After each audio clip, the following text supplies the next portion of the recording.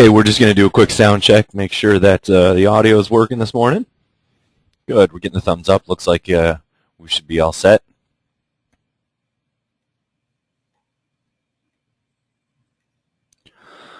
All right, so we're about to embark on our second day of V-Ray Advanced Level 2, and we've got a lot of good things in store for today. Just want to recap a little bit of what we covered yesterday. Some things weren't quite in order, but we ended up with our subsurface scattering. We did quite a bit of V-Ray blend. What we haven't done yet is our V-Ray light material, V-Ray two-sided, and material wrappers. But those will go relatively quick, so we can kind of jump into those and talk about them relatively easily. We did talk quite a bit about our physical camera settings. We're going to do that some more today. We're going to talk about the movie camera as well as depth of field and motion blur, both in V-Ray as well as some things that we can do with V-Ray elements in post. We'll hit on glare at some point, some of these advanced optical pieces, and then volume light, which includes sort of a discussion of V-Ray environment fog and our caustics. And a lot of people had requested to take a 32-bit composite, put it together, maybe grab some things and have it in After Effects. So we'll do that. We did set up distributed rendering yesterday. Today we'll talk. It's very similar to setting up distributed for V-Ray Advanced, the V-Ray RT distributed. We'll get these machines in the studio rendering as well, so we'll do a little RT work. And then we'll talk about some strategies for rendering your files through Backburner. It's a pretty simple discussion. There's some things there that are nice to know, that you can send a distributed rendering through Backburner so that it doesn't take up your machine. And then we'll talk about what some of the strategies here are for how you would go about rendering different scenes and animations, and what the settings and parameters for that might be.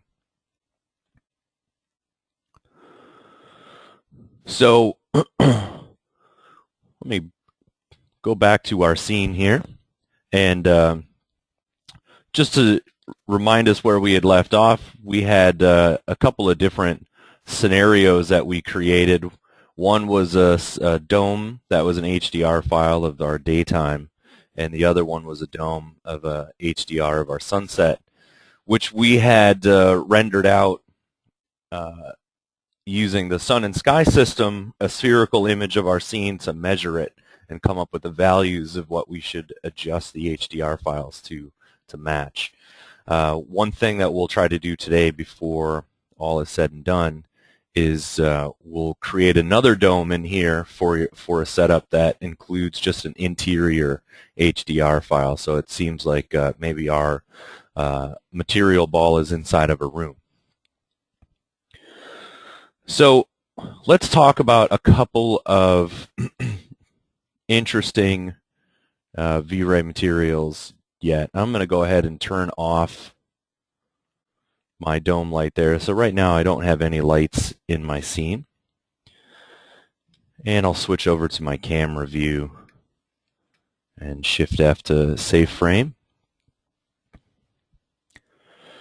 And as this pulls up the material editor, one of the things that you'll notice is that it is a little slow opening the material editor when we have these huge HDR files still loaded in there. Part of that is it has to load those files into to memory. So as a general workflow thing, if you're done with these, you may decide that you want to just cover them up and not have to have those load each time. So we're going to go to our light type here, and in this case it's going to be a V-Ray light material.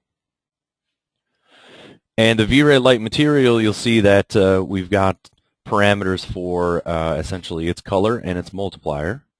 And we can, of course, put a texture map in there, which we will do. Got some settings to control whether it emits light on both sides of the object or just where the normals face outward.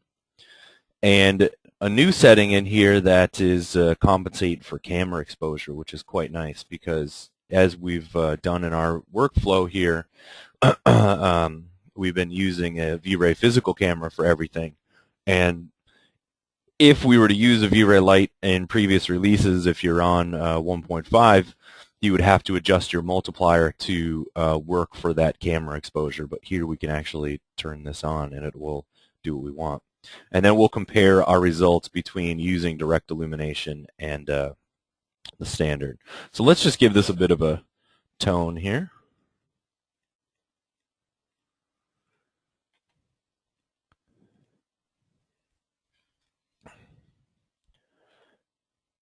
And on our material, I am going to go ahead and replace the material with just something really simple.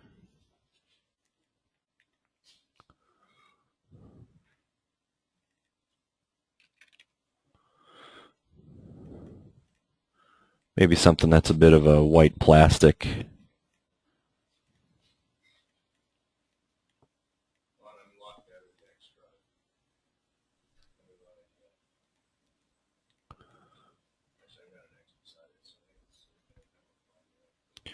Okay, so let me go ahead and apply this. Oh, we'll rename it.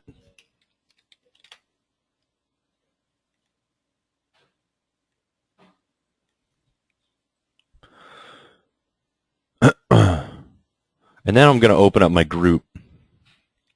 And I'm going to take this piece in the middle and I'm going to apply our light material. And let's go ahead, check our settings for our render. All right, so the first setting that we're going to use is we're going to show this without GI on. And let's just make sure that we're good. Okay.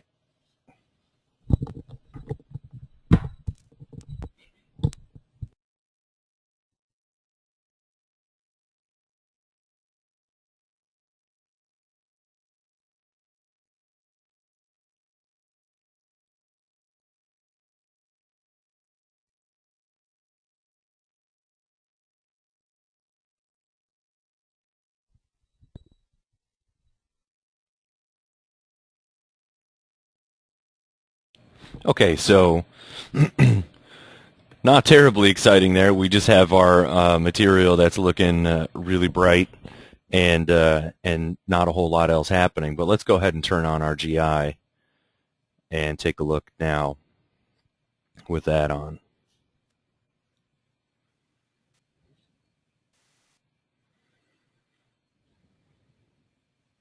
There we go. Now we're actually starting to get somewhere.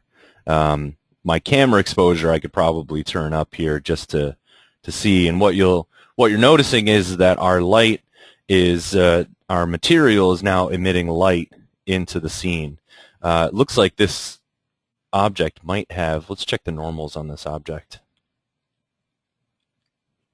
Aha. So that object that we applied the material to is this full sphere, which is why it was going out in both directions. If we spin around to the back side of the model, you'll see that we have that light in the back side.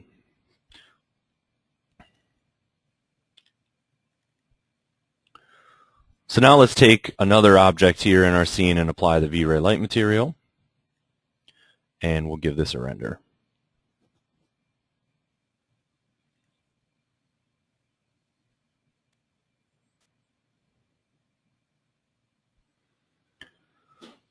So all in all, a pretty cool effect, pretty interesting phenomenon. If I turn off our material checkbox here for compensate camera exposure, watch what happens.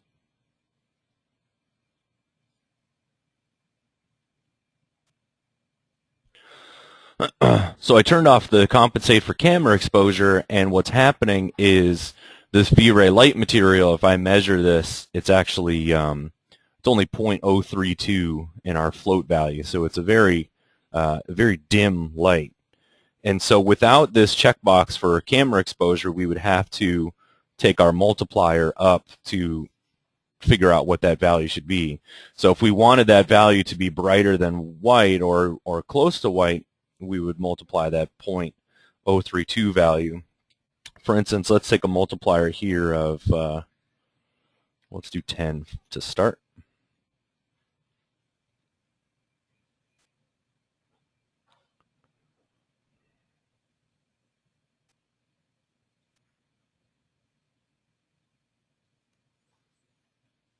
There you go. And now what we've done is we've raised up that value enough to where I think I have my camera exposure on, so I should be measuring the values with corrected color. There we go.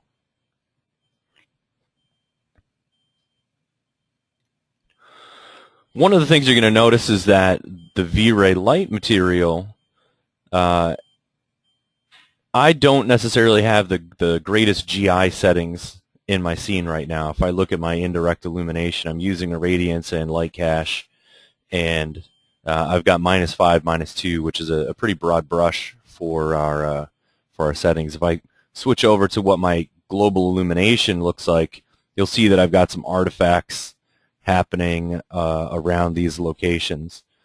When you're using the V-Ray light material, you want to pay special attention to those global illumination settings to make sure that you don't get this artifacting, because that's basically you can see that it's putting that light inside of the GI.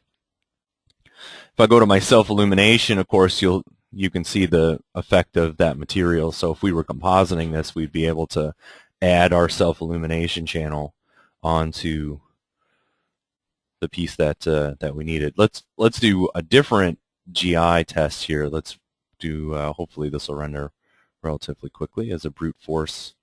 And I'm going to up my subdivisions for my light cache a bit.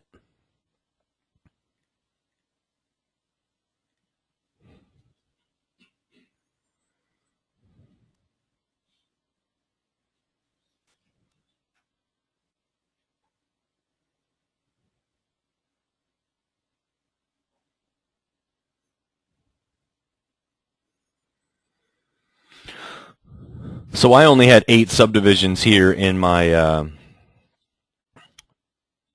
my brute force, but I just wanted to be able to render it quicker so that we could see that when you look at the GI and you use brute force, we get a cleaner sampling of that that light, but you've got to tend to all of your noise issues that come along with the sort of brute force and the sampling of that. Well, if I switch back to Radiance Map where we had started,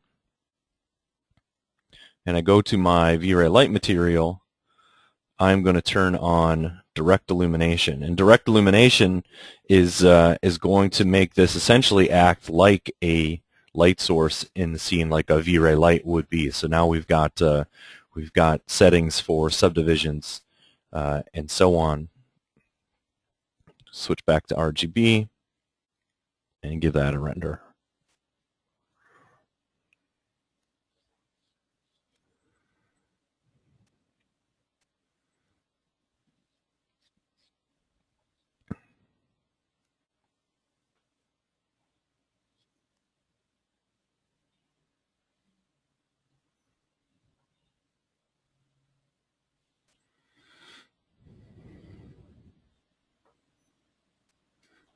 So turning that into a direct light source did a good job of cleaning up some of the issues that we were having in the global illumination, at least the ones that were stemming from the light. We still have probably a little bit of GI that we would want to fix in here. But what you'll notice now is if I go to my raw lighting pass, well, here's what's happening in that raw lighting pass where the samples of that V-Ray light are coming from. And the first thing you're going to notice is that that's really noisy. It's quite a bit noisy. So your samples and your subdivisions up here tend to need to be relatively high for it to begin to clean that out.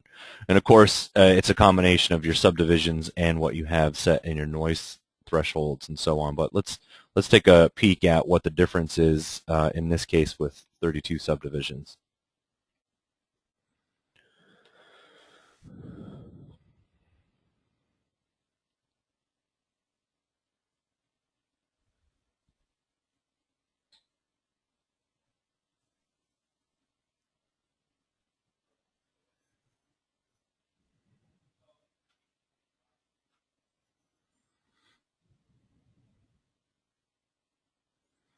So that did a nice job of cleaning up that noise quite a bit. There's still some that's evident in it. Part of that is because we're working in a very dark scene in this case. So the sampling itself is having a bit of a harder time trying to figure out the difference between these pixels. If I zoom in and I right-click, you'll see that my noise threshold is set to be within 1%, and that's why that's one of the reasons it's not sampling that any further. If I go to my raw light here, now you can tell that we've cleaned that up. But even 32 subdivisions isn't 100% there. You may find that the values when you're using direct illumination in your V-Ray lights needs to come up a bit. So the next thing that we want to do with our V-Ray light material is we want to add a texture map to this. And so let's just jump into a bitmap.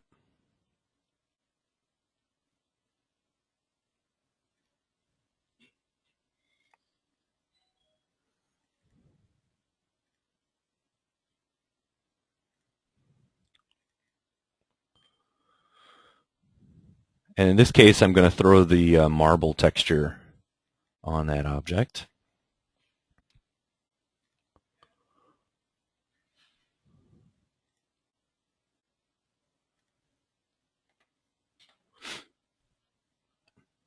And take a render here.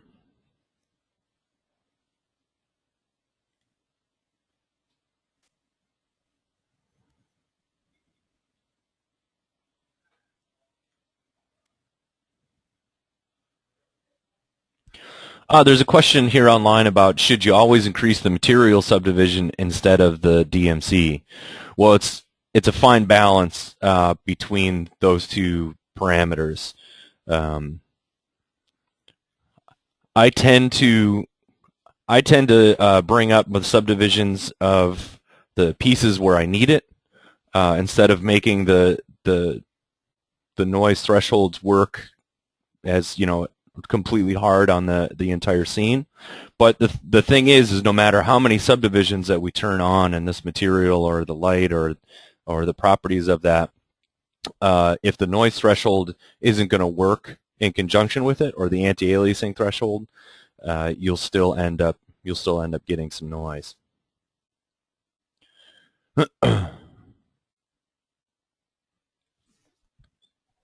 So as you can imagine, with the texture applied to that, you get the nice sort of, it takes the colors directly from it. You can do luminous surfaces like TV or screen or signage, anything like that. The V-Ray light material is a really powerful material. You can also put it into a blend material. There are a few things. If I jump into Spot 3D here,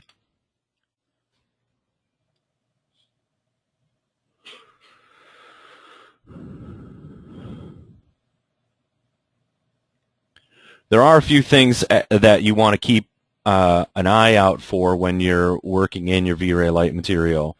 As we mentioned, you can use it in a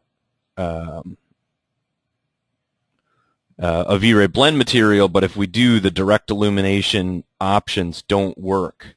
So you'll see that if it's a material that's inside of a multi-sub or a V-Ray blend and you have direct illumination options on, that's not going to render out for you. So just a couple of limitations to know. Another thing that we're going to be talking about a little bit later is motion blur, and so if you have direct illumination on with that, the motion blur isn't going to be correct. One more thing in the example section of this that's pretty cool is, oh, is it in here?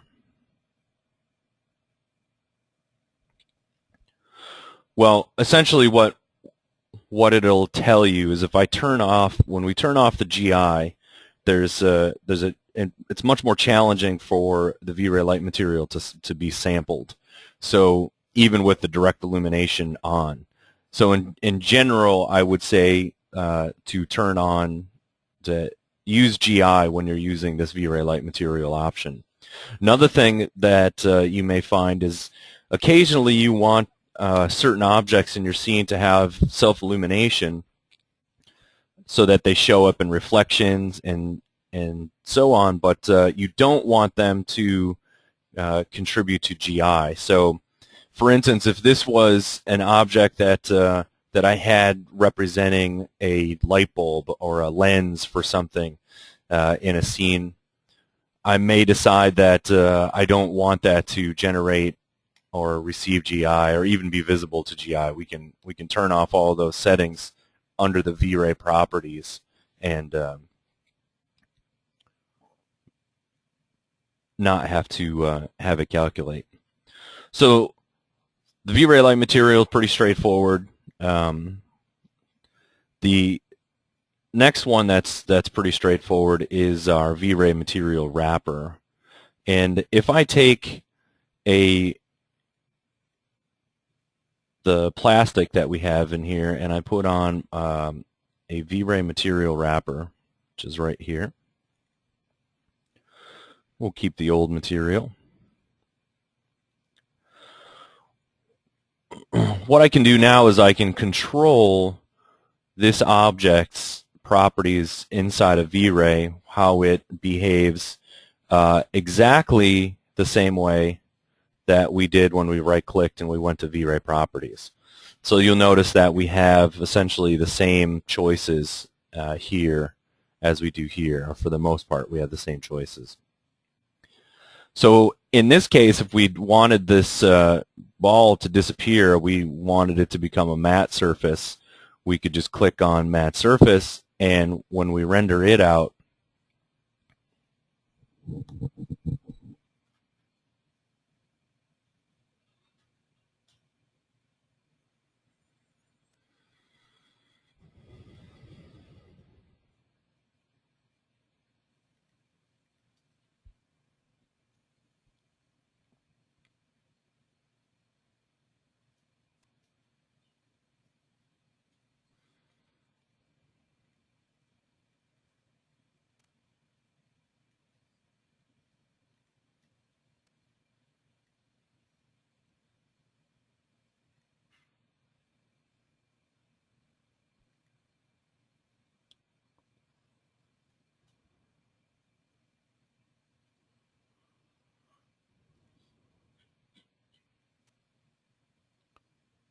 what's interesting there is it should have disappeared.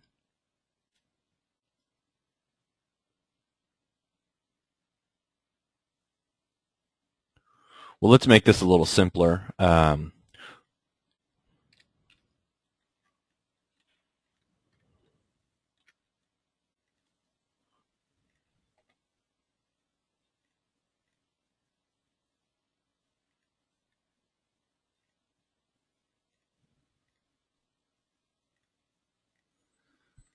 Just to speed up our render times, I'm going to go ahead and use the V-Ray Sun and Sky.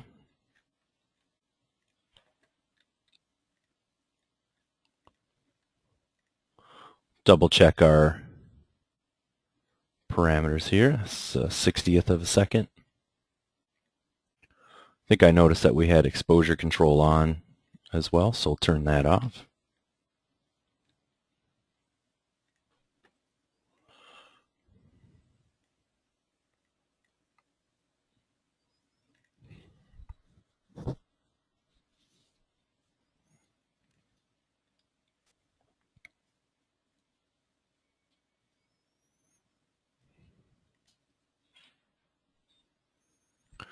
Well, for some reason our V-Ray material wrapper on this object is it's not working. I'm going to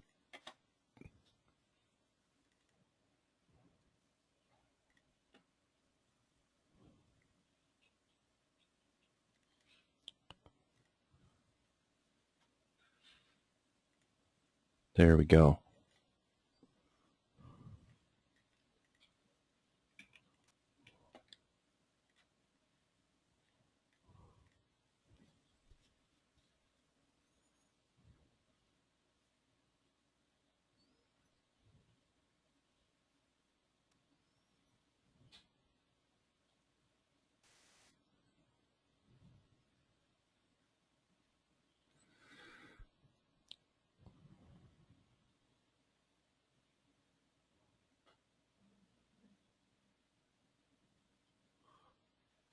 There it is. So now you can see that it is actually cutting it out here. It's making that disappear. I don't have this set to affect my alpha contribution, but if I wanted to have a perfectly clean mask of this marble without any of these materials here, I would click on alpha contribution and I'll make it -1.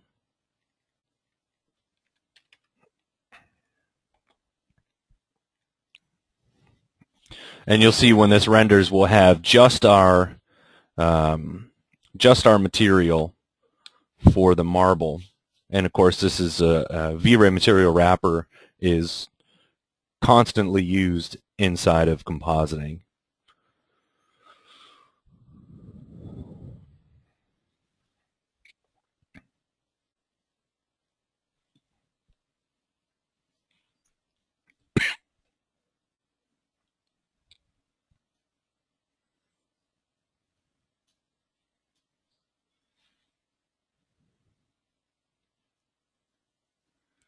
There we go.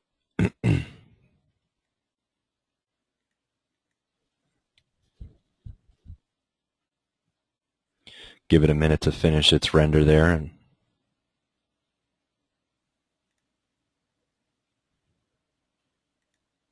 so you can see as it's rendering through, it's building out a perfect alpha channel for that piece.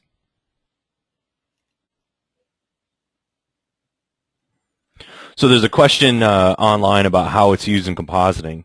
What I'll do is once this finishes here and we can look at it, I'm going to open up a scene from our V-Ray Advanced Level 1 class that is a scene of our exterior pool scene, and I'll show you very quickly how both the V-Ray material wrapper and V-Ray light materials are used in compositing.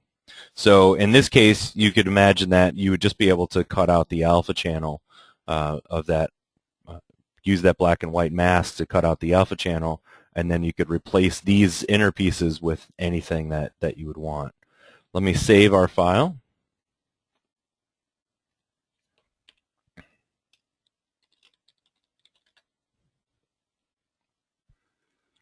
And let's open up the Terrace file.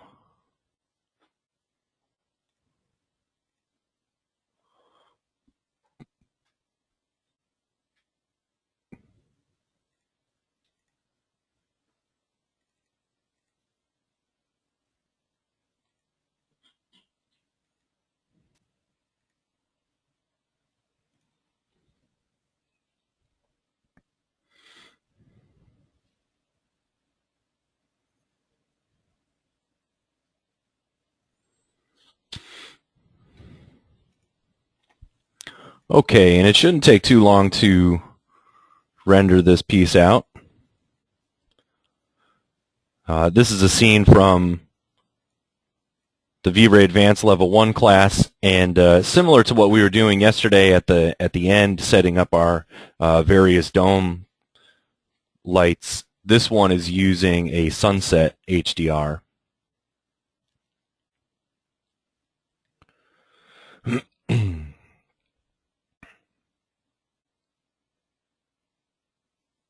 So it's using this HDR right here that is a sunset.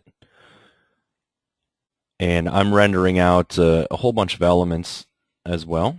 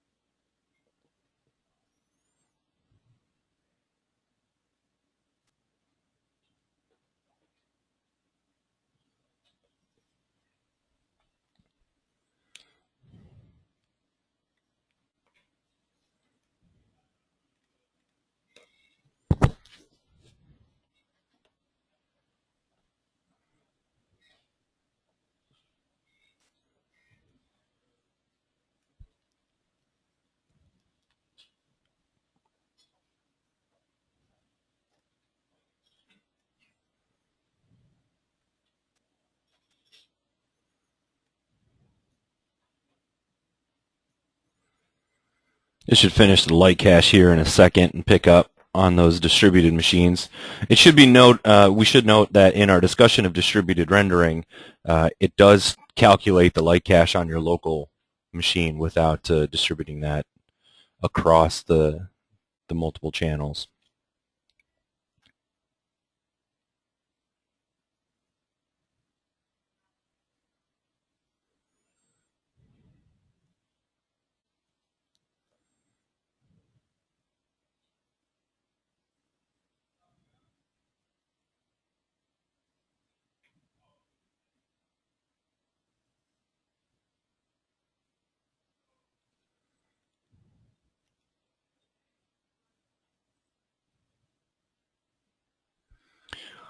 It doesn't look like my distributed machines are picking up, so I wonder, I'm going to cancel this. I wonder if I even had it on. Well, I did, but it wasn't going fast enough. That's okay, though. If I jump into Photoshop, I'm pretty sure that we have a render of it already, or at least a render of it during the day, and we can use that to talk about our compositing discussion.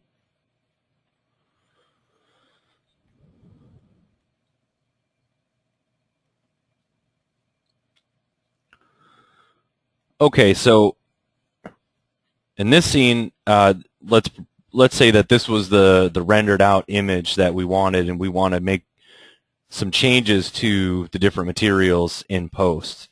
Well, if I go back to my max file, first thing I'm going to do is I'm going to save this out as a matte scene so that any of the material changes and things that I do to it aren't going to affect. So we'll call this Sunset Matte. And I'm going to clear my material editor. And there's two real easy ways of going about making mattes. One is to use a V-Ray material wrapper.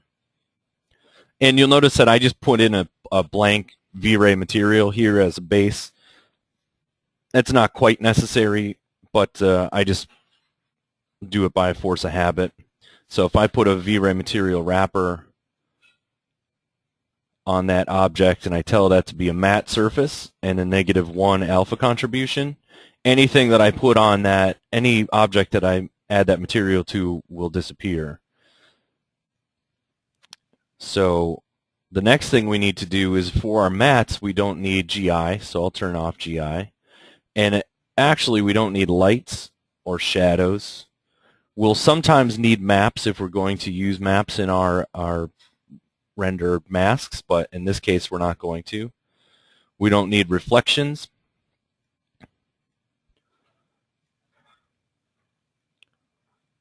We won't need anything in our environment if there was.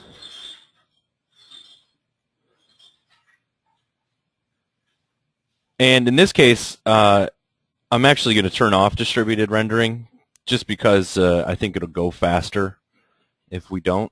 And I won't need all these elements either. Just delete those elements down. And so if I just select all the objects in my scene, I just hit Control-A, and I apply this V-Ray material wrapper to everything. If I render out my scene, it's going to disappear. Check one more setting here. My environment's got nothing in it. But what I can do in conjunction with that is anything that I want to have an alpha channel for, a mask for, I can take a V-Ray light material and I can apply it to any one of those objects. So for instance, if I wanted to take all the glass in my scene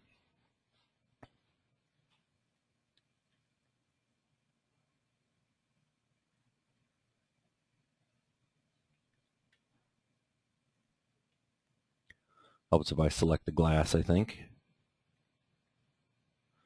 There we go. So if I want to take the glass in my scene and make some adjustments to it on my image, I could just apply that V-Ray material, that V-Ray light material, and the matte material, the V-Ray material wrapper, to everything else. Now, you could take a V-Ray material wrapper, another one, and apply that as your second material. We could take this and we could tell it to be a matte surface with an alpha contribution of 1, and it will render out properly in the alpha channel, but we won't get any feedback in our RGB buffer. So it's just a matter of preference that I use the V-Ray light material. Now you have two choices here what you can do. You can tell it to compensate for camera exposure, or if you select your camera, you can turn off exposure. In this case, let's go ahead and use the new feature, the compensate for camera exposure. And I just want to make sure that I'm not saving this, saving over any image.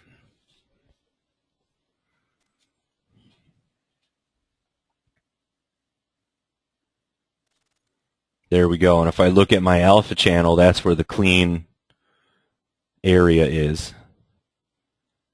And I'll save this.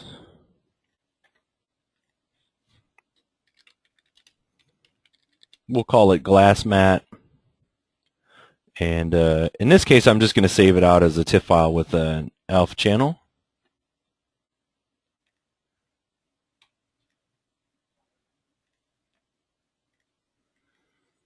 And I'll open up my glass matte.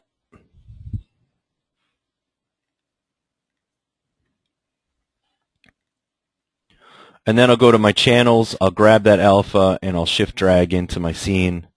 If I control click, I now have a perfect selection of those areas. And of course, if I want to adjust the curves on it and brighten that up, or if I wanted to change the color in post, we can do that. So really quick way to make our masks. And the same method applies if you're going to do any kind of compositing. We're doing Photoshop just because it's pretty easy for us to drop this in, but if you're using After Effects or Nuke or Fusion or anything like that, you know, you'll just bring in your matte objects. And it could just be an animated sequence, too, of black and white files that that you would use. So there's one more good method.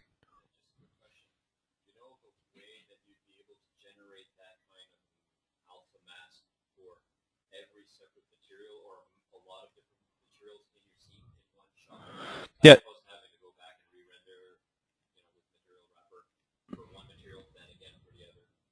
So there's a question about, is there a way to automate this process so that you don't have to go back in and do it for every material in your scene and do it manually? There are actually several scripts out there that that will do some of that work for you. The issue that I have with that process is I never quite get exactly what I want out of it. And the reason is that it doesn't take into account your transparencies. So there are often times where I'll want to get a mask. For instance, if you look at the glass mask that we used in this one, the glass mask didn't take into account the transparency of my light here. And so if we wanted to, we would have to turn that light off, or that transparent object off, and then render our matte. That would be the way that I would generally do it. So you can do it that way, and sort of if you don't run into the problem with the transparencies. In this case, we would run into it with the pool surface, right? The pool water surface would get in the way of everything below it. But there are some scripts just on ScriptSpot that you can use. The next technique that I'll show you is a way to render out at least several objects at a time, and that's the first thing to do is create a red, a green, and a blue matte.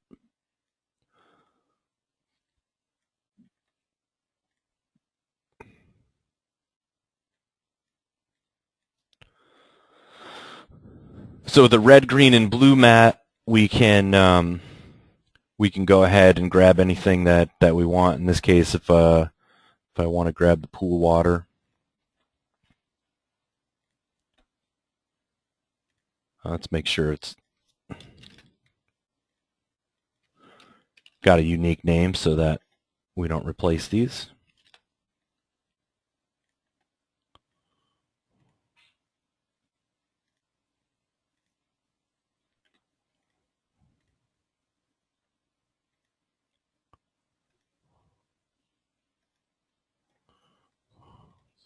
And you'll notice in this scene I have most of my objects separated by material and layer, and that's just a standard convention that I use. Of course, that doesn't necessarily work for every single file, but in this case, if I take these masks and I render it out, and again, I'm just using a V-Ray light material,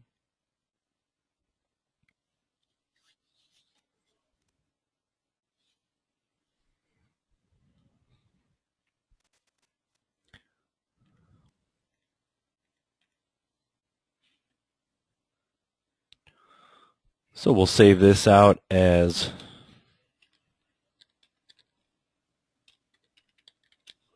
multimatte.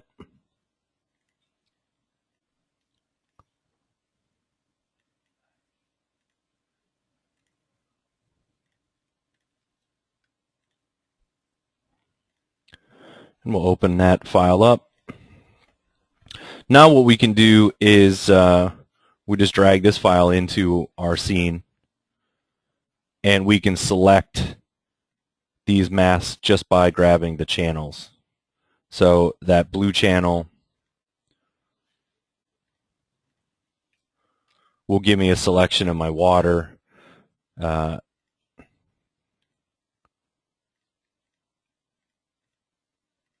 green channel will give me the selection of my wall, and so on. So similar technique, it's just that you in each swipe you get 3 different mats out of it. Now there is a feature inside of V-Ray that we should talk about in the same regard,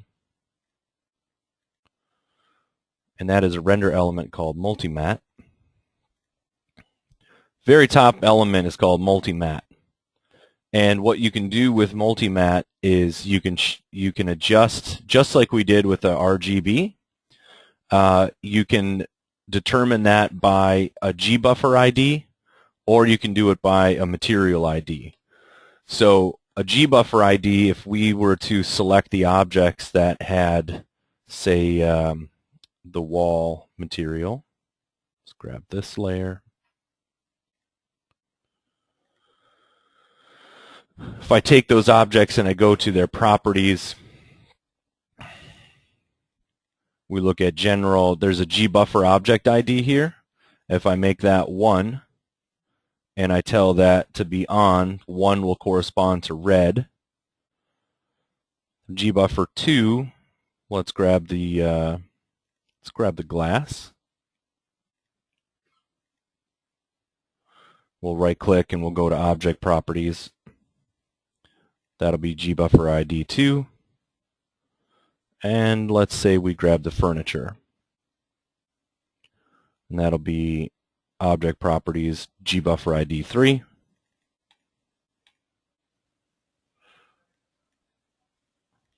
And now we'll render this scene out.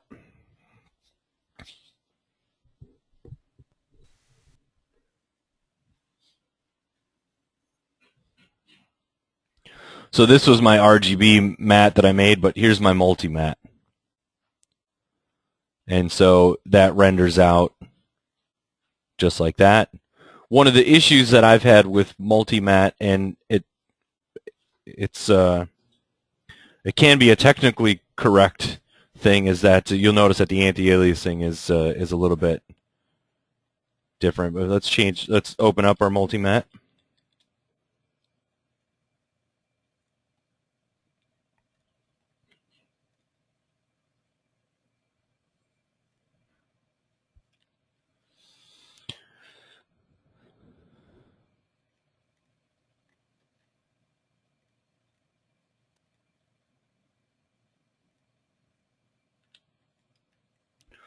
So we could use this exactly like we used the other one with the red, green, and blue channels.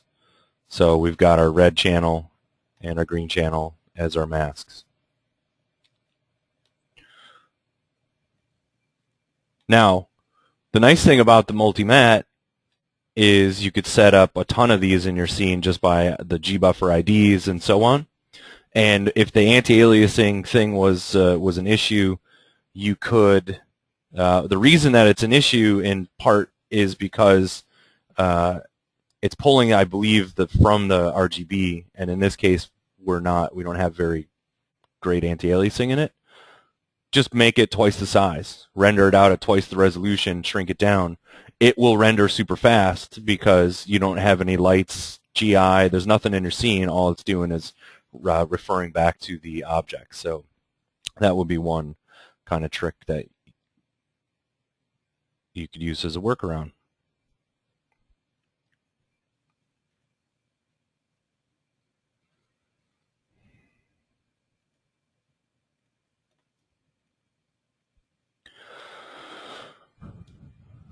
Okay, so it was V-Ray two-sided material was another thing that we wanted to look at, and I'm just going to go ahead and not save my changes.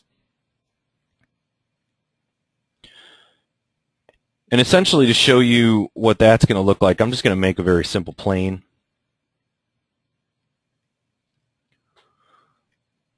And then another plane.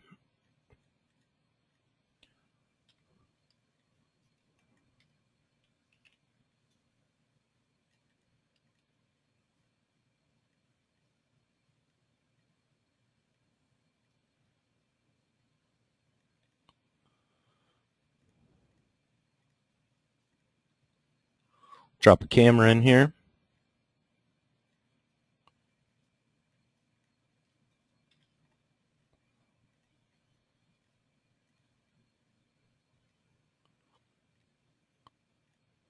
My ground plane, I'll just make a standard V-Ray material.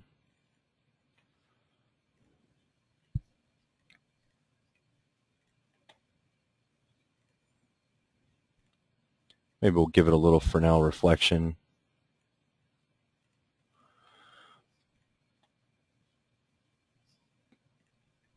In this object, we're going to make a V-Ray two-sided material. And so what we have in the two-sided material is we've got a front material, a back material, and a translucency slider. Let's change this to a V-Ray material. And let's say my front material will make a sort of a white reflective surface. And now what we need is we need a light in this.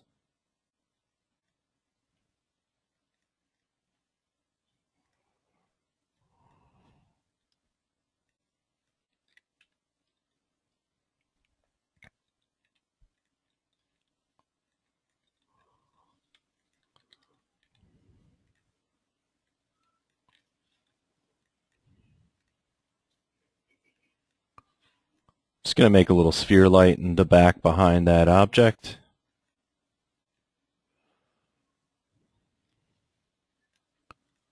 Let's make its luminous power something like 5,000 lumens.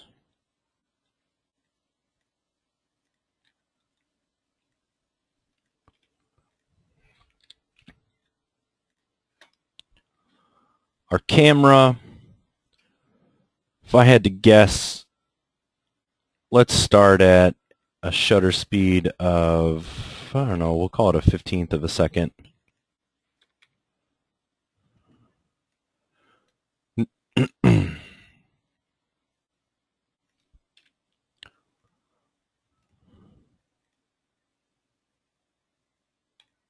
Apply that material to it and just save this out as our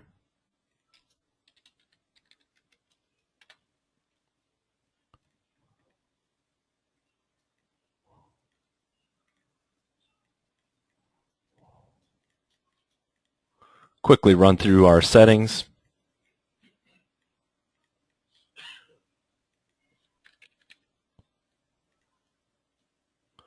Probably should have saved a preset there, but it's okay.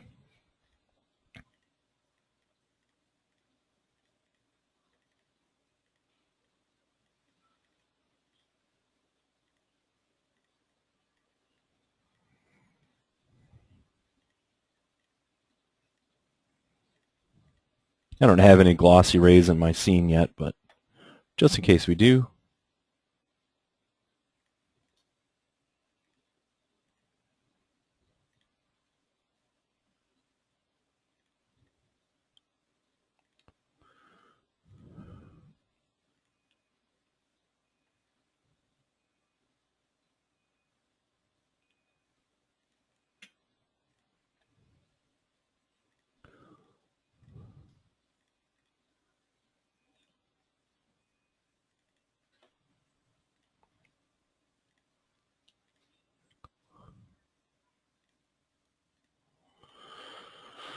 Okay, let's give this a whirl once I turn on the V-Ray frame buffer.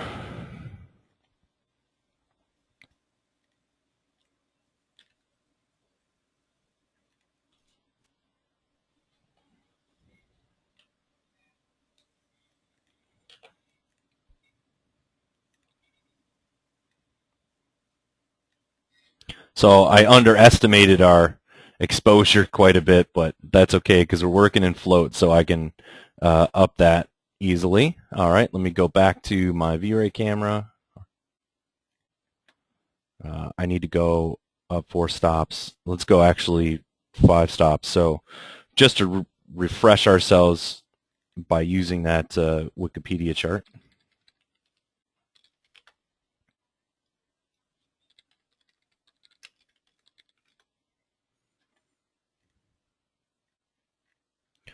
Right now we're at an f-stop of 8, and I want to go to 1, 2, 3, 4, 5. I'm going to go to all the way to 1.4. And since depth of field doesn't matter right now, that'll be okay.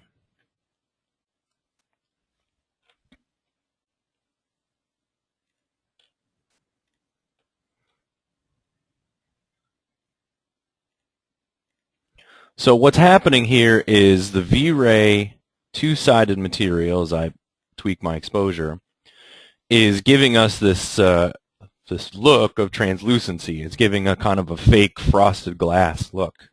And what it's doing is it's able to see the light that light source that's beyond it, that's behind it, and and the material is reacting to it and kind of spreading it across. And so one of the things that you're going to see in this case, here's what my raw light pass looks like. So that's the light that's beyond it. Here's my reflection, and that's just that piece down there. Oh, I should have rendered out the diffuse as well, but it's a really nice, fast way of doing frosted glass, panels that maybe have some illumination behind it, lit signs, and it even will emit light off of it into the front. So the real trick with the V-Ray two-sided material is that it has to be a plane. It's got to be a planar piece. You can put the light inside of a box.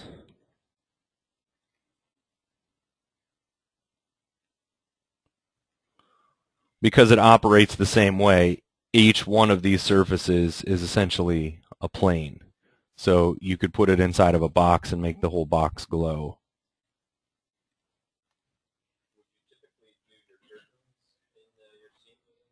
Yeah, so the question is, would you maybe make a curtain with this object? And yeah, you certainly could. You could have a single face for the curtains and allow the illumination that's behind it to sort of spread out and move around a bit.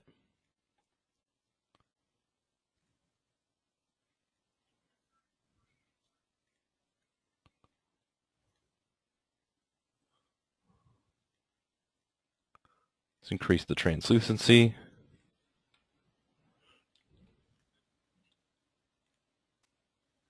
There we go.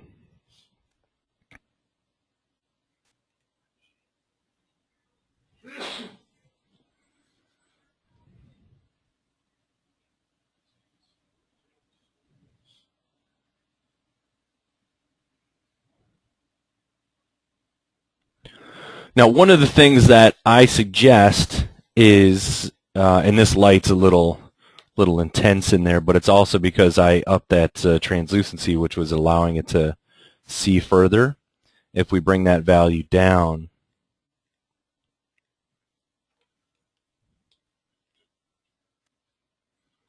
we'll lessen the effect. It'll make that surface less translucent.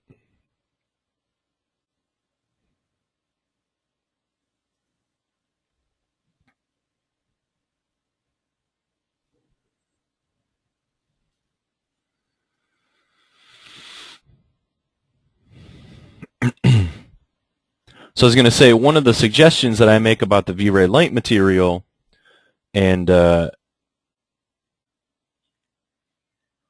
it's not terribly apparent in this particular case, but when you're using, I put in a V-Ray sphere light inside, and the V-Ray sphere light has to work pretty hard at sampling, even with 16 subdivisions there.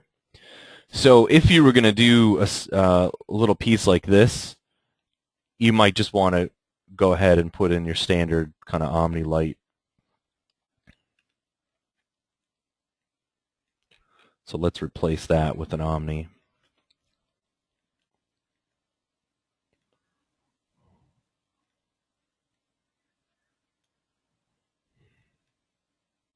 I don't even need it to cast shadows, really.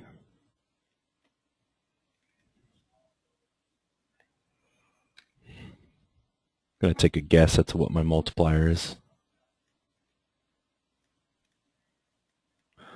And of course, with this, you can also use your attenuation so that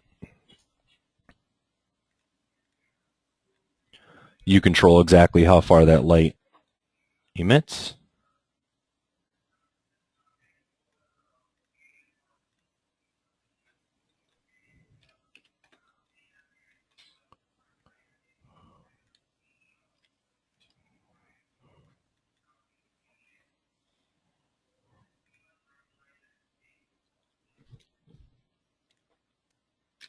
A little bright.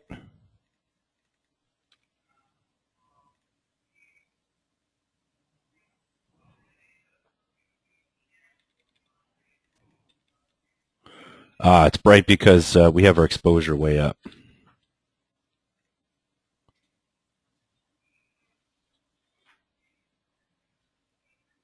There we go.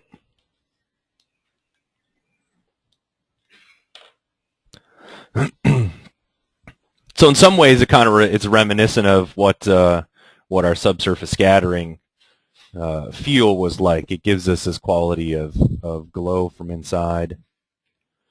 And what you'll notice here is that we don't have any of that noise that we had with the V-Ray sphere light because we're not having to sample that. Turn it up a little bit. What you're also noticing is that it's emitting light. There is light that's coming through it, but it's also, let's switch over to the GI pass in a second.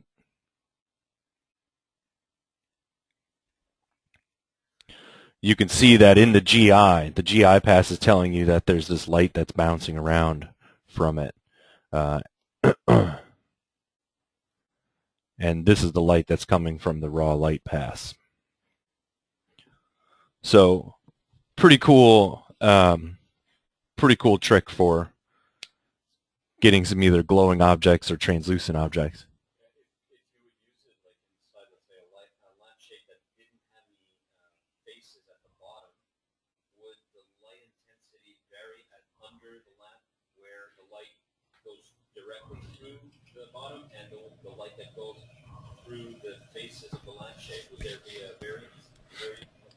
Yeah, the question is here, if you were to try to use this for, say, a lampshade, and the lampshade didn't have a top and a bottom, would the light change, or would the variety of the light change? And it will, by virtue of the fact that the light is still a light there. So if I don't have a face, top and bottom, the light is not going to have anything in its way here. and it's going to go ahead and continue to just pass right through. So that light is, unless you have that light only affecting that object, it will. So in this case, I'll want to turn shadows on.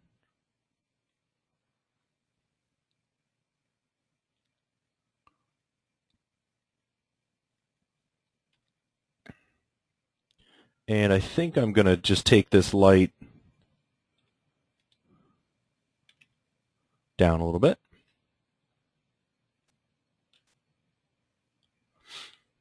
And so now what you're seeing is it's still illuminating our surface here, but it's actually, the light is open at the bottom and it passes through just fine.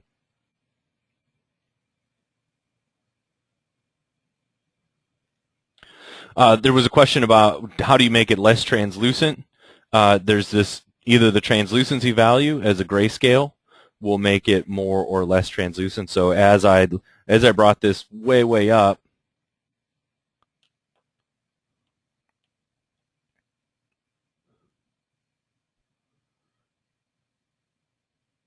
that material is having less of an effect, and if I bring it way down, the material has more of an effect. So it's a grayscale value, and then you can also you can make a back material if you wanted the back material to change as well. So for instance, let's make a copy.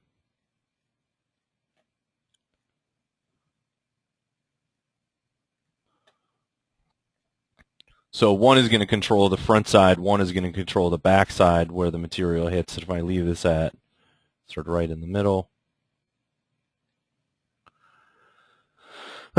you'll see what happens. So where the light is hitting that back side, it's using the back material, and where it's the front, and you can do some tricks that way of, combining materials and blending them together. If I wanted to take on more of the front,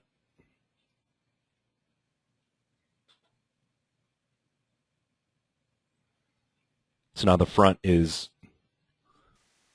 holding more weight.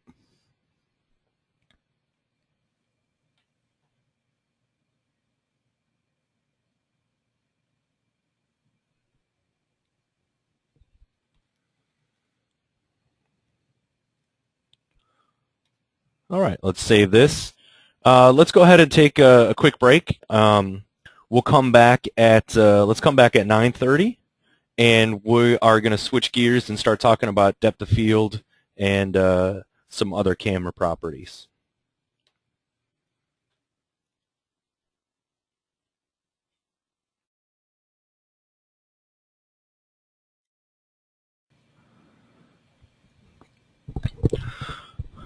Okay, so we're coming back, just doing a quick audio test.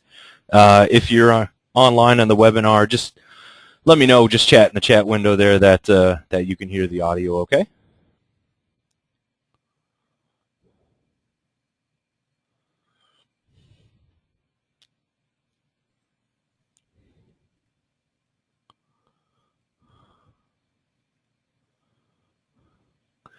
Great, so it looks like we're all set.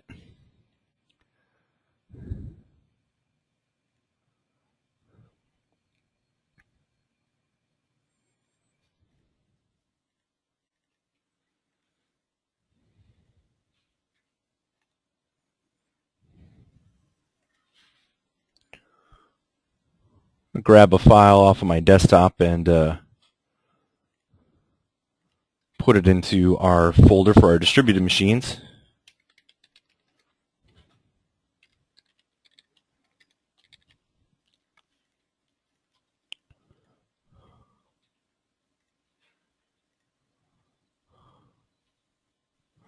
Here we go.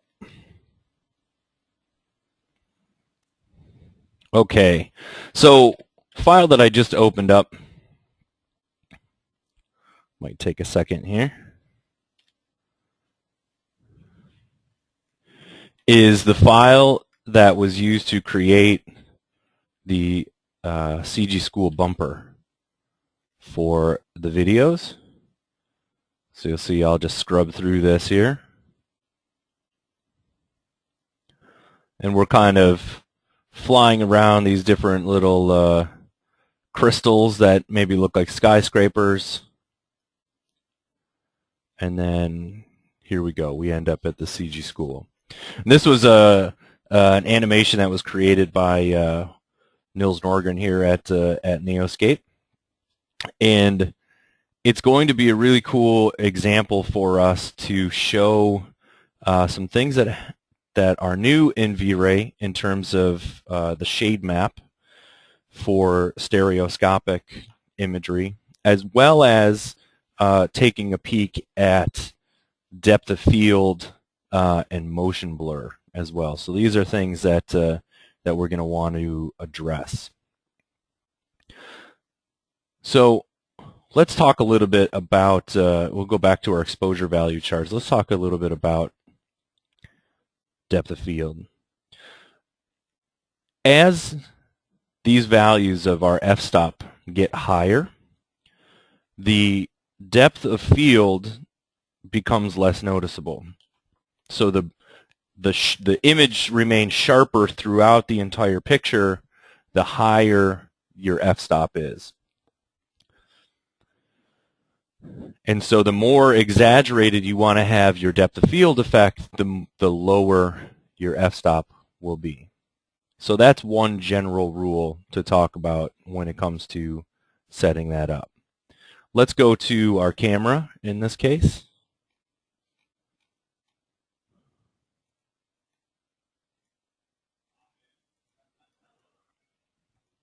So here's our camera. And this camera, the first thing that you'll notice about it is it's set to a type of camera that's a movie camera.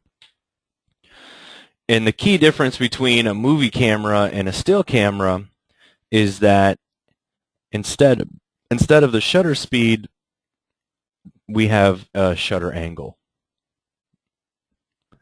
And so the shutter angle is, in this case, it's 180 degrees, and that's a pretty standard effect that you'll have.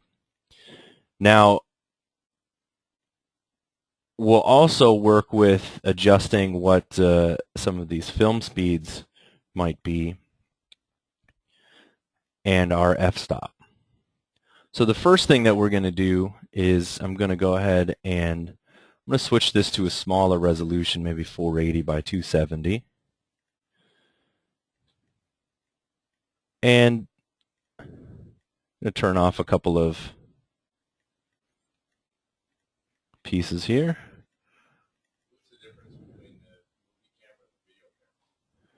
So the movie camera measures its, if I switch to the video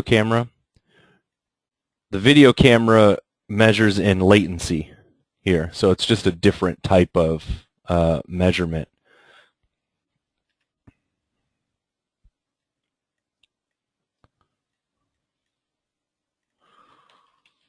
We'll adjust our linear workflow settings.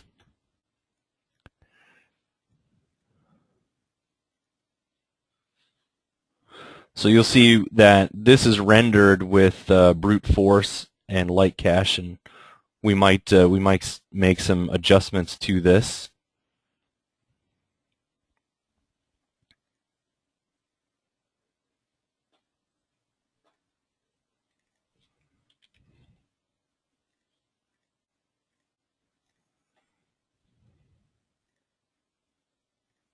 Let's save that out.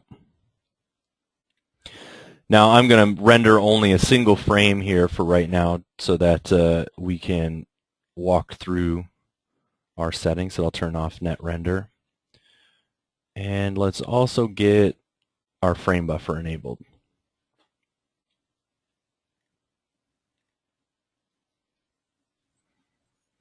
And let's take a quick render at this scene.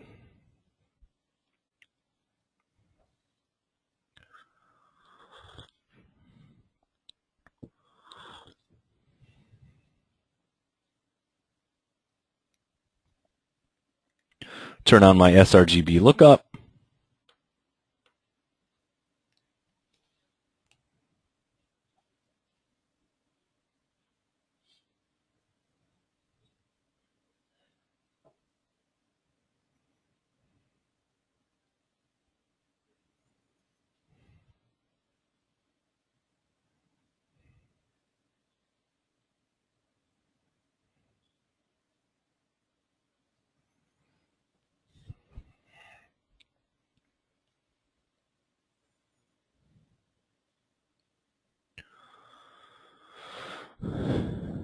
And so one of the first things that you're going to notice here is that as we're whipping by these pillars, we've got our motion blur is on. And that is a byproduct of motion blur being on here under the camera sampling. I'm going to turn on the environment just so that we can see it in the background a little bit. And you'll see that what I have is I've got motion blur on and subdivisions of 12, and we're able to see what is actually happening as that camera is going by. These objects that aren't moving as much in the frame don't have nearly as much motion blur. If I turn this off, and I'll open up my history.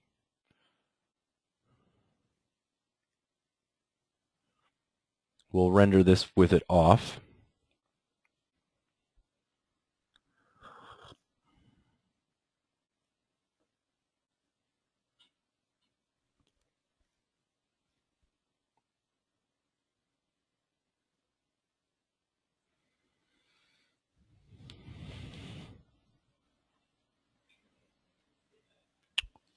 What we'll notice is that our render time is going to decrease quite a bit.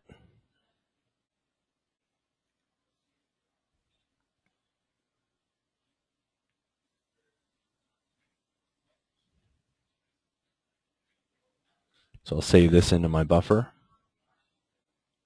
So essentially we almost doubled our render time by using motion blur. But the issue is that it's not going to look good without it. As you're moving through these animations, especially as you're moving fast, without motion blur, there's a very distinct kind of overly sharp, exaggerated look that doesn't look like film. And so, having motion blur on is a real important step, I think, in making your animations look real. Now, there are different types of motion blur that you can work with. V-Ray's motion blur happens to be very, very good. It uses the DMC sampler to render it. So just like we set area light samples and glossy samples, we've got our subdivisions here of how it's going to sample it. And it uses these noise thresholds and adaptive amounts as well, just like those other elements inside of V-Ray.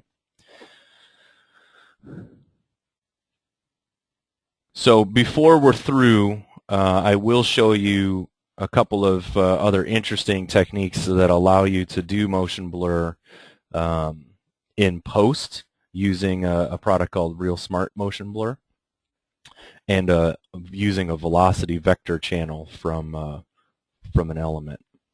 Now, motion blur in post has all sorts of limitations to it, just like things like depth of field have some limitations to how you can achieve those in post, but we'll talk about that as well. Okay, so we've got, I'm going to leave motion blur off for a minute because I want to look at a different type of topic, and that's depth of field. So if I turn on depth of field in this case, I've got my settings all set up. My my f-stop is 8, and we're ready to go. I'll go ahead and hit render.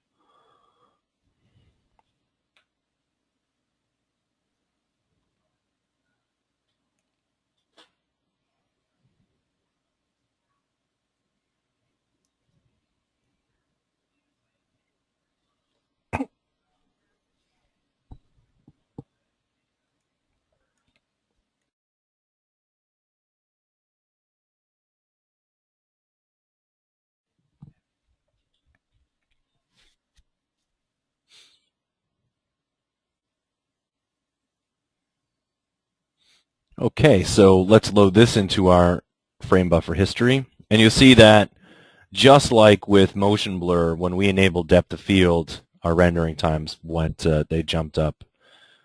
Let's go ahead and set this one as A and this one as B and zoom in a touch.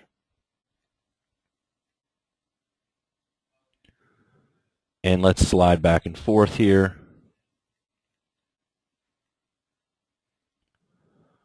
Very subtle differences in this case.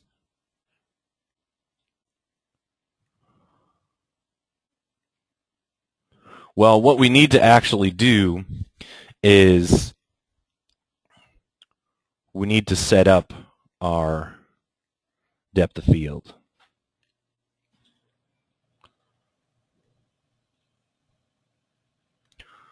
What I'm going to do is I'm going to turn on depth of field here in our camera settings. And what we can do is we can choose to get all of our settings directly from the camera. So that's what we're going to do. And then let's give this a quick test render.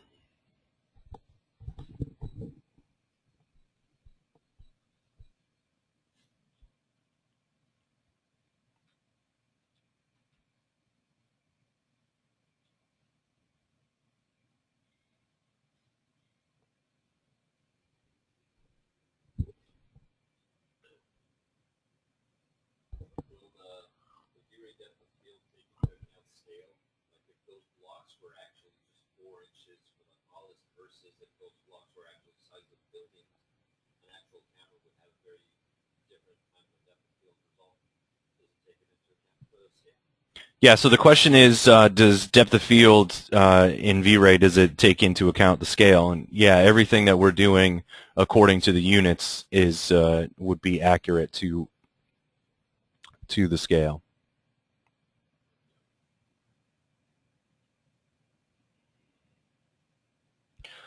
All right, and so now let's go ahead and save this into our frame buffer.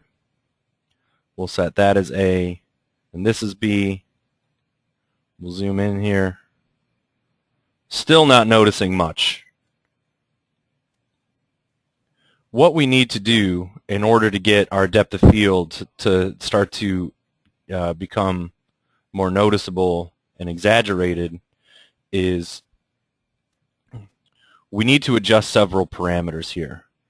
And one of those parameters is going to be what the f-stop is. So remember we said that the maximum f-stop or the maximum noticeability of the depth of field is when you have the lowest f-stop. So if we made an f-stop of 1 and we were to render this, we are essentially dropping our exposure from an f8. So we're dropping it 1, 2, 3, 4, 5, 6 stops. So what we'll need to do is we're going to need to increase our film ISO in order to accommodate that. Let me up that value. We might have to do a little bit of massaging on the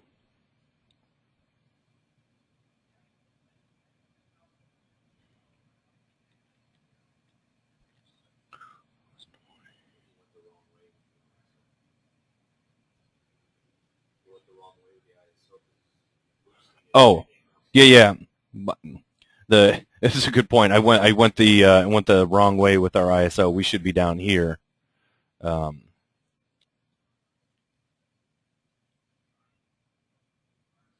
ISO should become less sensitive to light.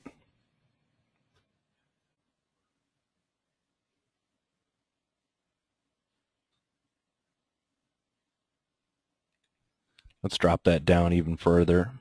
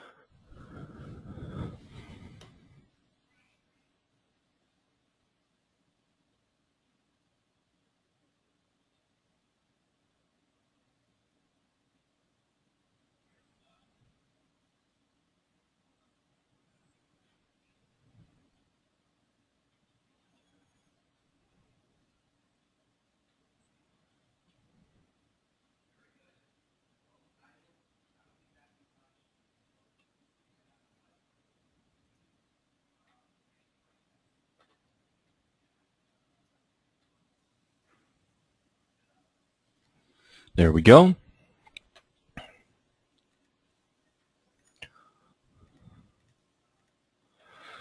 So beyond the brightness differences there, you'll see that now those objects in the background are getting far blurrier than they were before.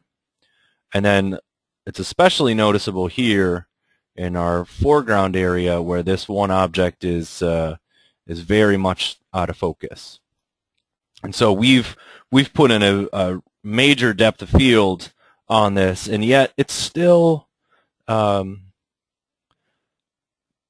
effect could still be more. And what we haven't done yet is anytime that you're working on depth of field, the distance the objects are from the camera is of major consequence. So if our camera is here and these objects are out in this background area, well, I have to choose what I want to focus on. And if I go back to my camera shot, let's say I wanted to focus out here, and this was going to be the area that I wanted to have in focus in my scene. Well, what I need to do is I need to know how far that distance is from my camera. And the easiest way to do that, I find, is just to go in and grab a tape measure, start it at about your camera, and go to that distance. So we're talking about a distance that's 1,260 units from where we are. So if I go to, and actually that reminds me, we broke one of the cardinal rules here. We didn't check our units, but we're in inches, so that's good.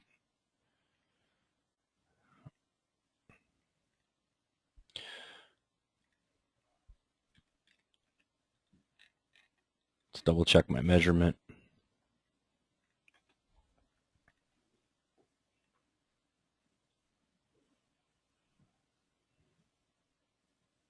Actually, let's say we want to focus even further out. We'll go out to 2,500, and we're not even necessarily seeing that.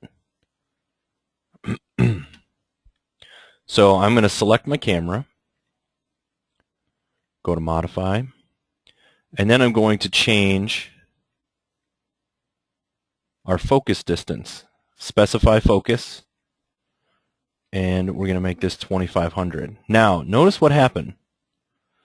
When my focus distance changed, there was a slight shift in my camera. If I go back to 200, and if I go to 2,500, that happens in a normal camera. In a camera where you're adjusting the focus, there's a little breathe in what they call with the lens there.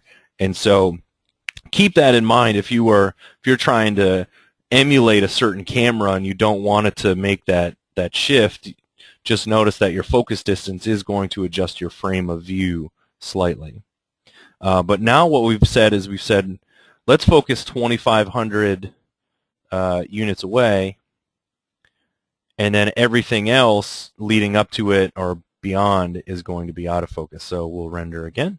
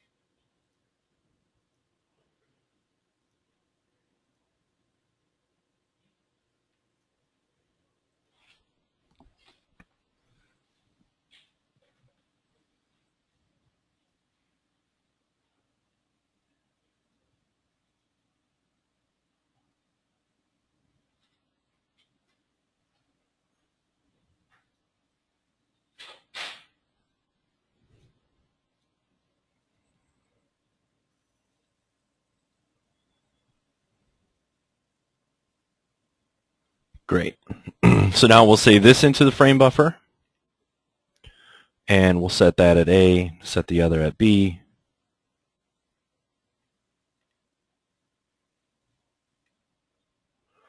And now take a look at the difference. Now that we've set our focus point all the way back there, these elements here become more in focus, and the ones that are close up are more out of focus. So we're drawing attention now to the area that's sharp in the image. And let's do one more adjustment. That was at a distance of 2500. Let's say we wanted to focus in on this area right in the foreground.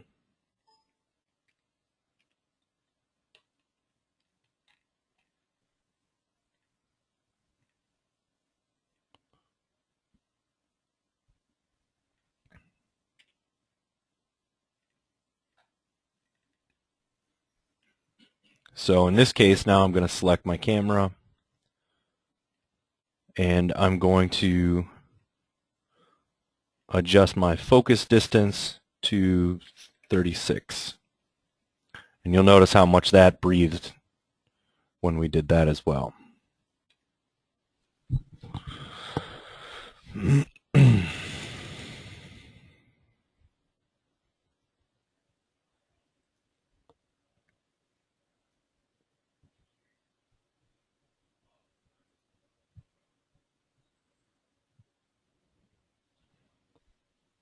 Oh, got to pull up our frame buffer to see what's going on.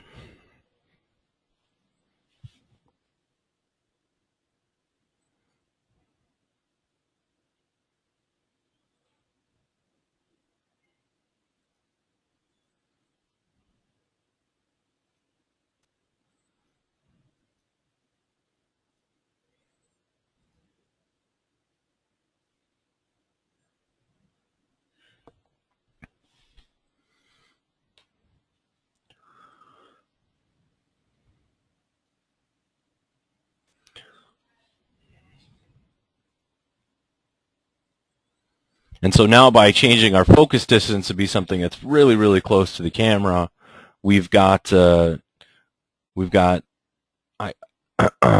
everything in the background is very much out of focus. So because these elements aren't in focus yet, let's choose those objects in the scene. We'll save this, and we can do a quick compare. So there's a before and after. I'm going to select this object. I'm going to choose what that distance is from the camera.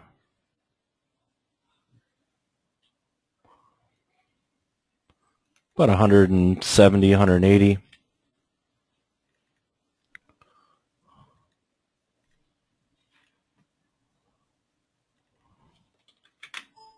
Call that 180.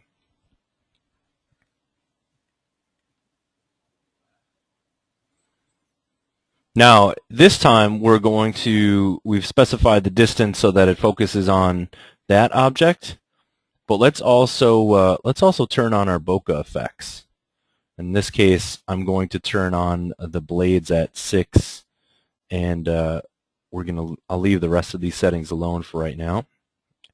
I'm going to save my file too, just to make sure that we don't lose our work, and we'll give that a render.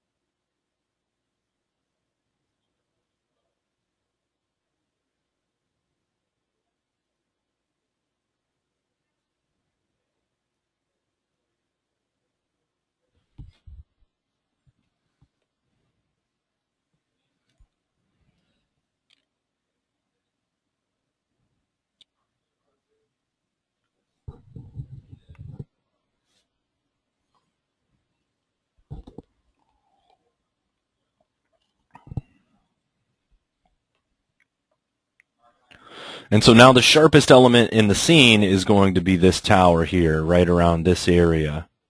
And everything else is going to be slightly out of focus as it drifts away from that spot. Now, if we wanted more in focus in the scene, we would adjust our f-stop to be a larger f-stop, and that would give us the ability to do that. I think when it comes to the bokeh,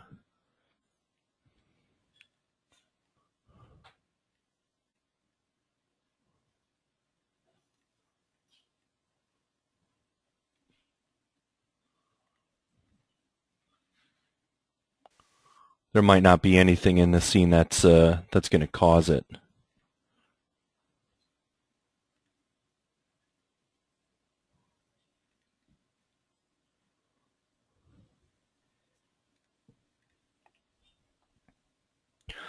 Okay, so depth of field is something that takes a bit of time to calculate when you're rendering out your scenes. You'll see that we went from our lowest, which was about 30 seconds, to a minute and 12 seconds at the higher end. That's still not very long in terms of a render time, but we're only rendering at 480 by 270 in a simple scene. So it does add noticeably to how long it takes to render. Well, there's a couple of techniques that we can use that will help us in that regard. If I turn off depth of field in this case, and I render out, I'm going to render an element that is z-depth. And my z-depth pass, I'm going to say my minimum is 0. My maximum, I want it to cover my scene. So again, we'll go back to our tape measure.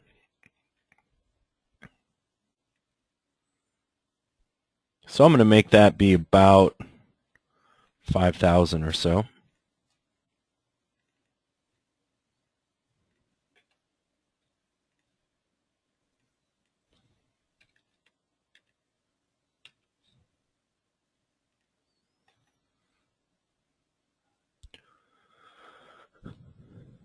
And let's go ahead and render.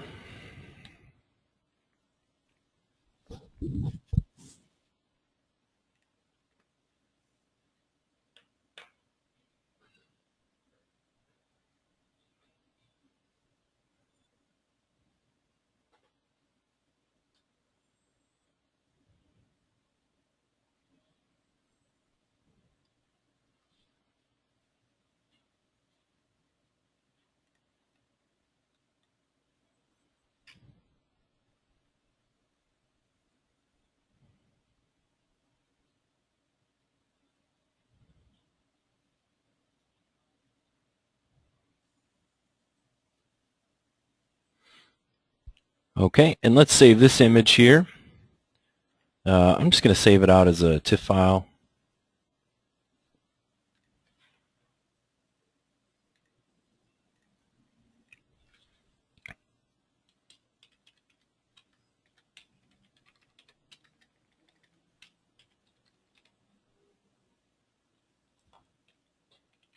Guess I can't type today.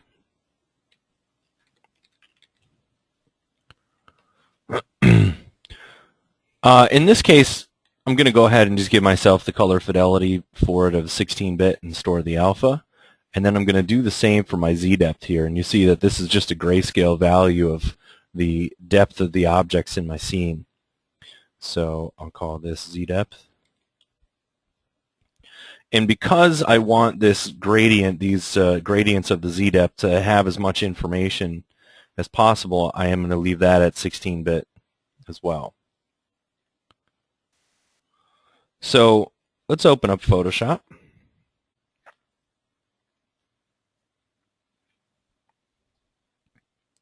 And let's bring in our frame and our z-depth.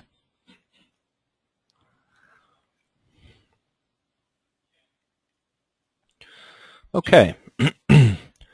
So what we want to be able to do is use this as our depth map. And one of the tools inside of Photoshop is actually a lens blur.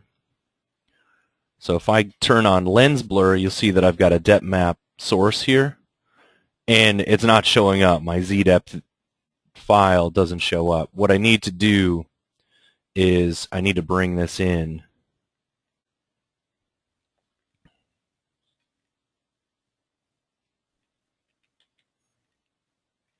as a channel.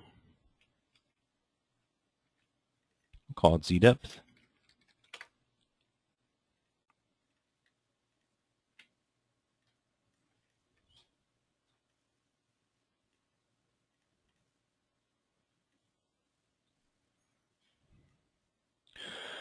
And we'll go back to our filter, blur, lens blur.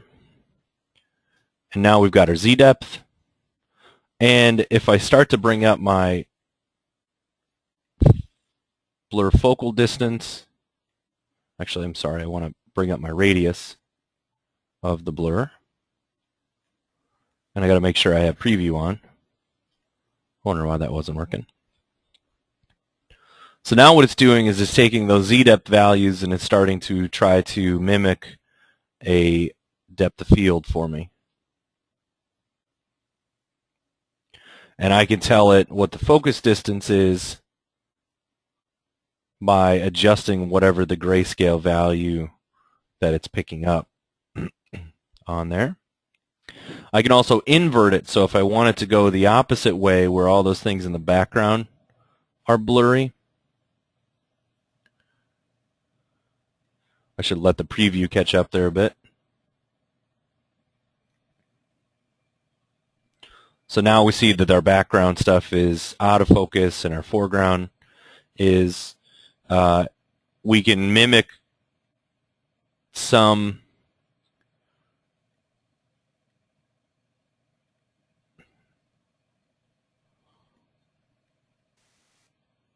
iris effects, but it's not usually too great.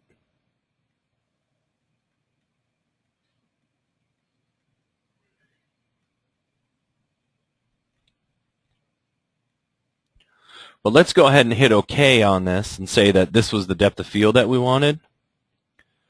Well, you're going to notice that it's not the greatest. It's not super passable in these edges. It doesn't quite look like our real one.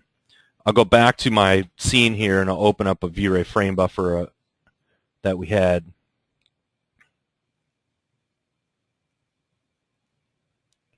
I think that one's fine, and I'll save.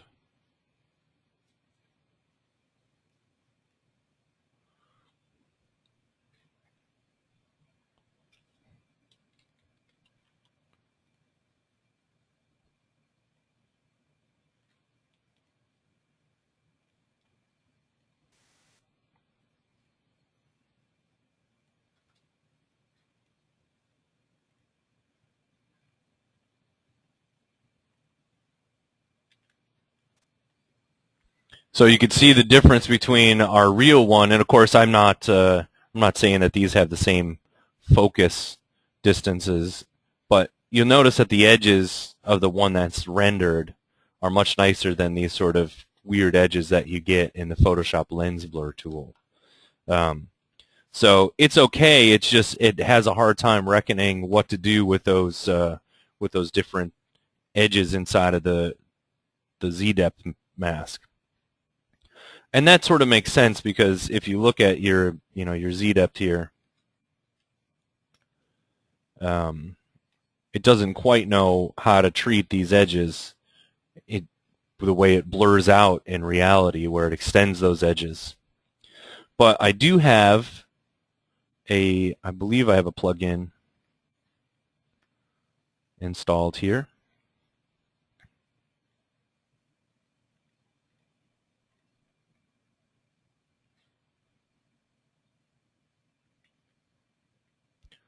So we'll go back to this, and if I go to Frischluft Lens Care, I have a plugin that that the folks at Frischlift have made for Photoshop and for After Effects that is a little bit, it's a superior way of taking this in. So what I want to do is you'll see that I don't have any depth map selected. So when this is blurring it, it's blurring it completely.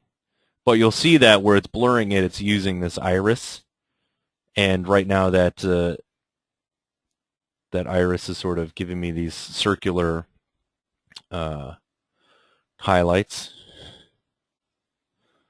If I take it down from being rounded, you'll see that now it gives me these more hexagonal images. But what we need to do is we need to, I'm going to cancel out of this. I need to get my Z depth to recognize. So what I'm going to do is go to my channel, and I'm going to hit Control Select on the Z depth and go back to my layer, and now I'm going to run Frischlift Lens Care. And you'll see now that it's got the depth map. And so here what we can do is we can adjust our radius like we did before. We can adjust our focus point as well.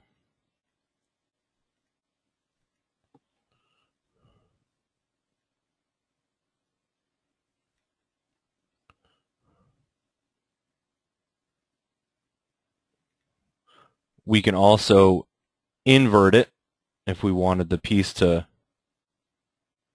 be better. But you notice that we're getting this sort of weirdness around those edges back there.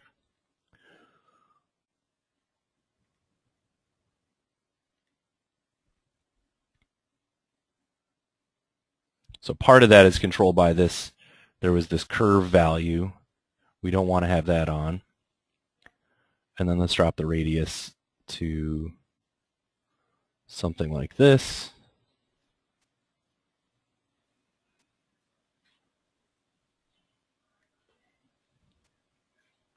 And let's hit OK.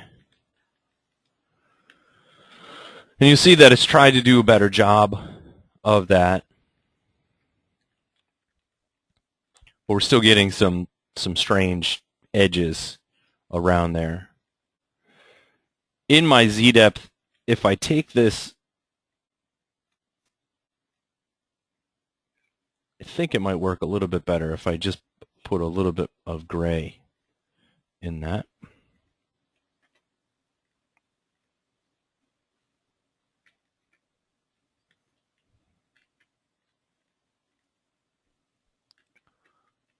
Should have made a copy of it.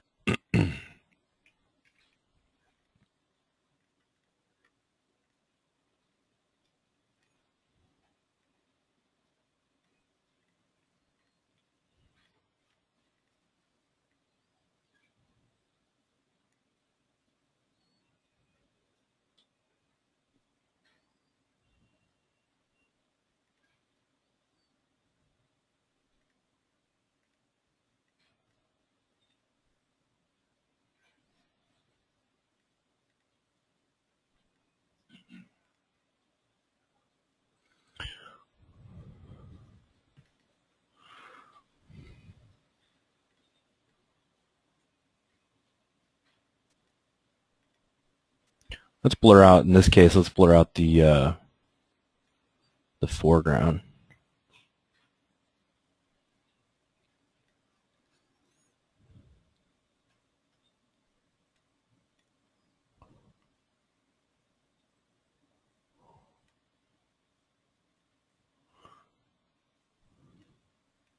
Yeah, it's strange. I'm not sure why our depth map in here isn't working as well as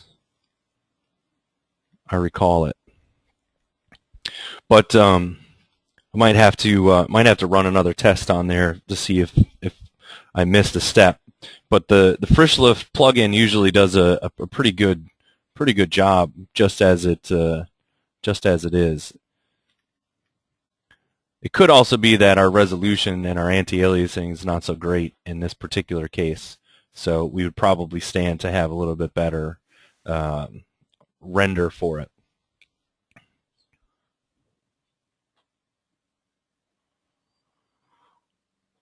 Why don't we do this? Why don't we take just a short break, come back at 10:30, and I'll double check. I may render this out again and just double check what our settings were. And if you have any questions over the break, just feel free to go ahead and post them up, and we'll answer them as soon as we come back.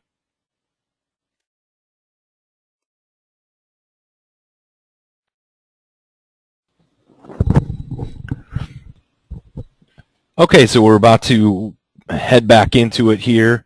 Do a quick audio check, make sure that those of you that are online can hear me. If you could just type into the chat window, let me know.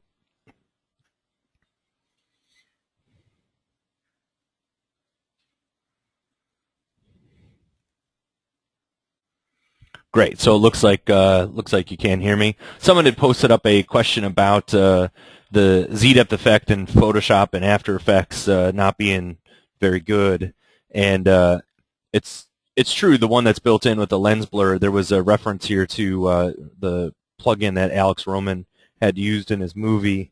I believe he used the Frischlift plugin. Actually, there is also another plugin out there by Richard Roseman that I use called Depth of Field Pro. Both are good.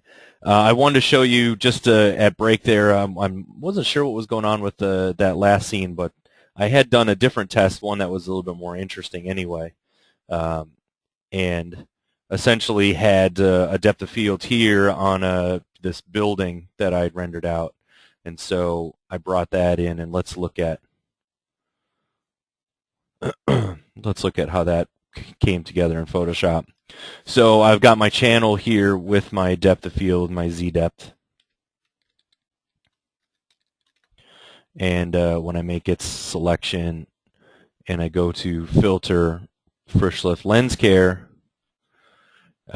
it picks up the depth map, and if I turn on this radius,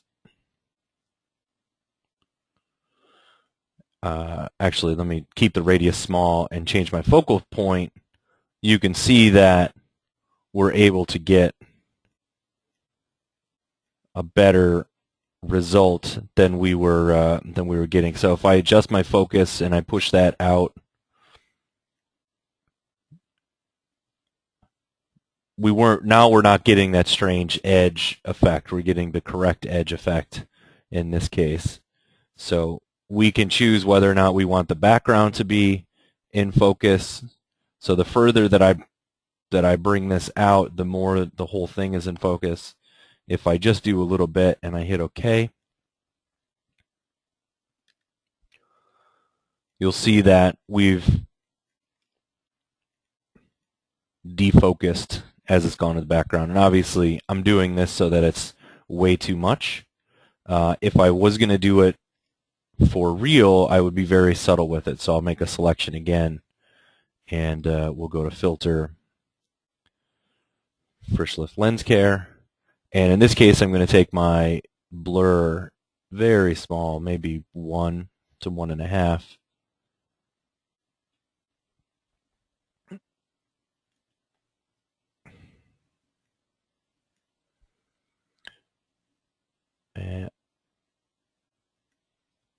And we'll hit OK.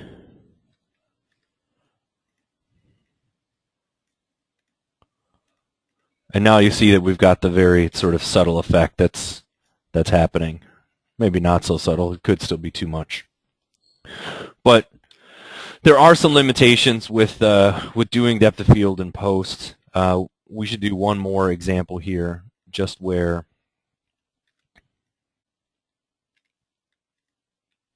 the depth of field affects only the foreground. So if I invert that map,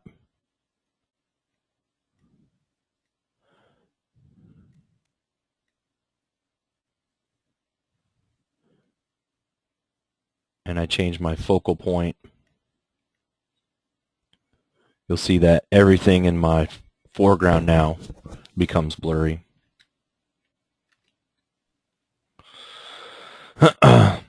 This plugin does usually the sort of the tricks are that depth of field doesn't necessarily work with objects that are through transparencies.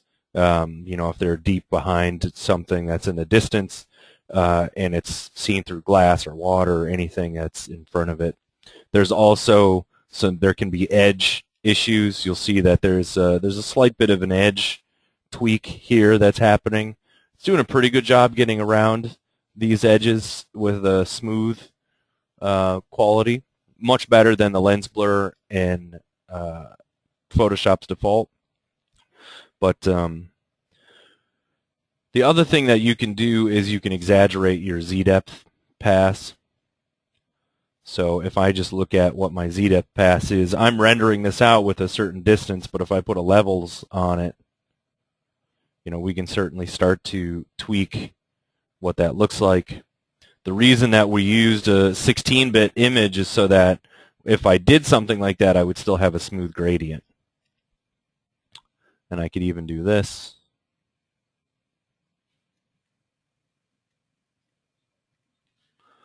So by limiting where that's going to be, now everything that's white would be susceptible to that blur, and everything that's black or dark would not get it at all.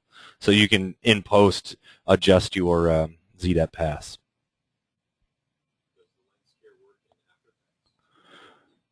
The question is there a version of LensCare that works in After Effects? And there is. Yep.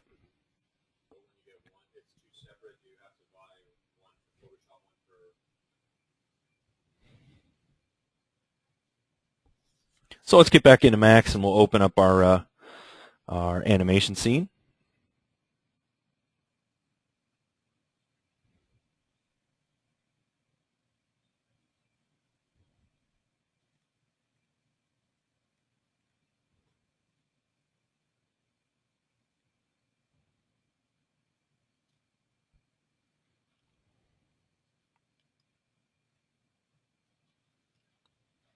We'll go back up to one of these frames here.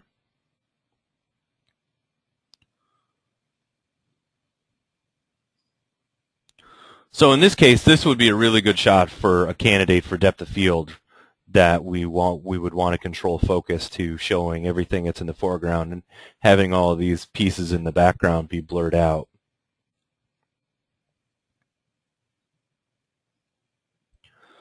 What I'm going to do now is let's talk a little bit about motion blur. So to turn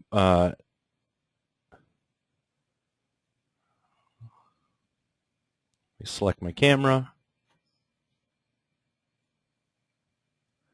and let's get motion blur on there, and let's start with the default here of 8, and we'll come to a spot where the motion blur is happening.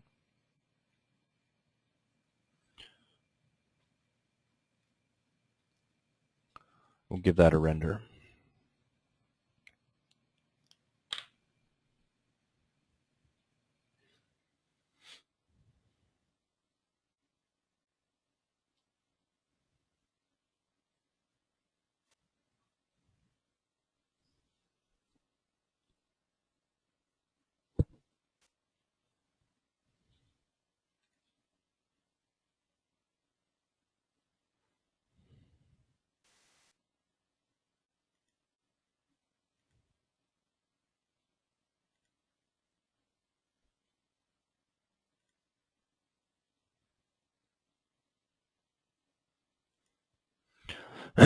And so you'll notice that as we're going by these, it's really blurred across, and that's really what you want. I know that it seems like maybe that's it's overkill, but what we're doing is we're using the movie camera, and we're using the movie camera with our shutter angle that's a natural shutter angle for this. So this would be, if you were flying this fast with the movie camera at that shutter angle, you would get this amount of blur to your scene. And so, and it really helps smooth things out as you're traveling around. And V-Ray does a nice job, of course, being able to respond to that sort of heavy-duty.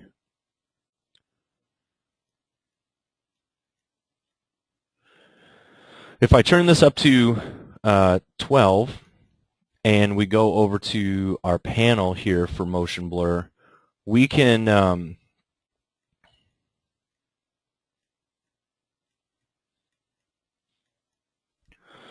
control certain things about our motion blur in general. So we can adjust the amount of pre-pass samples that we use, the geometry samples, whether it's the camera motion blur and the subdivision. So we can override some of these. If I change my interval center in this case, I'm going to make my interval center be 1. And let's save this out.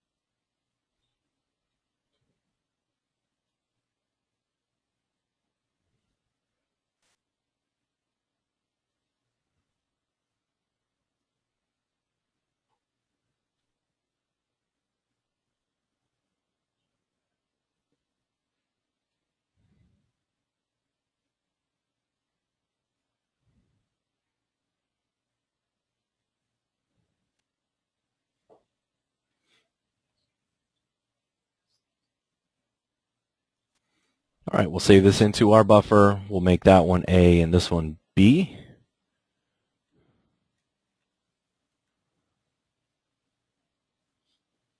That's sort of a slight in this case. The interval center is going to change kind of the weighting of where your frame goes, and some cameras have a adjustment whether you want to see the streaks of people before the shutter opens and closes or the streaks of after the trails.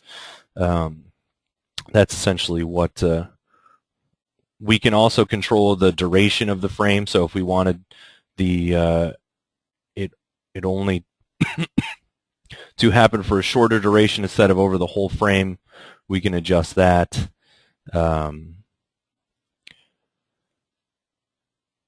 Most cases, as long as your camera is set up okay, in most cases your depth of, or your motion blur is going to work just fine. Now, one thing that we can do is we can render out a velocity vector element. And so if I turn off motion blur so that we render out a straight frame, and I go to my render panel and I choose elements and I add a V-Ray velocity element, what I have here is I've got a couple of parameters to look at. The most important one here is going to be this max velocity, and essentially what you can do is if we go to a place in our scene where our camera and the objects are moving sort of the quickest, so maybe even right there where it does that little sweep, somewhere right around there, we've got the fastest part of our scene. If I render this out, and I can render it out small too, I don't necessarily need to render it out too large, but it does matter what your frame size is. So if I was going to render out this pass and I wanted to know my speed, I should render it out at the right frame size for my final animation. So if this was going to be an HD animation at 1280/720, I would render it out at that size, or 1920/1080. In this case, I just want to show you what happens. So I'm going to render out this frame at a lower value.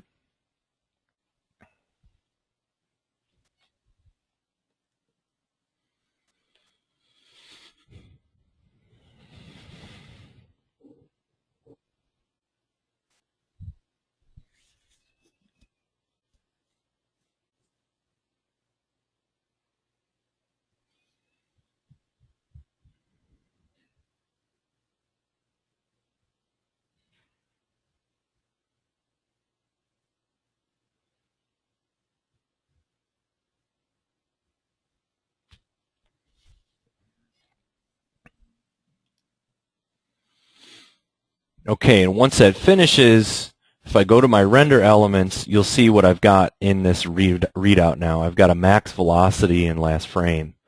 What that's telling me is it's telling me that it's the max velocity for that scene if I pick the right spot, if I pick the spot where things were sort of traveling the fastest. Well, what we would do is we would take note of that number, and we're going to use a plugin called Real Smart Motion Blur. And that number becomes important when you're inputting the information. Before we do that, let me just show you what the velocity vector looks like. So here's our V-Ray velocity vector, and you notice that it's data. So this sRGB curve lookup is not necessarily changing it, and this is giving us the directionality of the movement in the image. So close this down. When we bring this velocity element into After Effects with Real Smart Motion Blur, it will allow us to apply some motion blur in post. And again, we'll talk about what the limitations are. So let me just save my max scene here.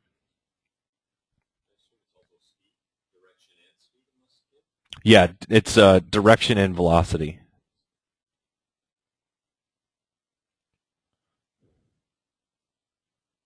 Well, it's direction at that point in time. So you would have multiple frames that would continue to give you the directions. So I'm going to open up a scene here that is just a short little test scene.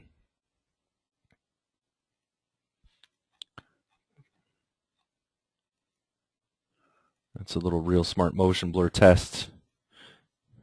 Open this up.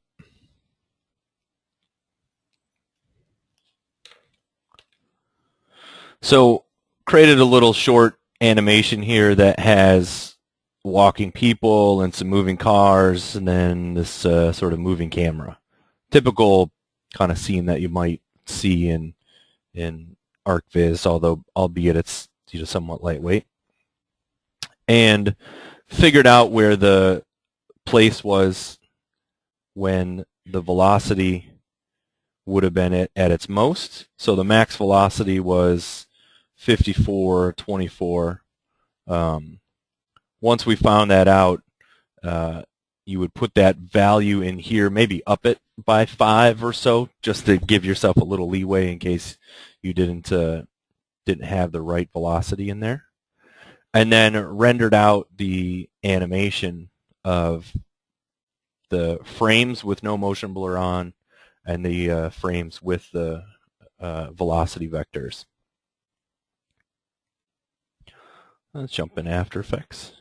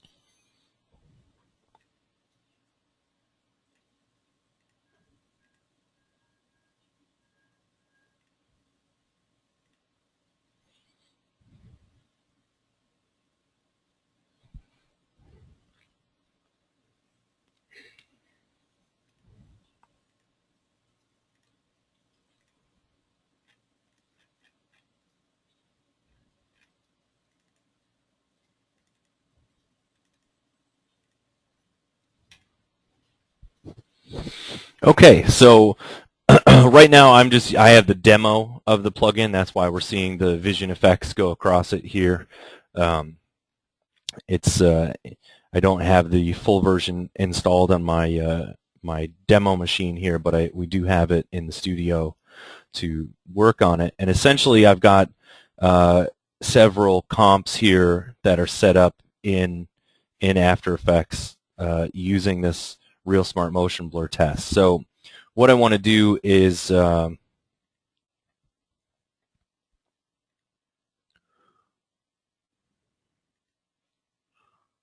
grab my right one.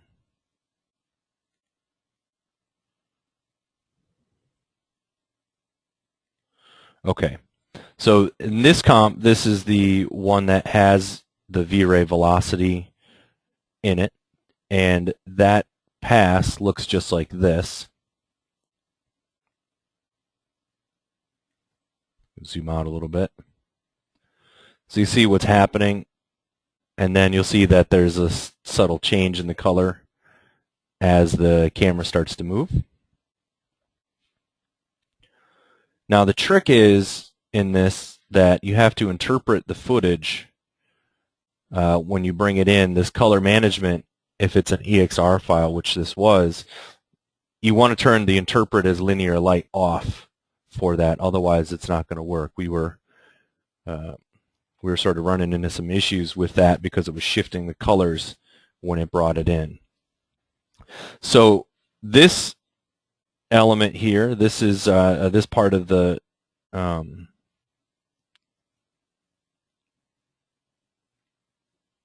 comp is just this Real Smart Motion Blur test with people and cars. So here's the frame with no motion blur. And sort of like we were talking about, it's just too sharp. It doesn't look correct without that motion blur applied to it.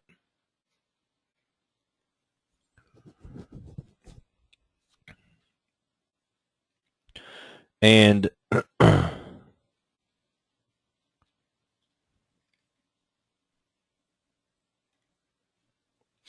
what essentially what you have is an effect here that's Real Smart Motion Blur. So if I go to my effects window,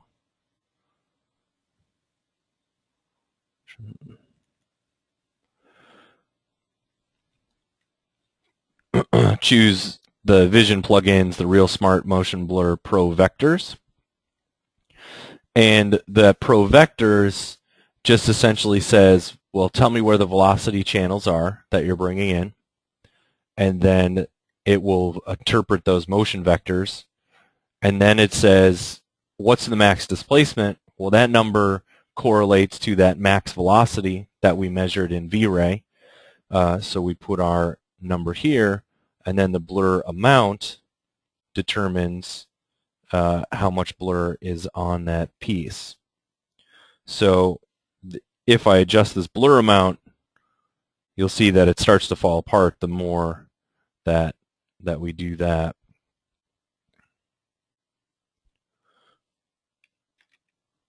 But 0.5 ended up being pretty good.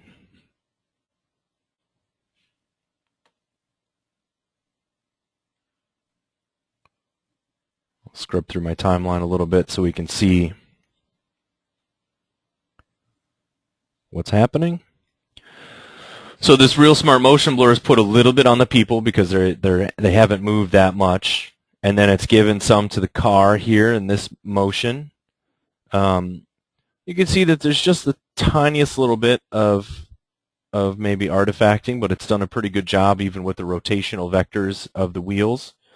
And one issue with the using things like this in post is that the glass materials and transparencies again aren't going to work, and you'll also find that as objects cross each other, there can be some issues where the different objects actually cross. So you could render things out as a separate pass. You'll see right here where it's sort of crossing there.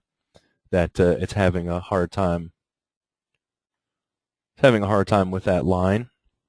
However, that's really subtle, especially as things are moving across the screen and going. You can get away with it, and essentially, it's a pass that you get for free with your render. So if you can do it this way, then definitely want to make that happen. Now let me just double check here.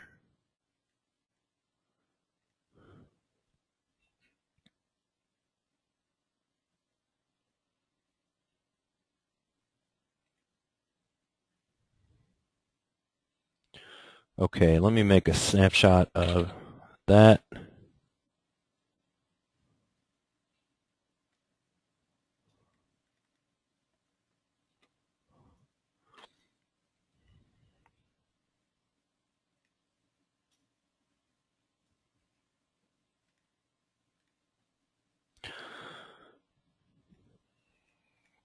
Essentially, this is the rendered version of it, and it's pretty close to the two here. I'm not sure why this is. Let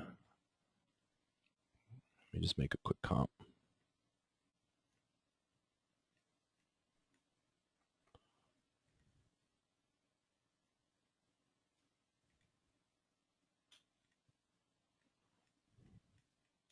I wonder if I just rendered out a still. Oh, okay. This was just a still at what frame was this at?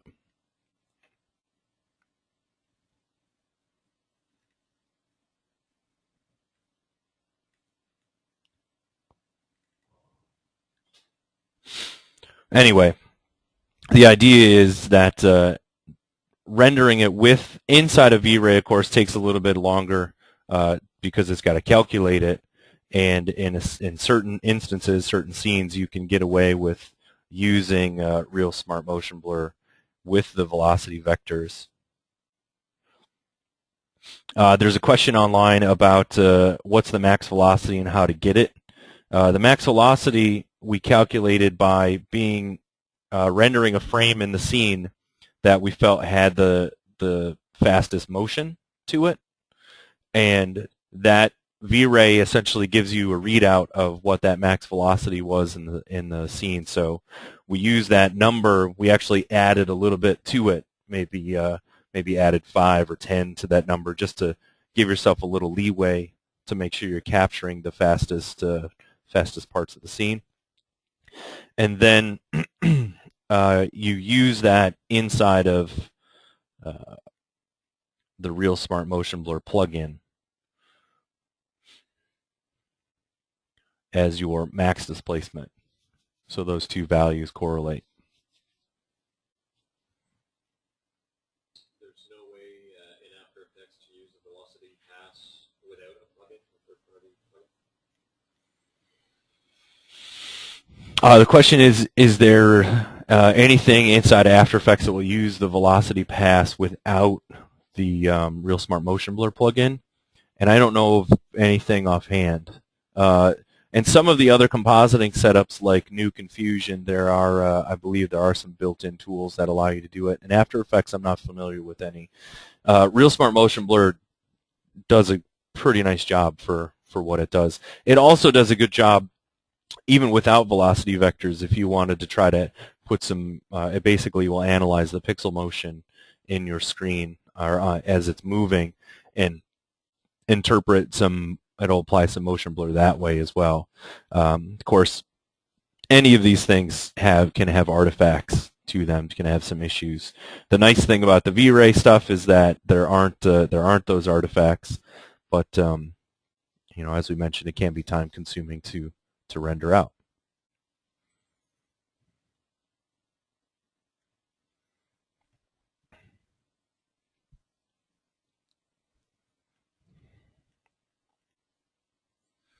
So let's go back to our CG School bumper here.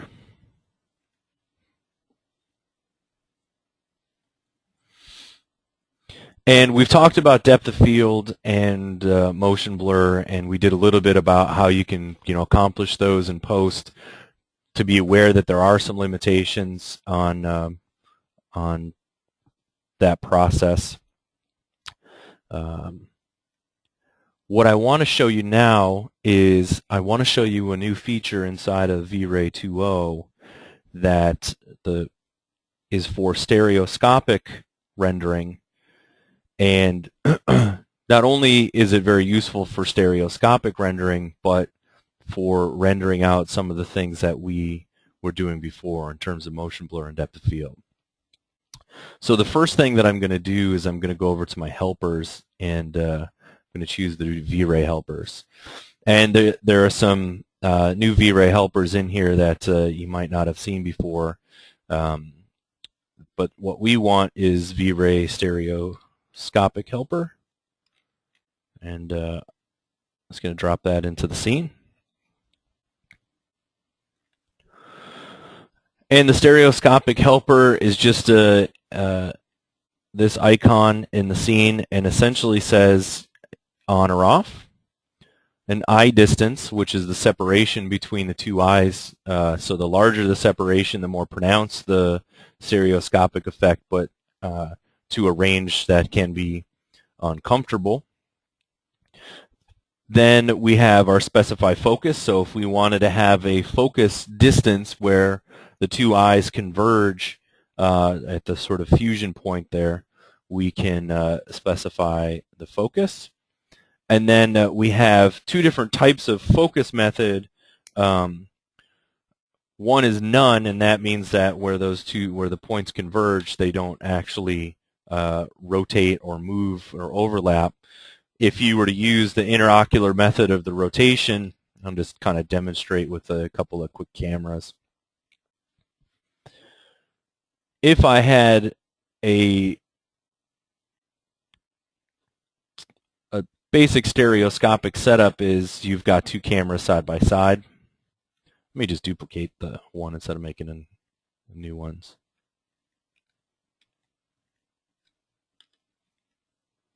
And I'm going to exaggerate the distances here just so that we can see. So imagine this is your eyes, and we've got binocular vision. We mimic that with two cameras that are essentially side by side, and that's the distance between these is what we were setting with that eye distance. Well, if we use a rotational method for bringing these two cameras together at a certain point, they would essentially converge out here at a distance, and each one of the cameras, just show cone.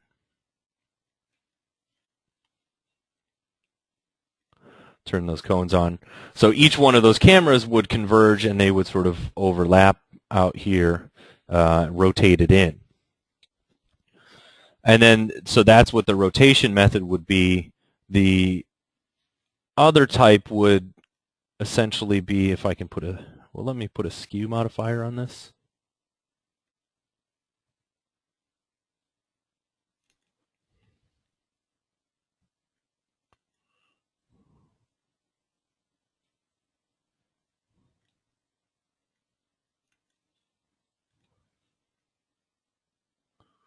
So you see how I'm taking this skew modifier and I'm kind of bending the frustum of my camera.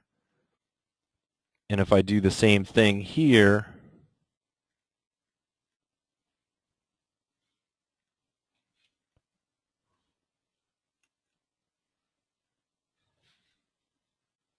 oh, I put it on the target. I meant to put it on the camera.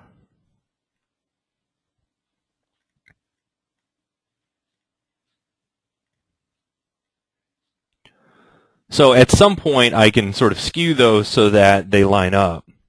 And that would essentially be like, imagine this was your screen that you were going to project this from, your stereoscopic image. There are certain advantages and disadvantages to each style, and in some ways, depends who you talk to, will tell you about personal preferences and which stereoscopic version they use. The differences can be subtle, in a lot of respects, but what is cool is that we now have we have a bevy of tools at our disposal built directly into V-Ray that will allow us to work in a stereoscopic workflow. So back to my stereoscopic helper here.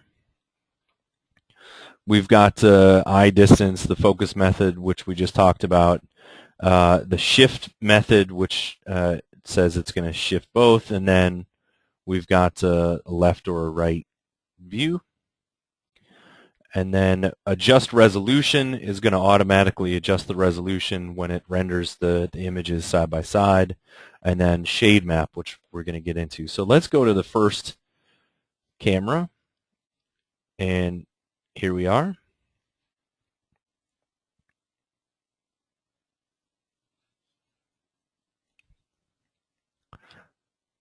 So I'm going to render out this still image.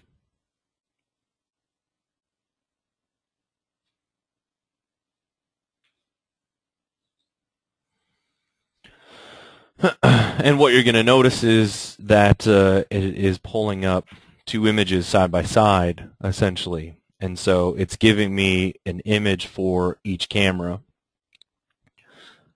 And it's rendering them out individually in this case. Now, for those of you that are logged in and you're watching on the webinar,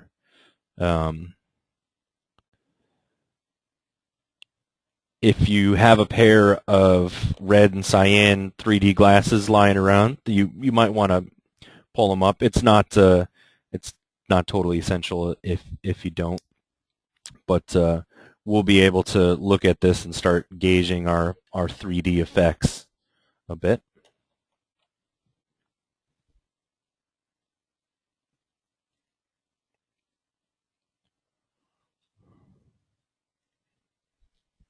So I've finished the sort of first frame here, and now it's cruising into the second.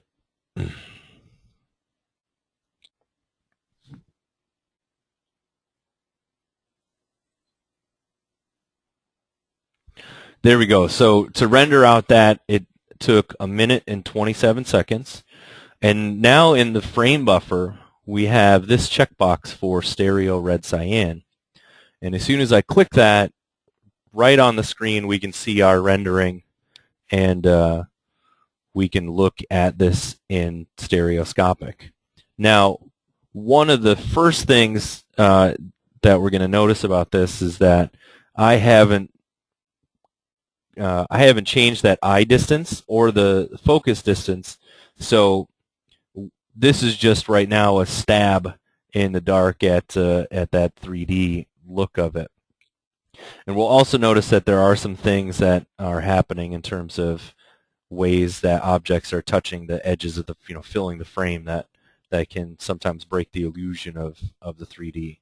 So a couple of things that we want to do, we want to adjust our eye distance, our focus distance, and we also want to talk about this shade map. So let's do that first. If I use the shade map, or if I turn on render shade map, what's going to happen is I'm going to render out my image one time, and V-Ray is going to create behind the scenes a shade map file for me. And in this case, I'm going to render shade map, and I'm going to tell it to save it in my materials, and I'm going to call it shade map. And now I've got a shade map that's going to render out in the background and save. So let's, I'll turn off my stereoscopic frame buffer option, and I might as well go to my history panel here and save this out. You'll notice that when I save it out, it saves both images side by side in the frame buffer. So I wanted to have that for our render time as well. And now let's go ahead and render this with our shade map.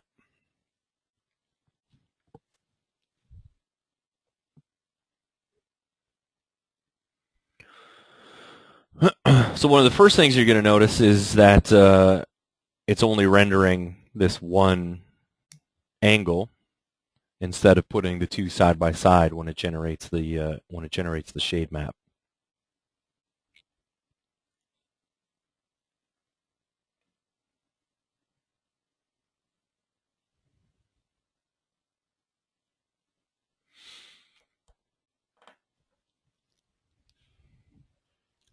A couple of questions online. In architectural rendering, stereo used to emphasize three-dimensionality, so you probably don't use a lot of eye separation. Well, it really depends. The eye separation depends how far you're going to look, how far you want the objects to be spread apart. The further those are apart, the more depth you perceive in the image, but sometimes the more uncomfortable it can get. And then, is there any difference between the red and cyan glasses versus the red and blue glasses?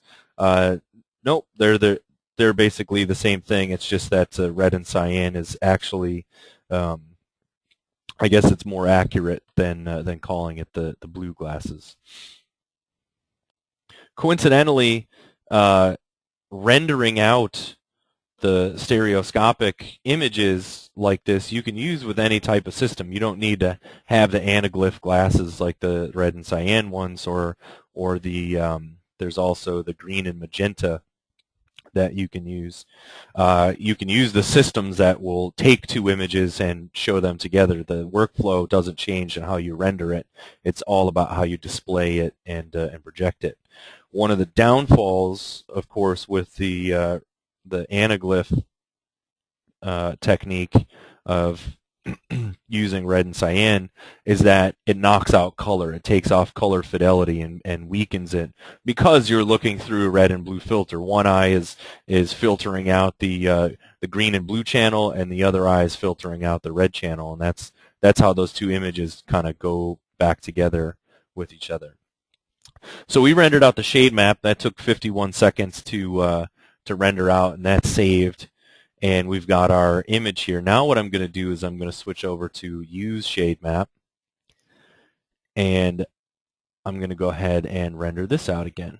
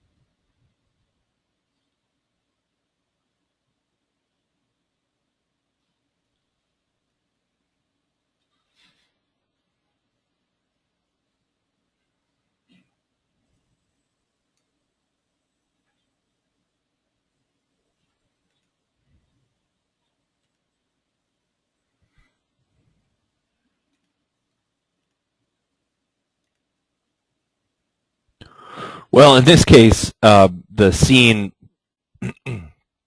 rendering out the shade map saved us a little bit of time. It cut off 8 seconds in it, and the shade map basically is making it easier for the rendering to render out the lighting. Now there's still the reflectivity in certain of those elements that it has to go through. But where the shade map is going to make a huge difference is when we start to work with depth of field, and then we'll work with motion blur. So what I'm going to do is I'm going to turn on motion blur in this case, still with my shade map on.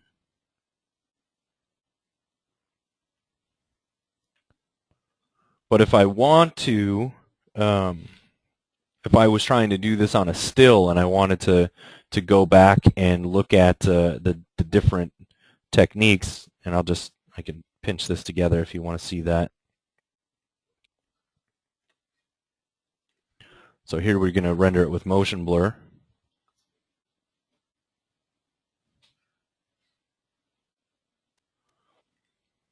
There's a question online about are there resources about using polarized lenses versus Anaglyph? And there's plenty of resources out there. There's polarized lenses that you can use. The trick there is that if you're going to have polarized lenses, you need to have a system that will display it. So whether it's a screen or a projector, something that will allow you to utilize. So you need the piece of hardware for polarization to work. The same with the shutter glasses. So if you're going to use an active shutter setup where essentially the screen frequencies are offset in each one of the eyes, you'll need a 120 hertz monitor. At least right now, that's sort of the solution for the folks like NVIDIA and those things that they sell. What we're going to notice here is with the shade map on now, V-Ray's got less work that it needs to do to make these motion blur settings happen. And what we could do with the shade map, in this case I'm rendering out both eyes because I want to show you guys what this looks like with motion blur and the Anaglyph. But imagine we were to use a shade map with just one eye or just one view instead of doing the two. We would be able to walk through all of the variations of our depth of field and our motion blur much quicker because it's already pre-analyzed the scene.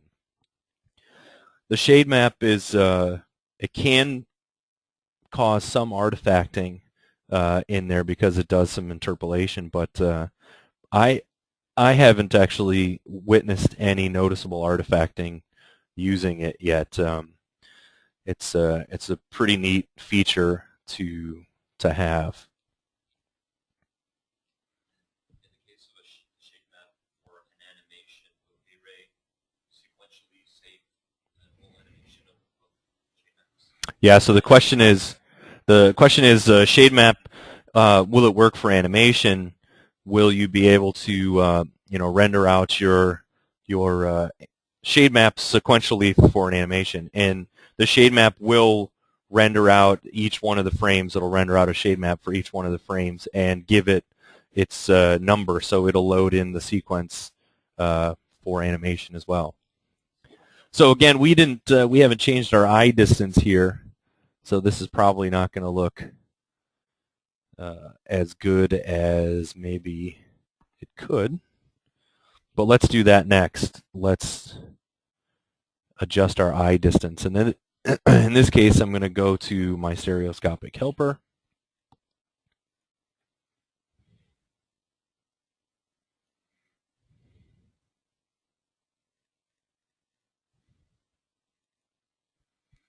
And let's make this something more reasonable, like 2.5. Let's also specify a distance in this. Well, let's do it one at a time. Let's leave the eye distance at 2.5. We're still using the same shade map.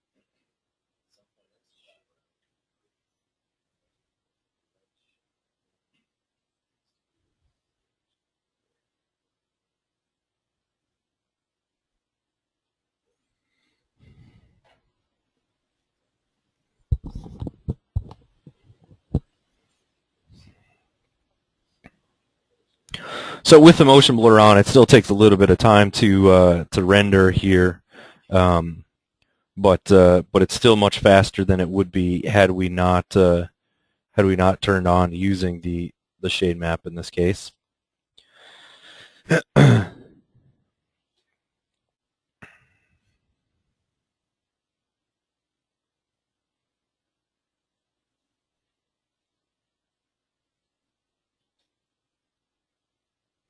Now, one of the things that I would suggest is, as you're setting up your eye distance, I wouldn't be doing my eye distance tests with, I'd probably be doing them at a lower resolution, and I probably would be doing the tests with without motion blur on, first to get my eye distance and my focus point, and then go ahead and turn on all the good stuff.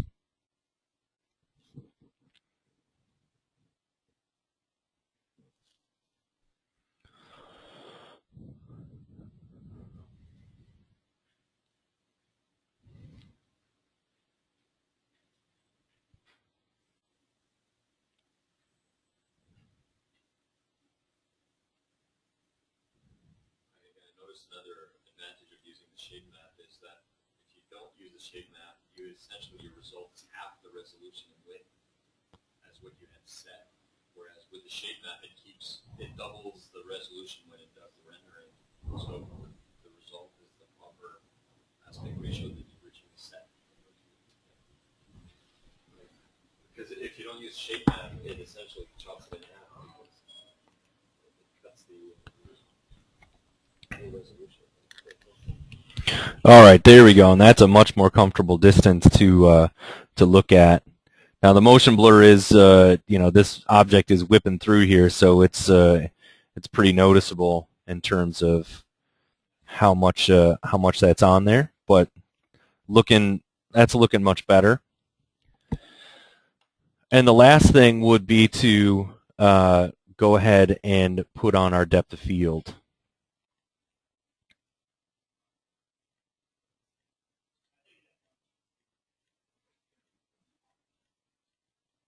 And just to remind us that we had our depth of field distance, let's see where that distance was. Our focus distance was at 180. So things that are here are going to be right in this area are going to be in focus, and then things back there are going to be out of focus. Let's take a look at maybe measuring a different distance for a focus.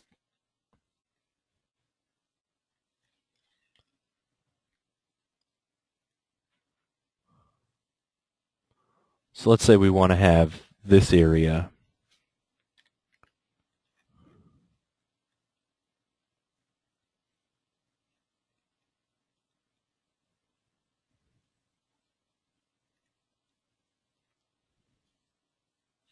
Yeah, so let's make our focus distance about 100.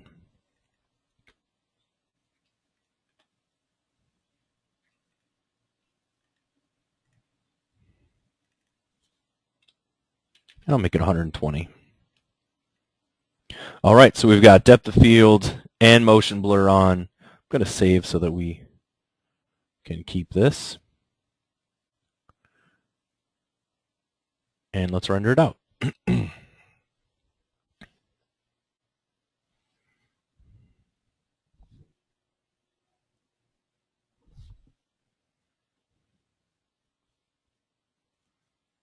We'll pull up the V-Ray frame buffer. Now you see if you render this out with the Anaglyph turned on, you can see it get put together with the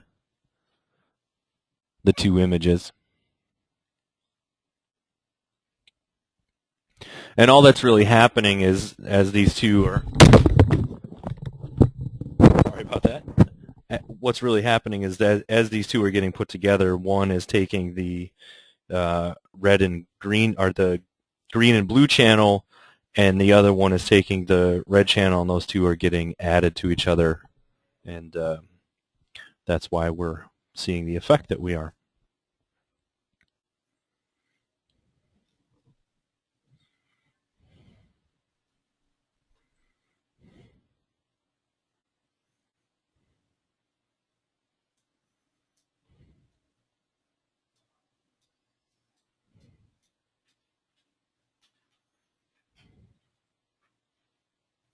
So while this is rendering, does anybody have any questions that they want to ask, either about any of these topics, the motion blur, depth of field, the stereoscopic? Feel free to go ahead and let me know, or post it in the chat window.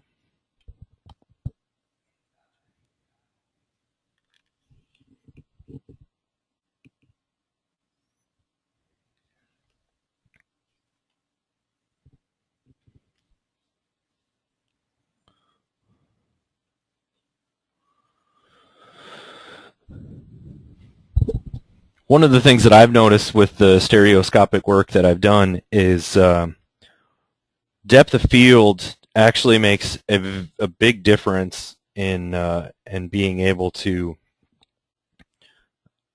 help judge the spatial relationships off in the distance.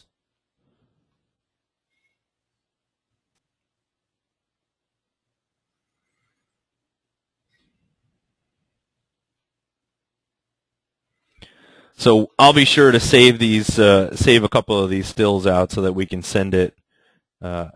We can post them up for you to be able to look at it, and hopefully we can get around to taking the CG School animated bumper here and apply some of these things and come out with a stereoscopic version of it.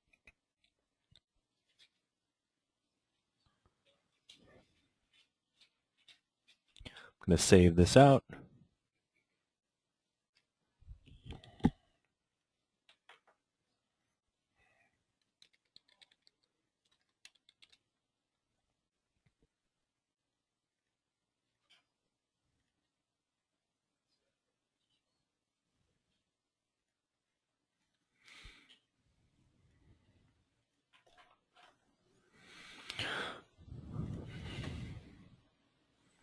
And one of the things that we mentioned here was with the stereoscopic helper, you don't necessarily need to have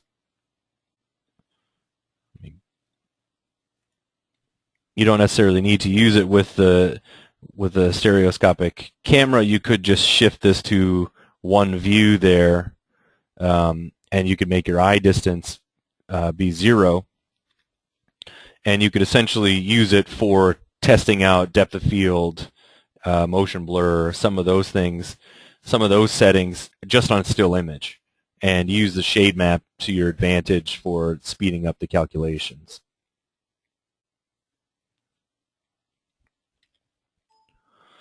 Now, one more thing before we break for lunch. I just want to talk quickly about a scenario for rendering out this scene. So this particular scene has, now we've got motion blur, we've got depth of field, we've got moving objects in it, and we wind up right here. Well, we know that our DMC sampler is already going to be doing some work for us, because with the motion blur that we said and the depth of field, those are all DMC sampler heavy effects. So at some point when you're working that way, it can make sense that if your DMC sampler controls are all going to be doing some heavy lifting, then you might as well go ahead for your indirect illumination, use brute force, and then your DMC sampler setup here can control essentially all of those items. With if we were to try to do irradiance and light cache for an animation like this, with the moving objects here in this scene, it would become a bit more complicated, but V-Ray does have the ability to use an irradiance for moving objects in every frame. What we would do is, under our Irradiance Map settings here, if we come down a little bit, we have our mode, and the mode that we would use is animation prepass. And essentially, if we choose animation prepass, it's asking us for a directory to save all those prepass irradiance maps in. So let's make a new folder. We'll call it prepass. The file name is going to be, let's call it irradiance. And so you see that it says a new irradiance maps computed, saved for each frame. The final isn't rendered, only the GI is calculated, and this is the first pass for doing it this way. Well, what we want to do here is we've got it already, it's set to autosave. We need to also look at what we're going to do with our light cache in this case, because if we're going to use the light cache as a secondary bounce, we can. It's going to go to every frame and it's going to calculate a light cache, and we can use that inside of our irradiance. So we could go ahead and choose this thing to be on single frame, and then as it goes through each one, it will add its contribution to the radiance. So that is a possibility in this case. Let's see how long it would take to render this out.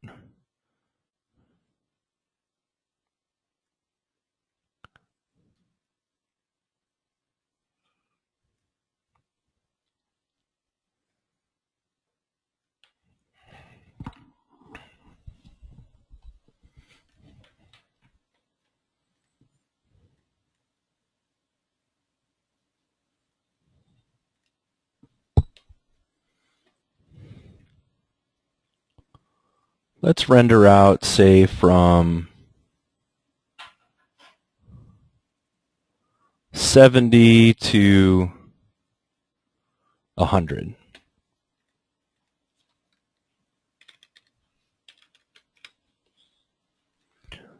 Now in this case, I'm going to turn off depth of field, motion blur, and I'm not even going to use the prepass in this case. I'm sorry, the stereoscopic helper.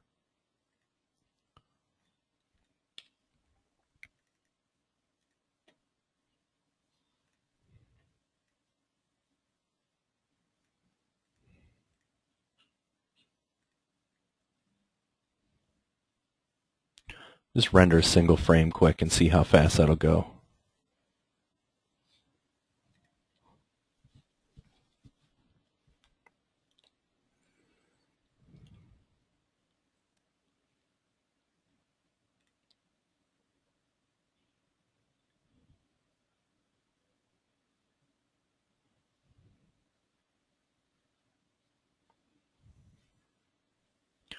Okay, so it's going to take about 20 seconds.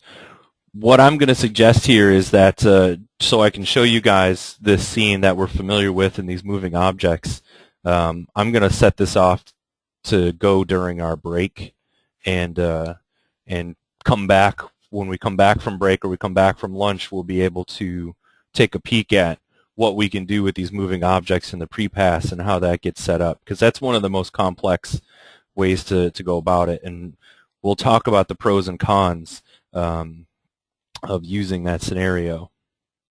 There's a question about why don't you use fly-through for the light cache. Well, the fly-through mode in the light cache with the moving objects, I don't think that's going to yield the results that we want to have, because the light cache is essentially changing every frame, and the light cache is going to be adding all that data on with moving objects, so that's not going to work.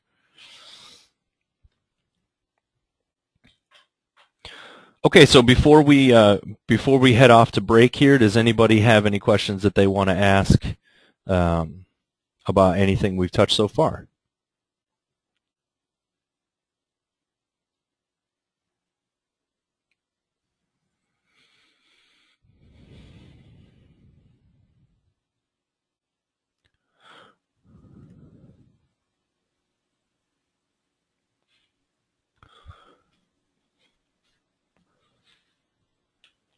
Yeah, so there's a question here about, so single frame will be incremented. I'm not actually going to be saving a light cache file in this case. I'm saving just the irradiance map, but I'm calculating the light cache every frame with it, and that light cache, once that calculates, will influence the irradiance map, and we'll save that data into the irradiance. When we go to render, we won't even use light cache.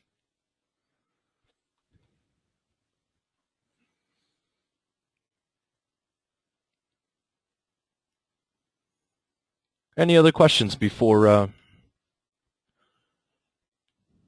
we hit the go button?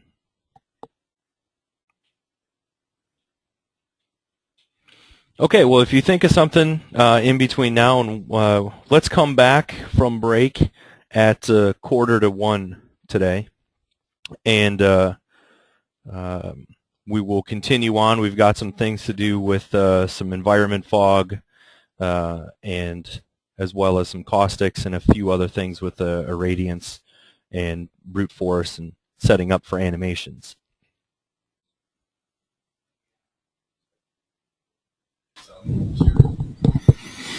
Okay, welcome everybody back from break. We're going to do a quick audio check. Good, looks like we're getting a thumbs up.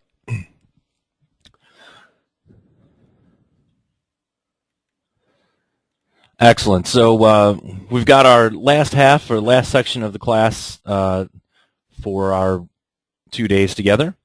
And when we left, we were looking at some rendering techniques for an animated exterior scene with moving objects. That one is one technique that we were going to look at here is using the Irradiance Map at every frame. I'm going to jump back into that in just a second, but I want to outline a few of the things that we're going to hit on in our last few hours. So we're going to be doing a little bit of work with the V-Ray environment fog and how it pertains to giving us some effects with volume lighting, which will be pretty interesting. We're going to do a little bit with caustics and just some of the general parameters of setting up caustics. We don't want to spend the caustics is a great section, but it does take a little bit of time to render. So we'll kind of look at some of the scenarios to get you started so that you're able to work on it yourself. But I'll leave the rest of the experimentation up to you. We talked about, or we're going to talk about glare and bloom, some new in-camera post effects that come along with V-Ray 2.0 and how we can control those. We're going to talk about a new material in V-Ray, or it's kind of a multi-sub material that allows you to apply a few different iterative materials on your object. Similar to the multi-matte material or material by element, so I'll show you that, as well as a floor generator script that can be used in conjunction with building some geometry for that. And then we've got a couple of rendering solutions to look at.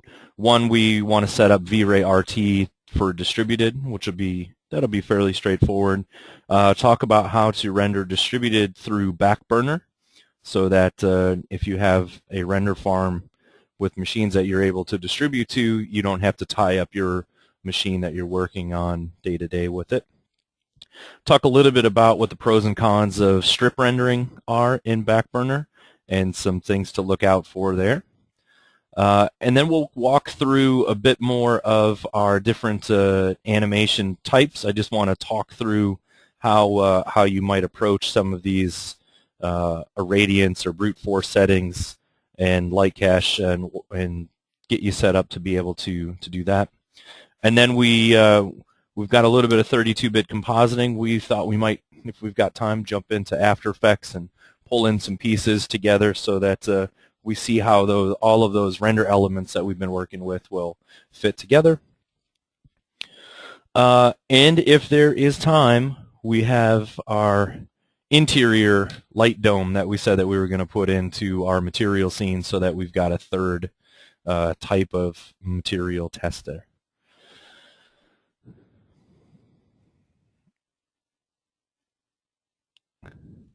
Great, and there's a question on online right now about focusing on rendering techniques more because it's hard to find information about them. Go ahead and let me know which what you mean there. I'm not sure if you have taken the V-Ray Advanced Level 1 class. We spend quite a bit of time on all the different options there for working with every possible scenario. So that might be a good solution for finding out all the different rendering techniques. For the purposes of our class here, we're going to walk through mainly the animation ones. Okay, so we had set off an animation pre-pass and hit it auto-saved in a Radiance Map. And you'll see that if I go to that directory, it saved in a Radiance Map at every single one of these frames from 70 to 100. One interesting thing, if you've never looked at it before, is there is an Irradiance Map Viewer. And if I go to the folder where I save that Irradiance Map, which I believe was in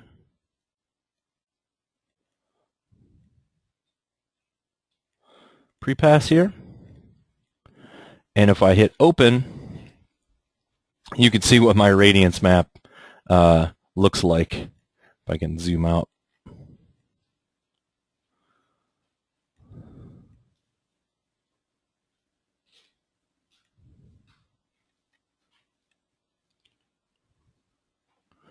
Guess this one's a little hard to tell because we're using all of these boxes, but if I open up a different one, I'll open up a version of the scene that we looked at before.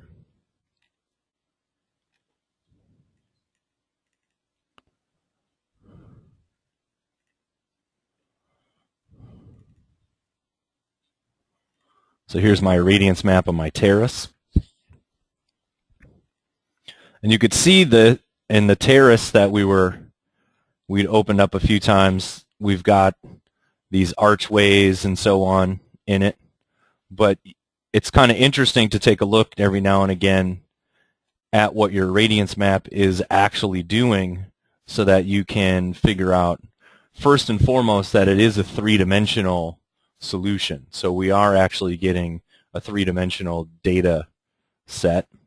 And then you can also tell that if I zoom into areas that are going to be occluded in my camera that are, say, behind other elements, like back here behind this column, you'll notice that my Irradiance Map has lost its detail. It doesn't have enough information there. So anyway, just something to keep in mind. It sort of looks like a pop art sculpture. Well, after you calculate your animation pre-pass, we're going to switch this, just like we looked at when we did the shade map earlier, is we would switch this to animation rendering. And now it's going to ask me where I want to pull that irradiance from, and in this case I just tell it where that first one is. And I'm also going to turn off my light cache. So my second bounces I'm going to set to none. And with that said, I would render out my range from 70 to 100 here and have my animation frames. We're going to give it a shot. It shouldn't take very long at all to render this scene, so I'm going to hit Save File.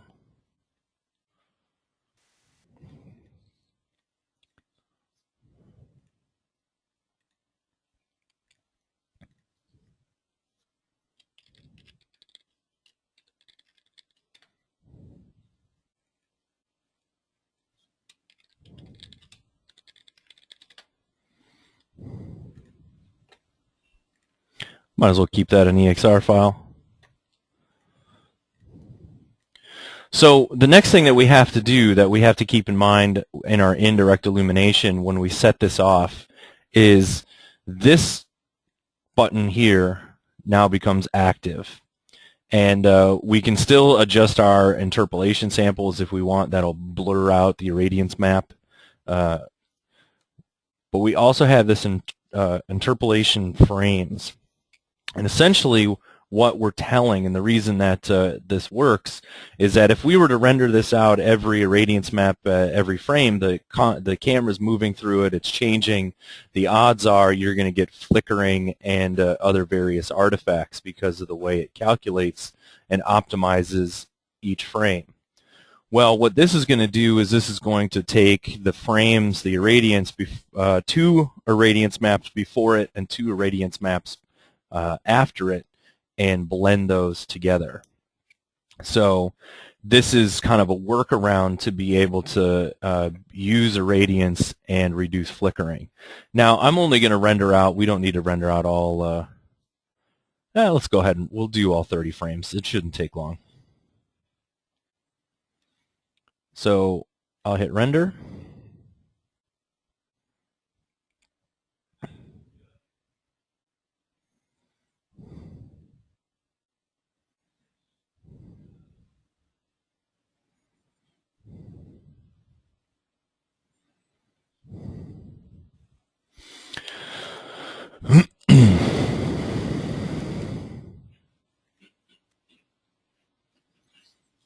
And we are still distributing here, so that's fine. That's going to work okay. And if we only need to render, say, 10 frames, that's fine too. Because the idea is we just want to be able to scrub through these images and see what's happening.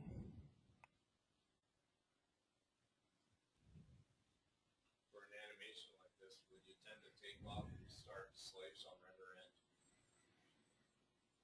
So that for each frame.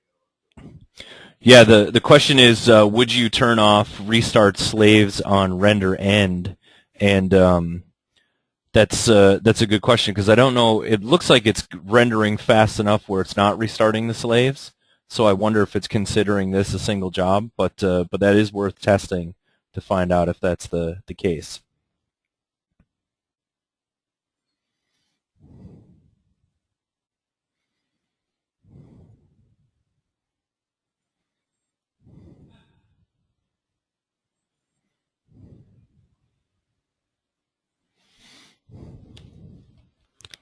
While this is rendering, I'll go ahead and in the background I'll open up After Effects.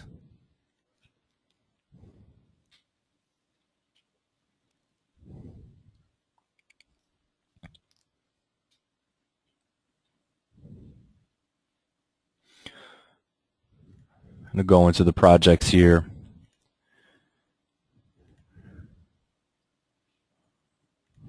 Let's see, that's bumper render.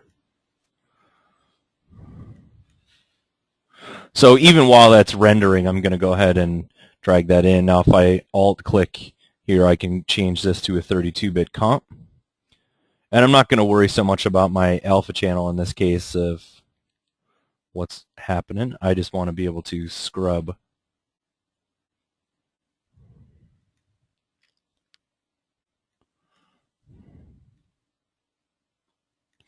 Looks like we only...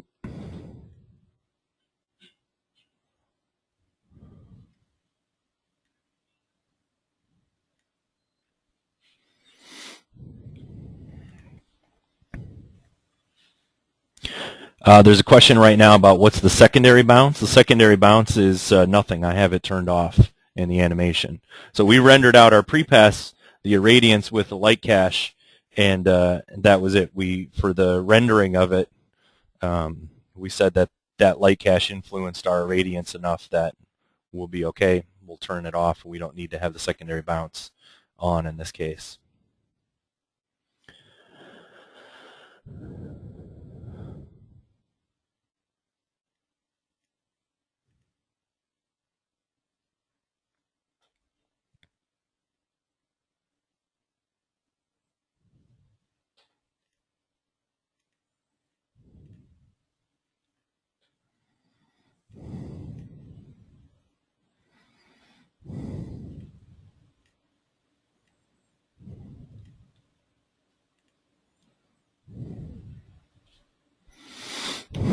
Used to working with a little bit more screen resolution here.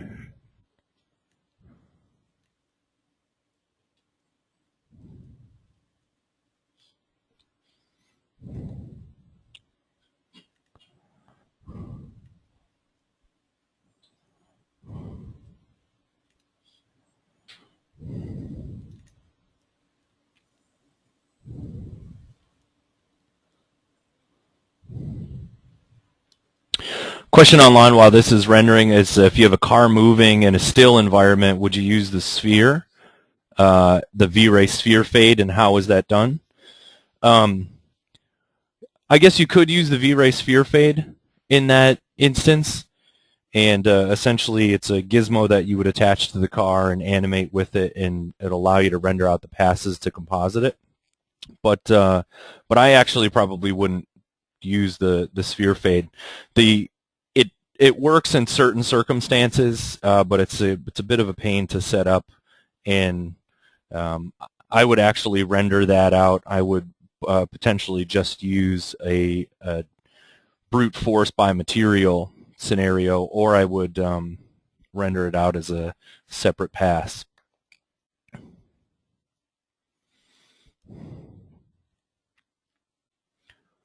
I do believe, though, if you're interested in the V-Ray sphere fade technique, I'm pretty sure that there is an example.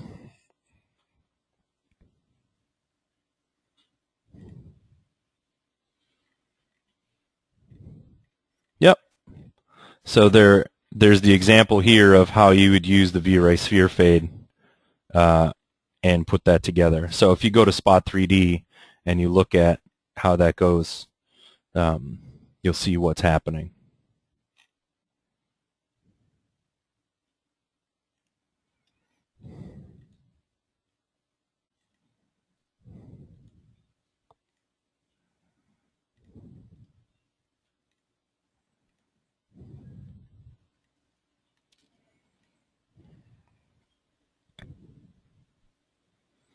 So we've almost got all of our frames rendered out. We got about 9 more left.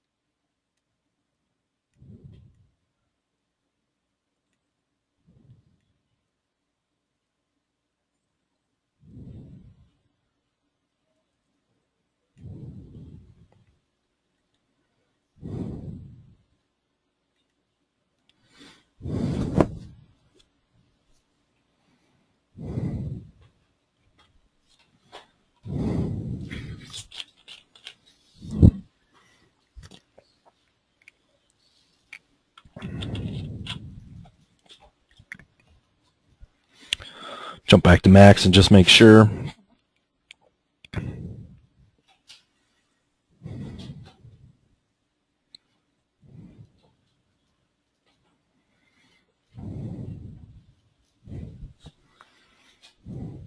And what we're looking for here is we're looking for to see if the solution of this worked, just to find out if there's any artifacts in it. This could potentially work for the car moving solution as well. I mean, you could render out a matte behind the car so that you just have an irradiance map per frame for the objects that are in the foreground of your scene, and then a still irradiance that's in the background, and render them separately and comp them together.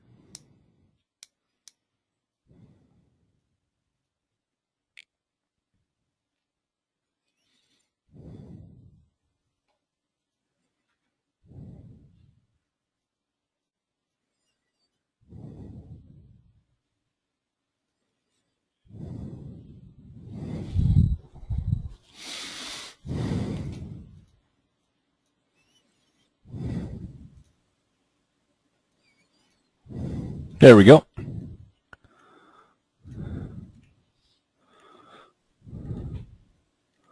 So let's reload this footage. Let's render it to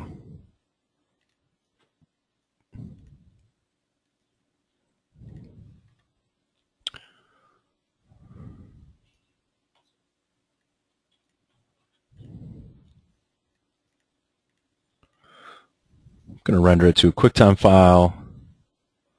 Let's make it an H.264.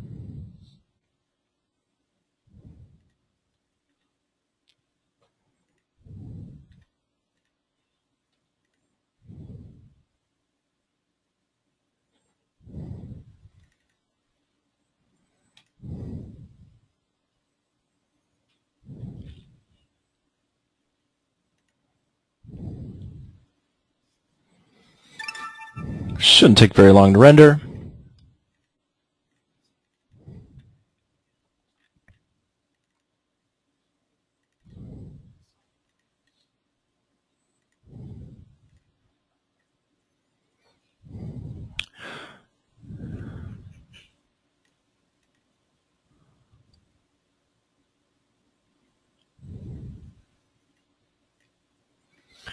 Doesn't look like QuickTime wants to open it.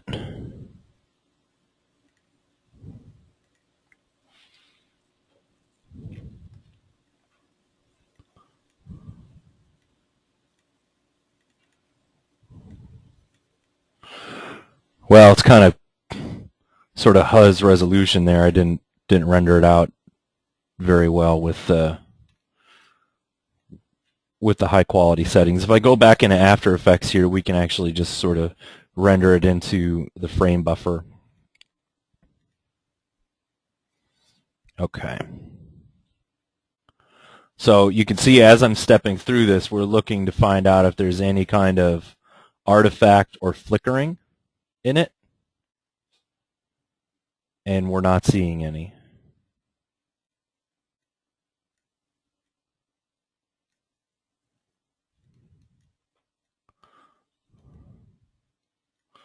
Which is good. That means it worked.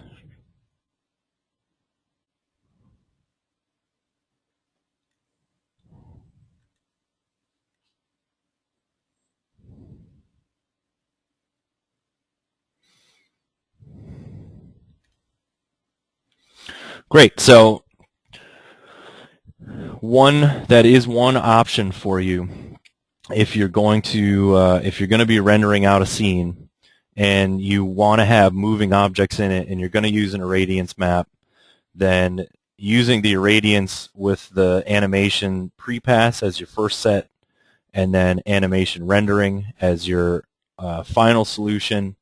The Interpolation Frames here tells it how many to go forward and backward. Sometimes that value needs to adjust, larger or smaller, depending on if you're getting artifacts. If you want to take into account more Irradiance maps ahead and forward and back, you're going to have more blending, but it's also going to take more time because it's going to be more information it's got to load and think about.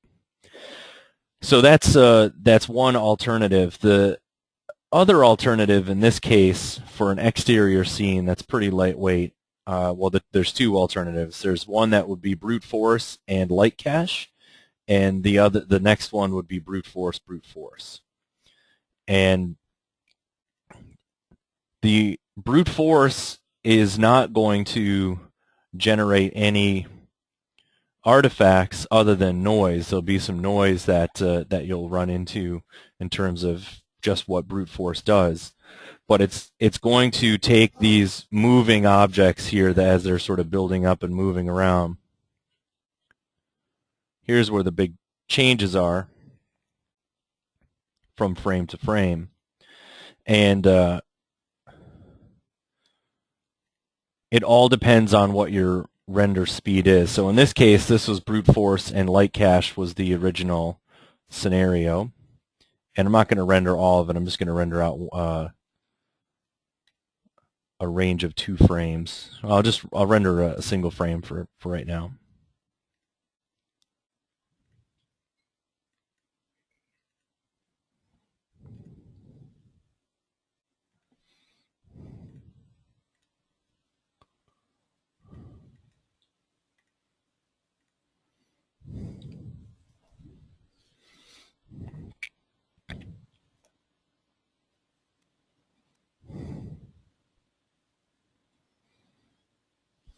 So the one place that in this technique could potentially introduce artifacts is that the light cache is rendering every frame, and so the secondary bounces, the secondary bounce contribution could be affecting, could be as it changes from frame to frame, you might notice that difference. As long as your samples are set generally high enough, and it depends on, from scene to scene, it tends to be okay. You'll notice that rendered in about 18 seconds for that frame, which is pretty fast, actually. If I switch it over to brute force,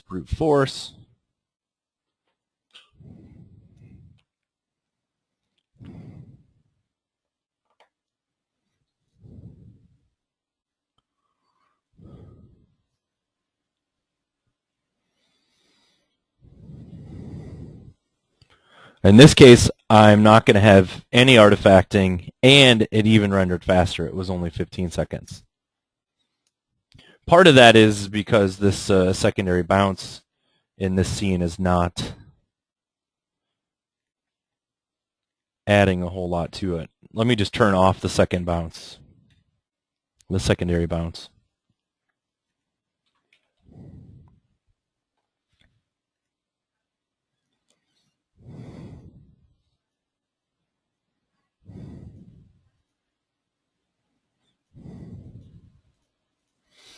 So you can see it changed slightly without that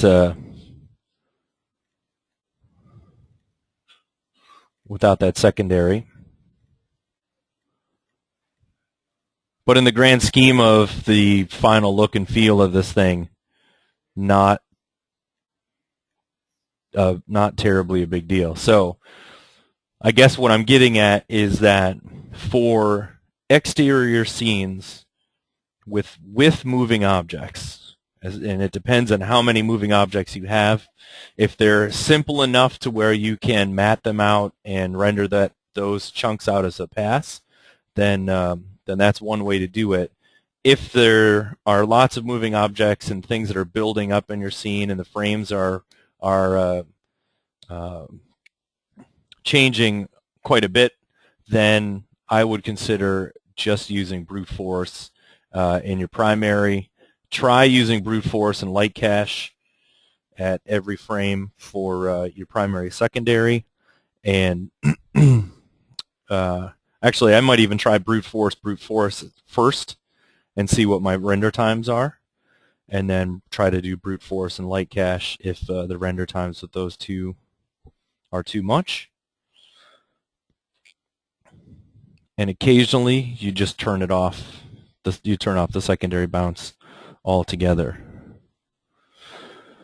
The same is actually going to apply for that would apply for interior scenes as well, but the issue there is that with interior scenes, using brute force can take quite a bit of time to render out. So there you want to try to be strategic as possible with what you have moving in your scene. For instance, we'd worked on a animation with a lot of building furniture. Let's see if I can find it really quick.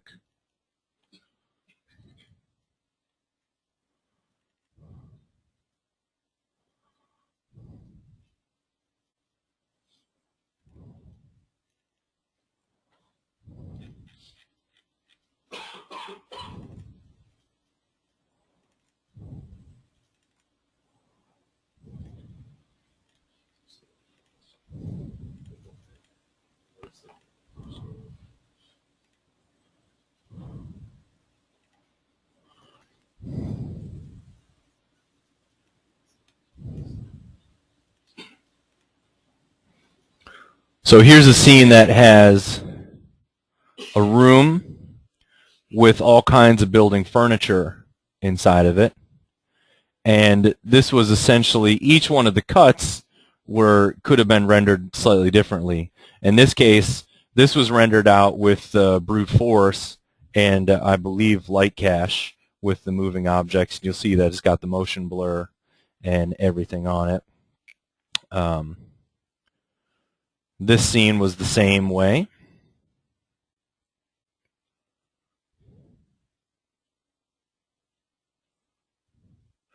And then in this case, I believe the furniture and the end of the room were composited in separately from each other.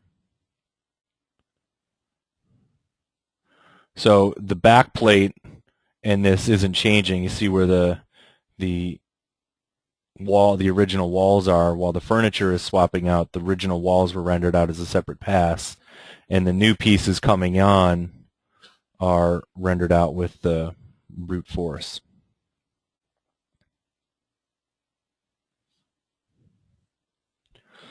Now, the reason this is a pretty specific request, there's not that many. Oh, it's kind of a funny place to stop with this thing upside down. But there aren't that many requests that come through for lots of moving objects inside of your space. Most of the time you're rendering through interior spaces. Some objects are subtle, maybe doors open or shelves open, and you can find workarounds to composite that.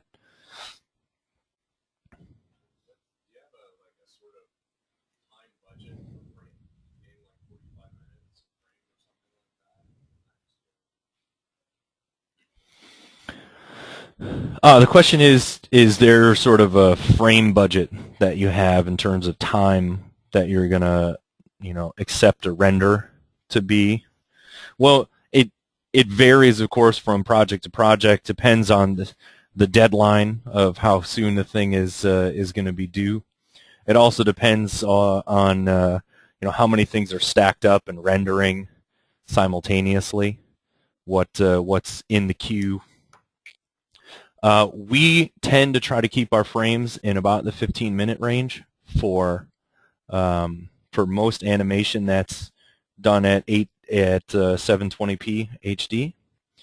That doesn't mean that frames don't get up into the hour or 2-hour range every now and again for certain projects. But as a general rule of thumb, we try to keep it down as low as possible to be able to accommodate changes and things that are moving, so that if you have to render out a sequence again, it's not the end of the world.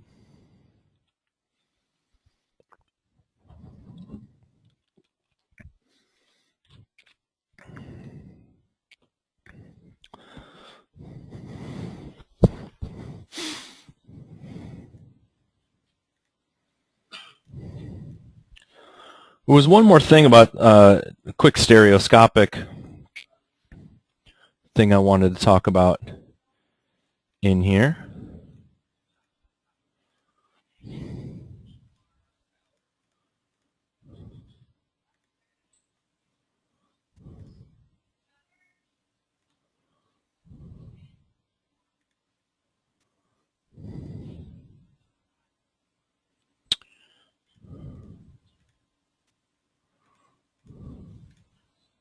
And that is, I had to find it there. I'd forgotten where it was. There's a V-Ray stereo rig that you can drop into your scene, and you'll see that as I click in it and I move it around, I spread it out.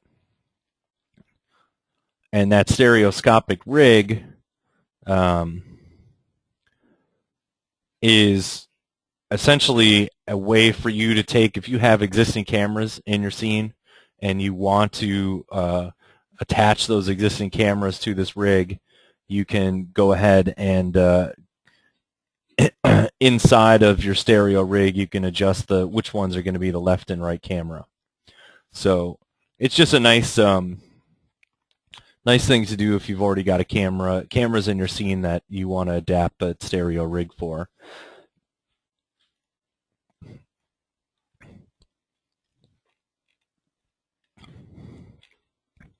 I would tend to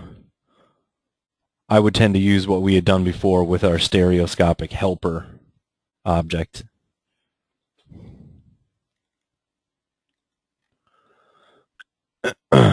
Which you can, once you apply that to your scene, it's going to take whatever camera you've got. So if you had a specific need to control exactly what was happening with the cameras, you could use the stereo rig.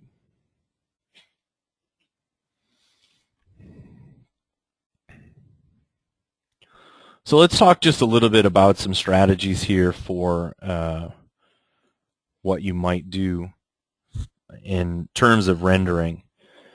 If we were going to render out a fly-through animation, exterior or interior, it wouldn't necessarily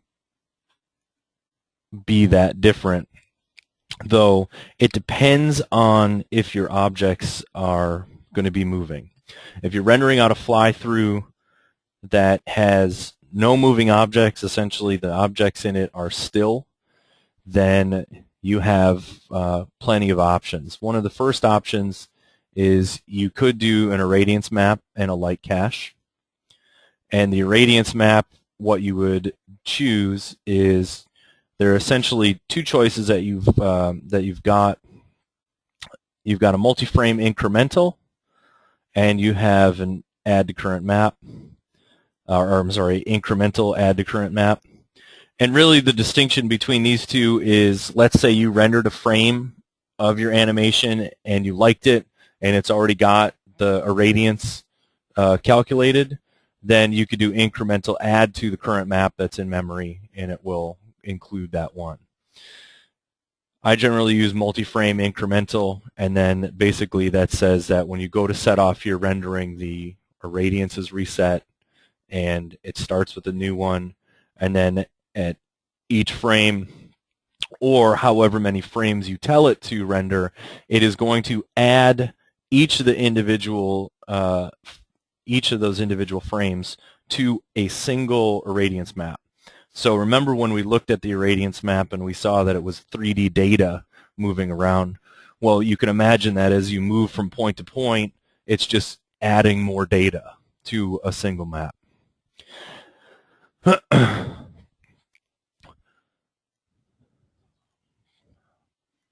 And then we have a similar setup for our light cache. We have fly-through mode.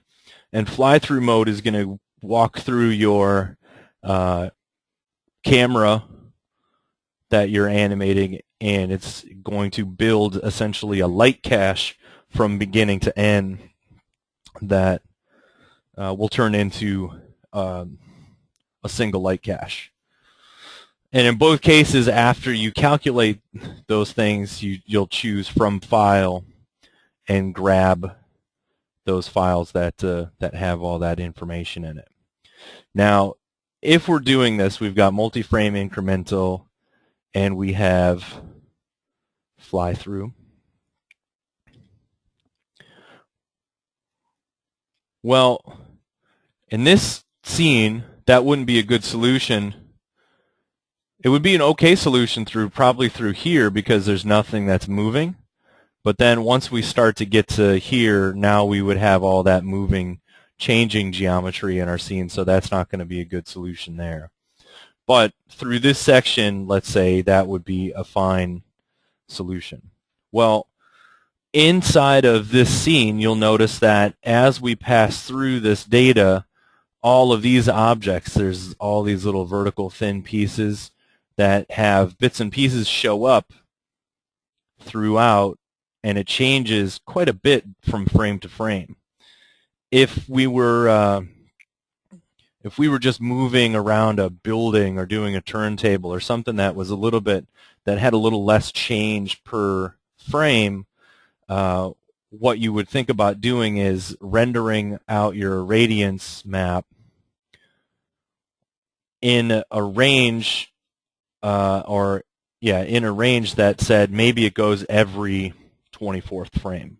So once a second, if it's not changing a lot, I'm going in and making a snapshot and an irradiance, and I'm adding it to my map. If that turns out to be not enough when you go to render out your scene, well, then you could use your incremental add to current map and fill in the places that needed it. So you could go then in every 12th frame or something and put in the intermediate ones. The idea is you want to try to save yourself as much calculation as possible so that you can spend your time rendering. In this particular scene that we're looking at, there's so many items that get revealed and changed. I would I would bet that we want to do an irradiance map at every fourth frame, or something that's relatively a shorter interval than normal. And what it would do then is it would go to every, it would jump from frame 1 to frame 5 to frame 9. It would just keep going forward and rendering out that irradiance and adding it to the map and saving it so that it would have that for you. The idea is that hopefully you can do that without introducing flicker. Now, a couple of tricks that I'll share with you from my experience in production is that depending on how much detail you have in your scene or what the details are, you may be able to get away with rendering your irradiance at half the resolution of your final frame. So if we were going to render out an HD frame at 1280 by 720, I might consider rendering out my irradiance at 720 or 854 or something a little bit smaller so that it might cook faster. Nowadays, the horsepower renders a bit quicker, and V-Ray is faster as well. So I might not use that trick as much, but it is there. It is possible to do that.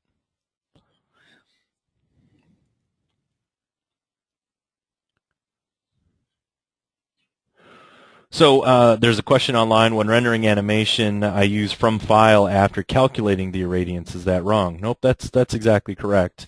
After you render out your after we've done our multi-frame incremental and we have our irradiance map all set, then we'll change this to from file and we'll choose the file that we want.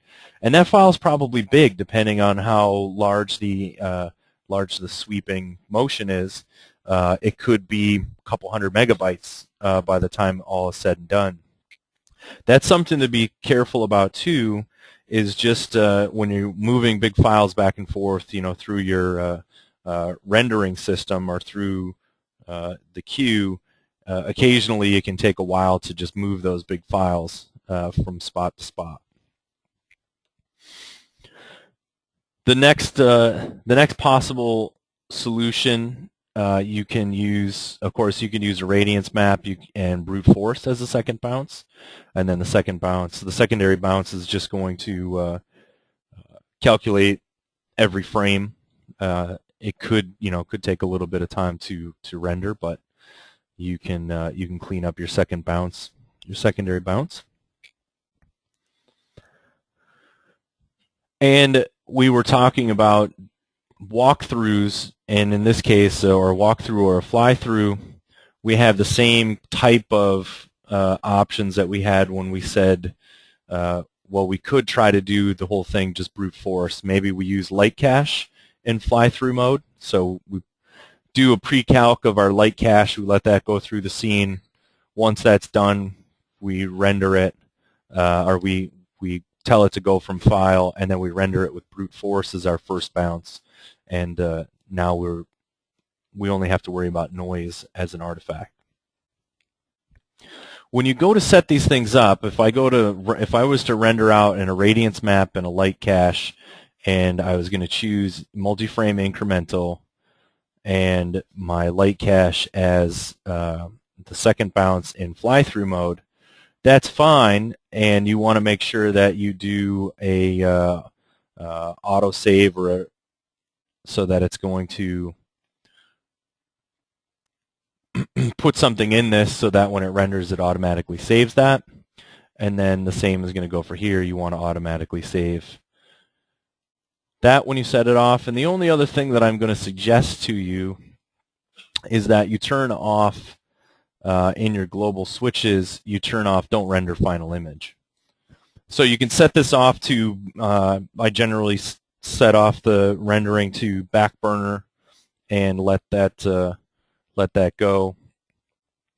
When you're going to do an multi-frame incremental, you can render it to several machines and have it put together your irradiance just fine.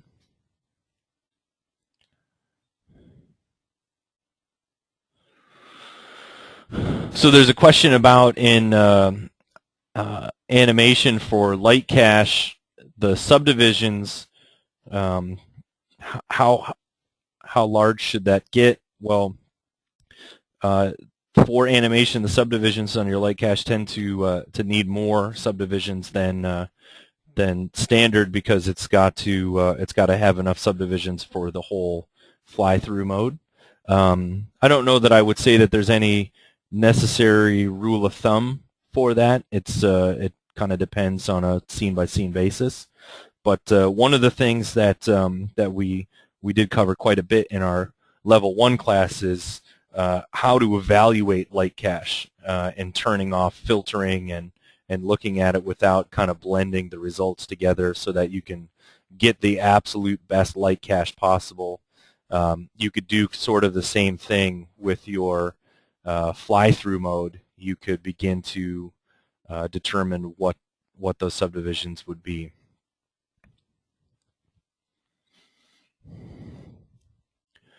So that would be what we would set for our rendering to go first. We would choose our GI engine, put it in multi-frame incremental with an autosave, and then in the global switches we would say don't render final image. And then when it's all said and done, that Irradiance is ready to go, we can set it off again. And this time remember to turn off the checkbox for don't render final image so that you get that.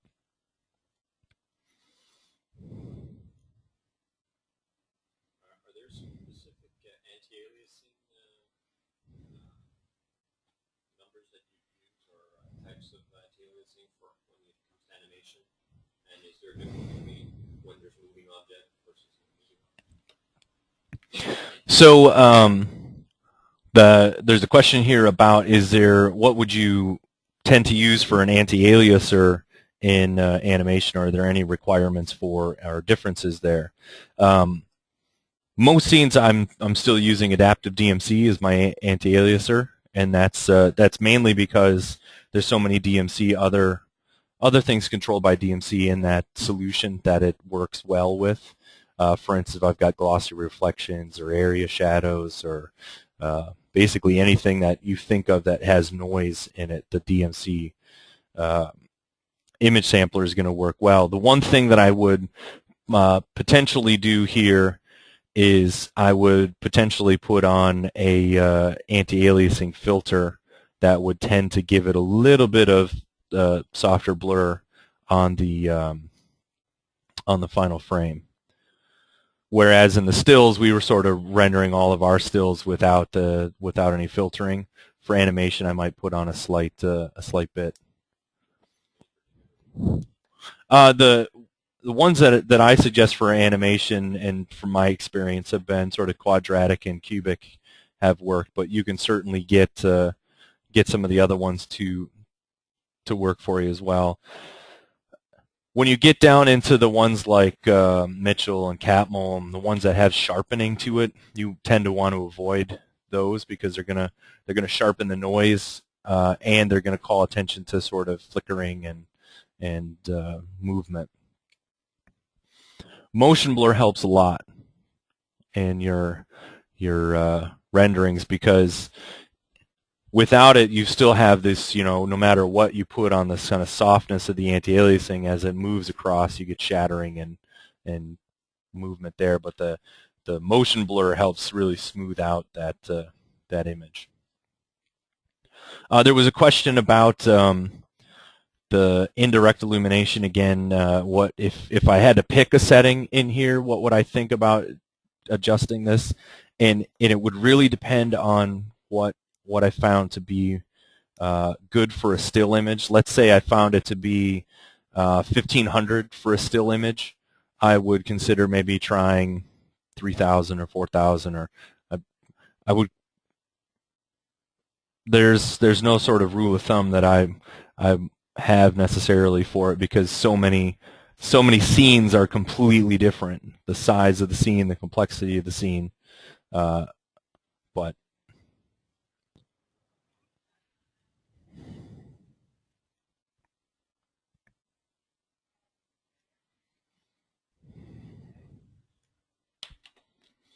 Okay. Well, let's switch gears here for a bit, and I want to talk, since we're talking about rendering, I want to talk about V-Ray RT in this instance. V-Ray RT is a fantastic addition to the pipeline, I feel, of what V-Ray has to offer. And if I set it up here in my active shade, I now can switch over to active shade mode and get my V-Ray RT dialog box. V-Ray 2.0 ships with the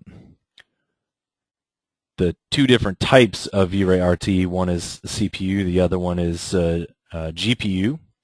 And the CPU, there's subtle differences between the two in terms of what they can support and what they can't support. The CPU version can support more features of V-Ray, but the GPU version tends to be quite a bit faster, somewhere in the, can be in the realms of 5 to 20 times faster. But let's first and foremost go ahead and turn this on. And what I want to do is I want to turn on distributed and go into my render servers here. And I'm actually going to add my render servers that we've been distributing to this whole time as well. So same thing that we did with distributed before, we can resolve it to check out our IP address, and it's good that they have this. Auto start local slave is going to start the slave on my machine. And inside of the machines that I'm rendering to, I would just have to make sure that I went to Chaos Groups RT Advanced and turn on V-Ray RT Render Server so that it's willing and ready to accept my job. Just like with other things that we've done with any of these V-Ray files, the scene files all need to be accessible on the drives, and the other machines need to be able to see those as well. But now with, well, let's just render out one frame here a little bit without distributed, and we'll compare what the time difference is.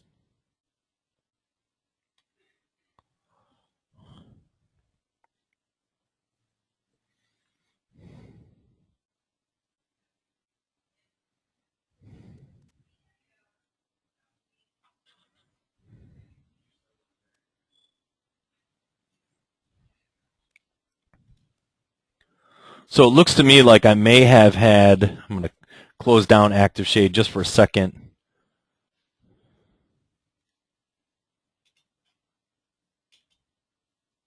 I'm wondering if my exposure was getting adjusted at all in my frame buffer. I'm going to go back to production render for a second.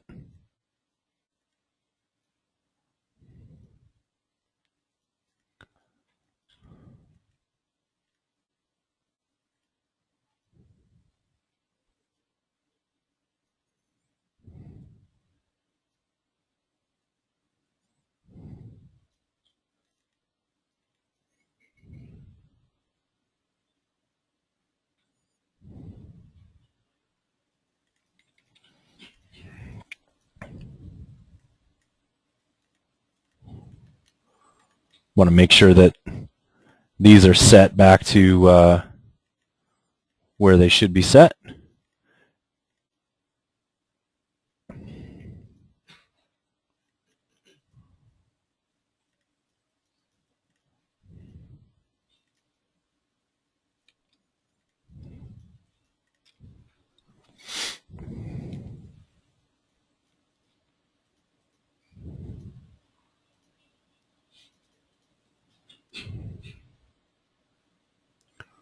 There we go.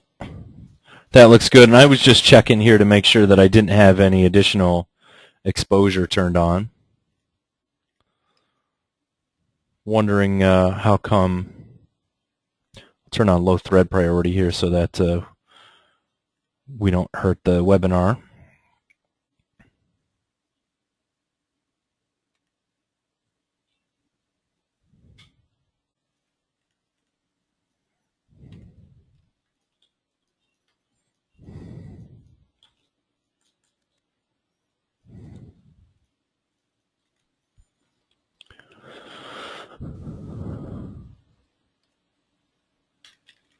Well,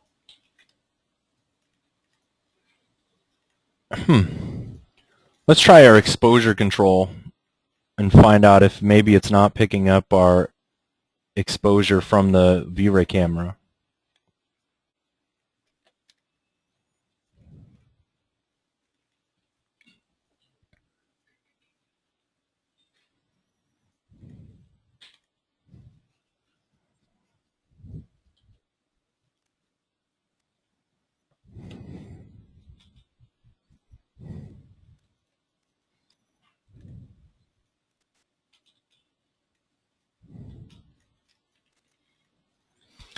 Not quite sure why it's getting so blown out here. It shouldn't be doing that.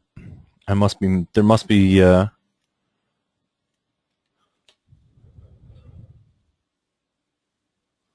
it's happening in the GPU as well. Well, let's do this. Let's take a quick break until 2 o'clock. We'll come back in 10 minutes, and hopefully by then I'll have that figured out and resolved.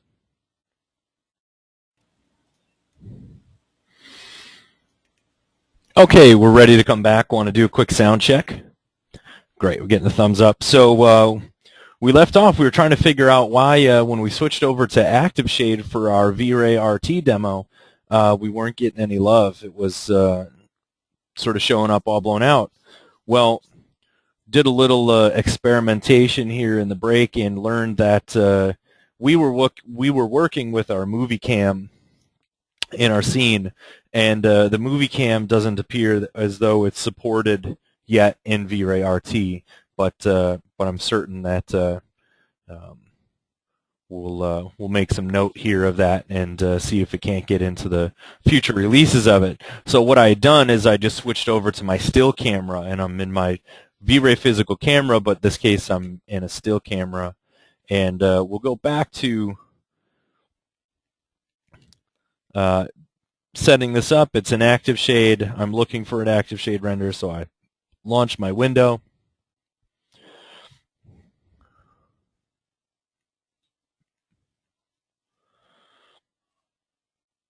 And now you'll see that V-Ray RT is giving me my updates in real time here. What I'm going to do is I'm actually going to change this, minimize it here for a second.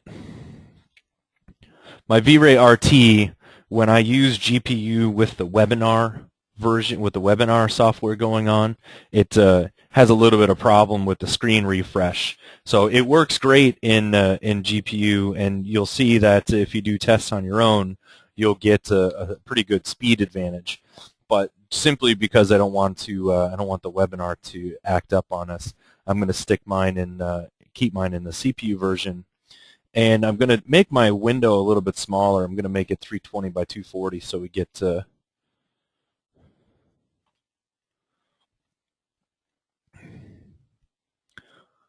some quicker updates. Now you notice in a scene like this, it does a great job at kind of cleaning it up fast. It only takes a few seconds to get that figured out, and I'm just scrubbing through my timeline to see. So what's great about the RT is some of the things that we were experimenting with before in terms of wanting to adjust our exposure and field of view and depth of field, all of that. I actually have my depth of field on right now. If I turn it off, you'll see it refresh. Now it's not giving me a whole lot of depth of field because I've got an f-stop up 16, but if I drop this to a much lower f-stop, say 1.4, okay, of course we get this to show up pretty bright again, but we want to make this then a shutter speed of somewhere around 1/5000th of an inch, because that's letting a lot of light in. And you can see that if I change my focus distance,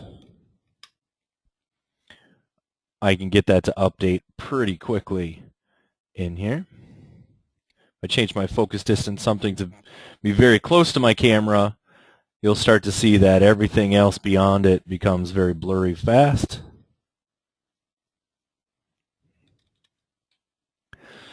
And so this is a nice way to analyze our scene with, getting some real-time feedback, or very close to real-time feedback. Of course, other things that we can do in this case are completely adjust our materials on the fly.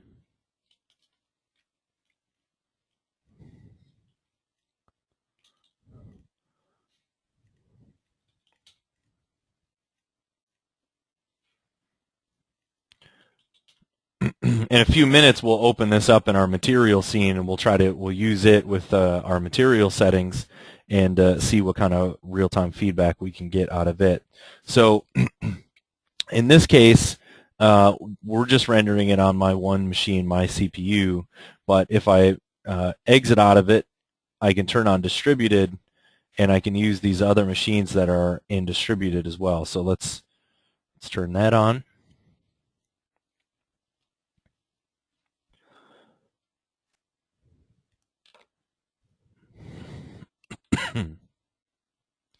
So now it's going to be using all those additional machines for me to get that into place. You'll notice that there are some stereoscopic supported items as well. So we'll turn this off, and I'm going to do stereoscopic red cyan. And I'm going to do an eye distance now of 2.5 inches, like we had done before, and launch this back up. So now essentially I have two windows going on. One is giving me my result here of V-Ray RT, and the other one is giving me the stereo version next to it. Guess I should keep this down here. And we can adjust our eye distance in real time. In this case, 0.5 actually looks really quite nice.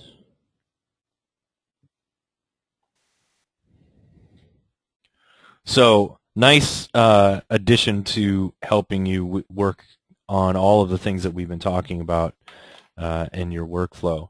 And of course, you can adjust your shading, the amount of trace depth that it has, how many reflections, refractions, which we might need to up when we jump into our material scene, and then GI depth, how many bounces. In this case, this is a very simple scene that we don't need that many bounces for. Never actually tried to swap the left and right eye. I'm curious of what that'll do.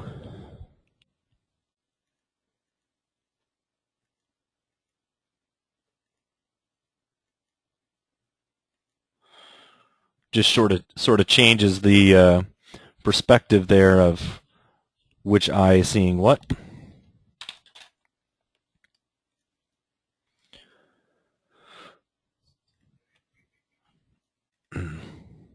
So let's cancel out of this again, and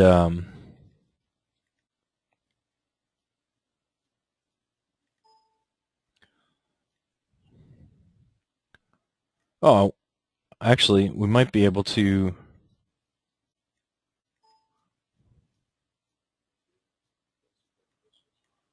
Curious if we can drag a material into our override in the fly. Nope.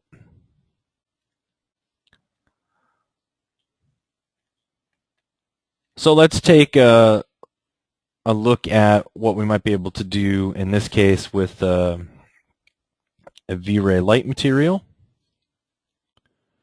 And as its shader here, I'm going to put on the V-Ray dirt.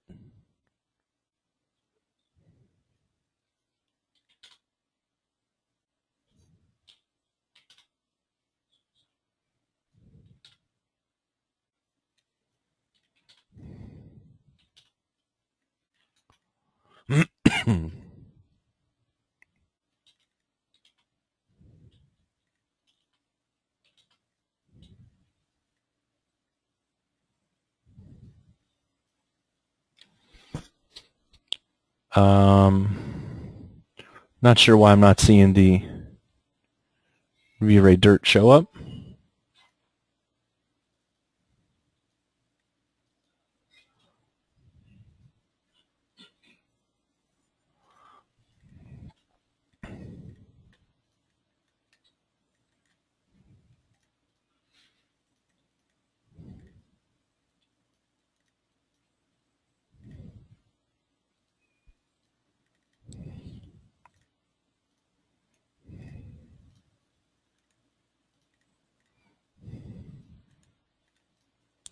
So our V-Ray dirt would be our occlusion map here, and I'm going to turn this up maybe 20 feet or so.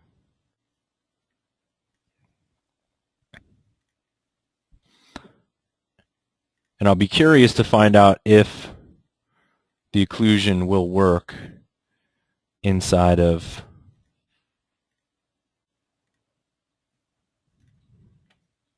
active shade.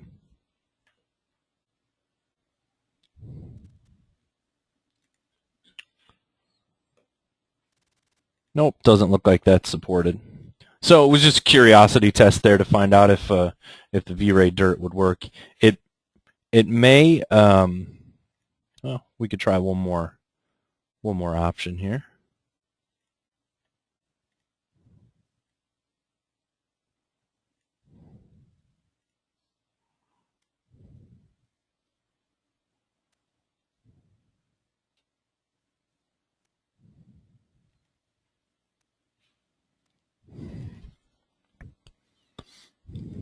No, it still doesn't look like it's going.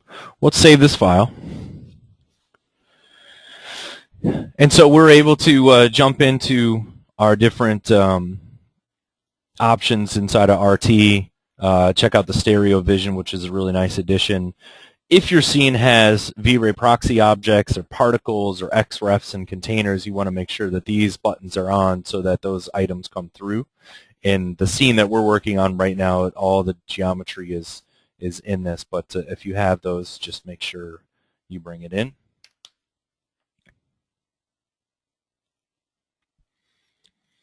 And we're going to open up our material scene from yesterday.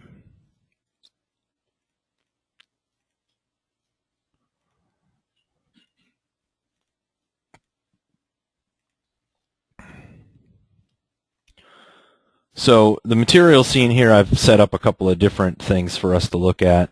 Put this onto a layer fast.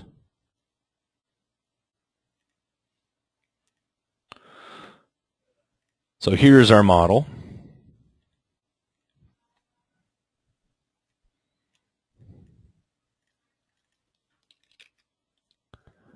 And our camera, in this case, I believe we will adjust it in a second. But what I wanted to do is I wanted to start talking about what we can do with V-Ray environment fog.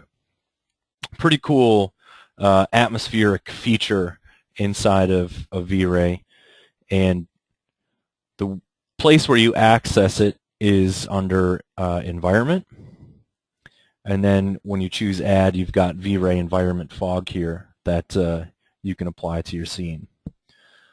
Inside of the fog parameters, we can control some of these things via map, the color, the density, and the emission, or we can control them by colors here. And the one distinction that that's made depending on what you use, a map or a color, is there's two different algorithms that are used to calculate the V-Ray environment fog. Once you turn on, you put a map in any one of these slots, it uses a system called ray marching, and it's just a slightly different under the hood calculation of how it works. For right now, we're just going to leave our fog color here as sort of a white, and then we've got a distance. The larger the distance, the sort of less dense the fog is. So we'll adjust some of these parameters and take a look. Then we've got we can scatter GI So that means the fog will affect the bouncing of the GI. What I've done is I've actually just taken my fog emission and I've given it a slight color to simulate that effect instead of having to calculate the GI in our cases. And then the scatter bounces determines how many bounces that GI gets. One of the things that's kind of cool about this V-Ray fog is that it essentially, if you don't give it a gizmo, it just sort of fills your scene. It imagines it's kind of foggy everywhere from this height down. So my fog height set at 5, that basically is going to say, well, at 5 feet and down, I'm going to have this layer of fog that happens. If we want to put it into a gizmo, we would have to create a box, a cylinder, or a sphere gizmo for the fog to contain it, and we'll maybe we'll do that as a secondary test. And then we've also got a list here of lights that you can use to add that will affect your fog, that will illuminate it. So what I've done is I've changed my fog height and my fog distance in this scenario. And I've come into our scene that we were using most of the day yesterday, and I've just applied a spotlight over here to the side. And the spotlight is nothing unusual. I'm going to turn it on. It's got a V-ray shadow.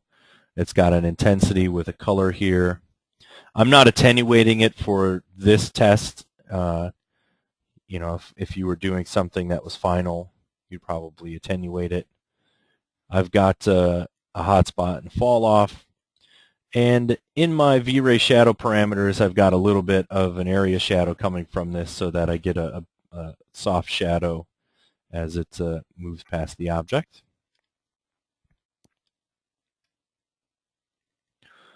So switch back to my view so we can see it.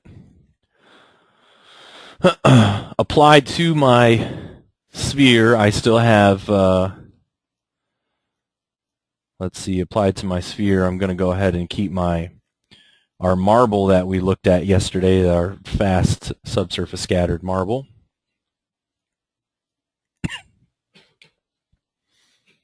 Let me go ahead and save this. In my environment, we'll leave this off for right now. We're gonna do a few tests where we turn on our environment as well as our GI. But you'll notice that I've also got my GI turned off. So we're only going to be looking at this light and the fog and how those two interact. And then in my render elements, I'm going to add a V-ray atmosphere element. And a little bit later, we're going to look at caustics too. So we'll have a V-ray caustics element.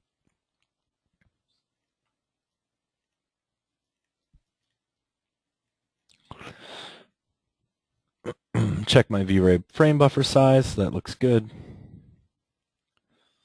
Okay, so now what we should be expecting to see is that, well, this object is only a foot tall.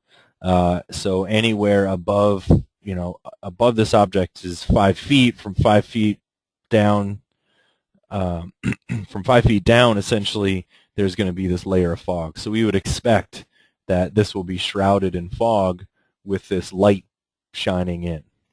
Let's give it a shot.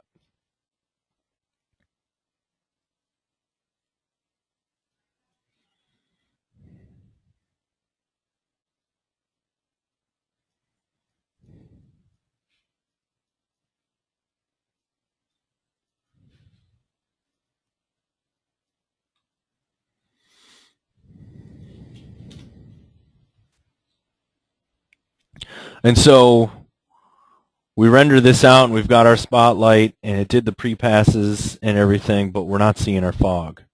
Well, what did we miss?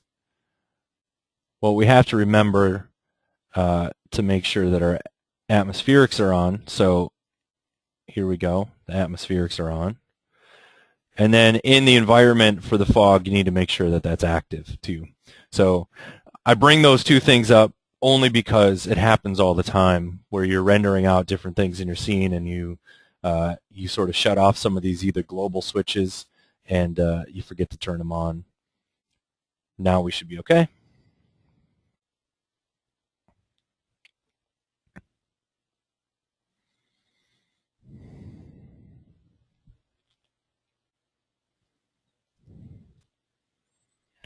And you'll see as it starts to calculate around there, it certainly looks like the scene is filled with a little bit of something.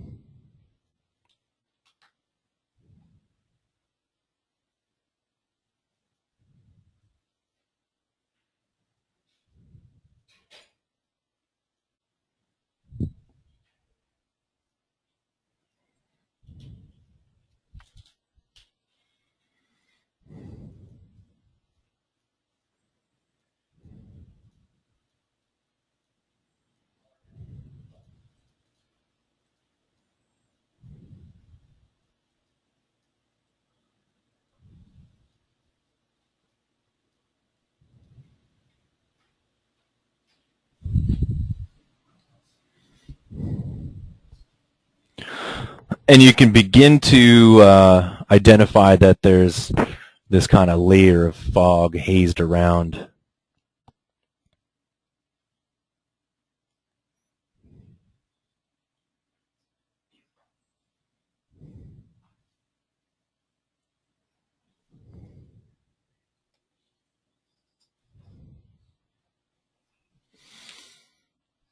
As this is rendering, if I switch over to my element and I look at my atmosphere, you can sort of see here's what's going on in that atmospheric. You can also tell that there's quite a bit of noise in it right now.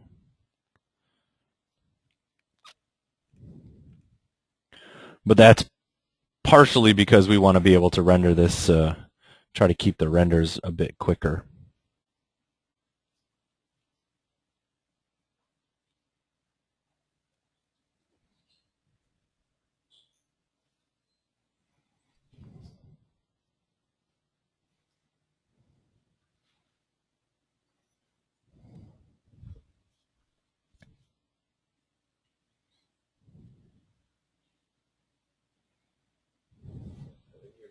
Says still an SSS2.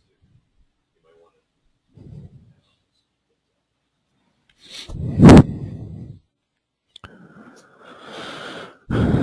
to. Okay, so now we've got this thing. It's rendered in there. We've got our fog. Let me just up the exposure a bit so that you can see it a little better. So there we go. All right, so that's pretty cool. That's interesting. Let's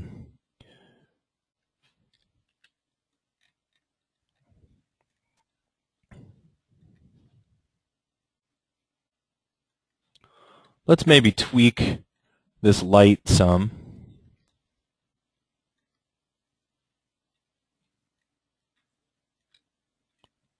Lift it up a little bit.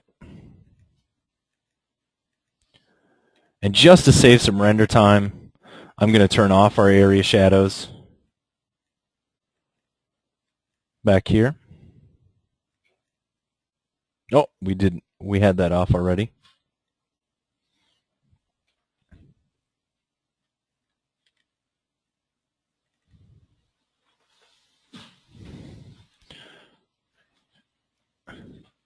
And let's put a standard shader on this thing just so so we're not taking up too much time with it.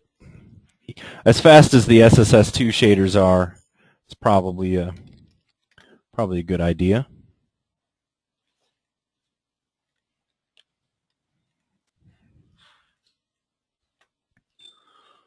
And so let's go back to our environment here. And the first thing I want to show you is let's take this environment fog and let's make the fog height something like 4 inches. And I'll make the fog distance In this case, I'm going to make the fog distance 2 feet.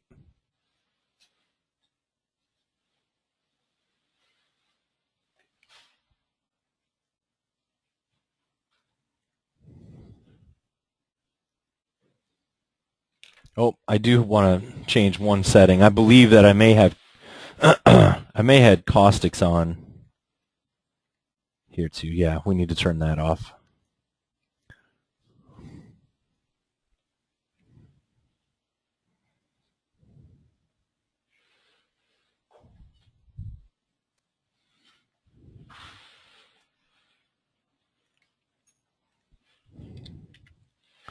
I think when I tweak my light, I doubled it.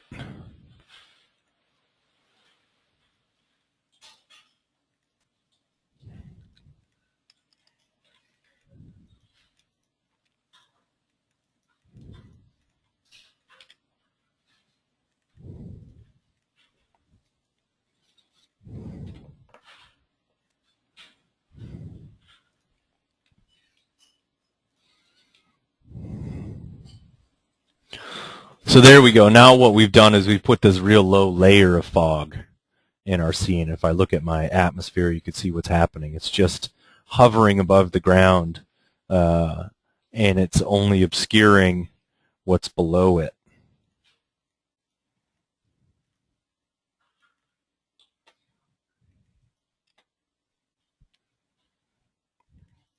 Now if we put in some kind of, let's call it a box gizmo here. Make sure I'm on a layer that I can see.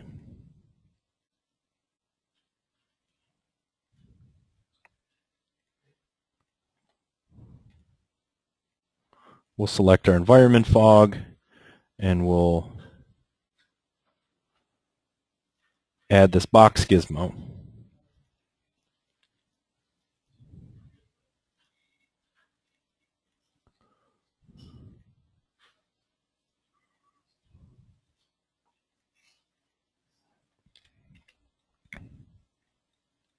Well, before I do that, let's just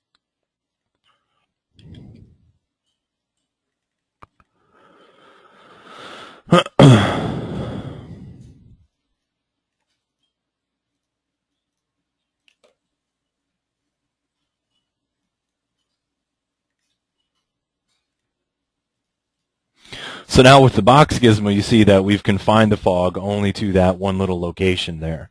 And it's using the height value as it was before. I'll just show you guys the atmosphere here. So now it's that little kind of floating box. Well, in a scene like this, it might make sense to take your box gizmo and just make it large enough to cover your camera and your scene parameters so that you're not affecting, you're not having to spend any time calculating things that are off screen.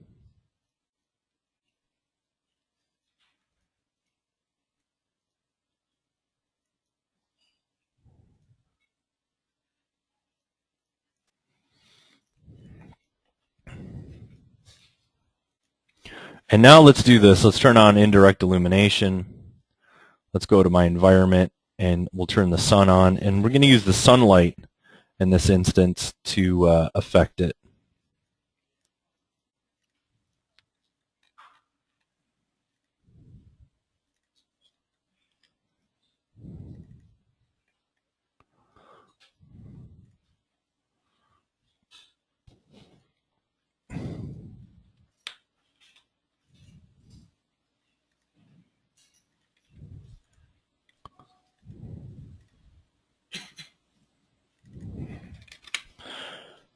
We had our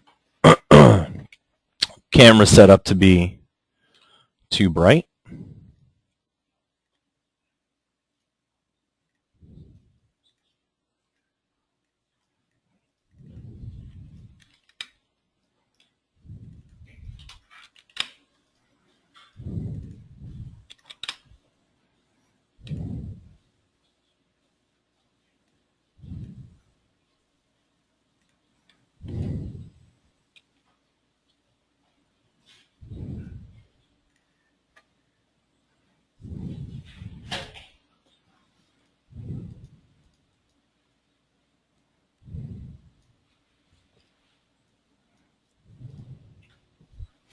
There we go. And so now we're actually starting to see how that has sort of shrouded our whole object in its foggy layer.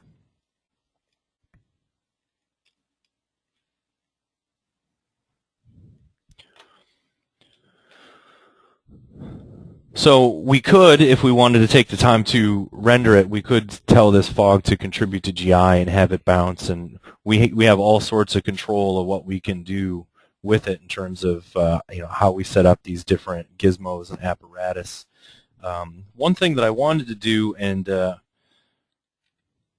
see if we can get it to work better, is that the way volume lights work inside of V-Ray with the fog system is essentially that where the light cuts through the fog, it basically is what gives you the impression that the scene is giving you that light through the fog. And it should show up a little bit better than it was. Let's try it again with just the spotlight.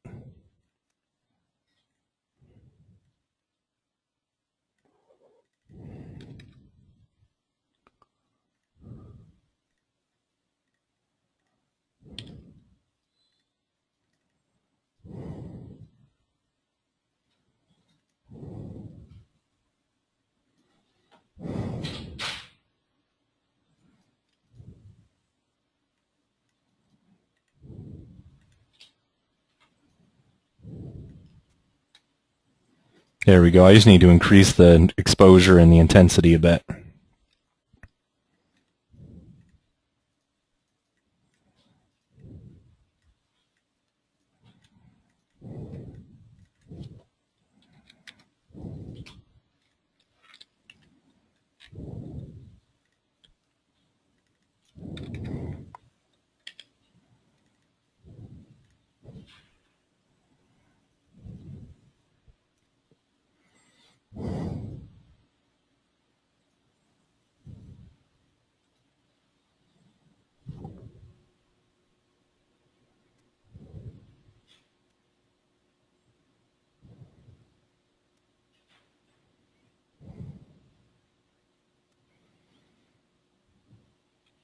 So there you go. Now you're actually starting to see that volume light effect that that looks like it's shining through the dusty particles that are coming through, and we can adjust this in a few different ways.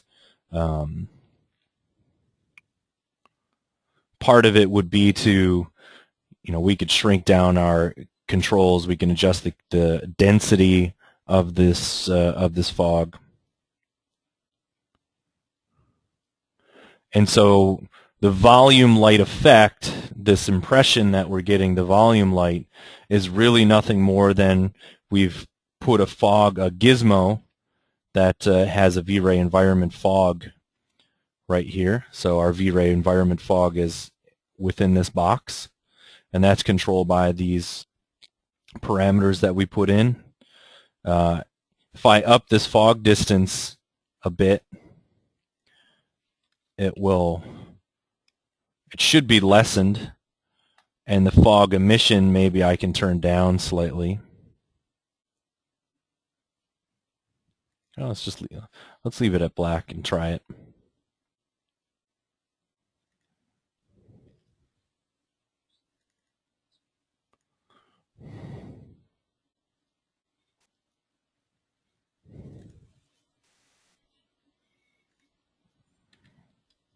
There we go.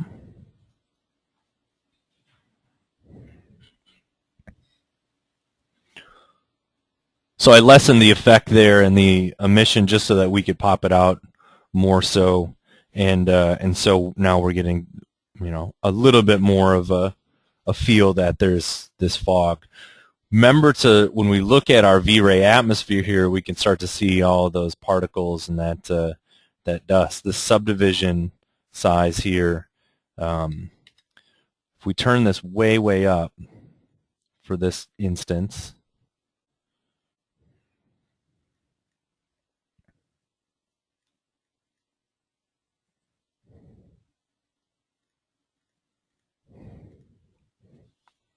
Let's see if we can't get a little better sampling.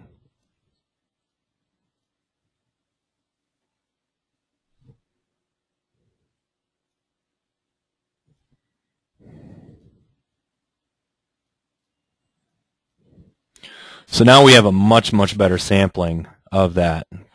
Reduce the noise quite a bit. There's still some here where it's occluded by the objects and coming through, but you see that this is really nice and smooth there. And so I would say from my experience, you're going to want to up that effect.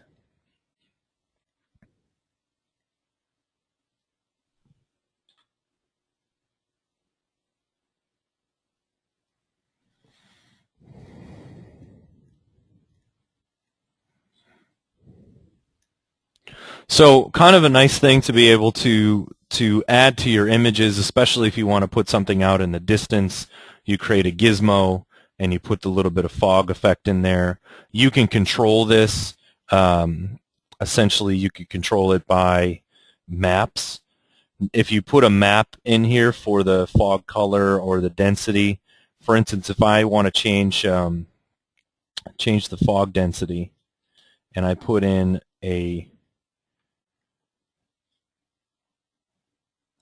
noise map, and I drag this noise map into a slot here. If I'm going to use this as a control, I need to make sure that I'm in world XYZ for that to work. And in this case, I'll just try to make it more noticeable of what the density is doing.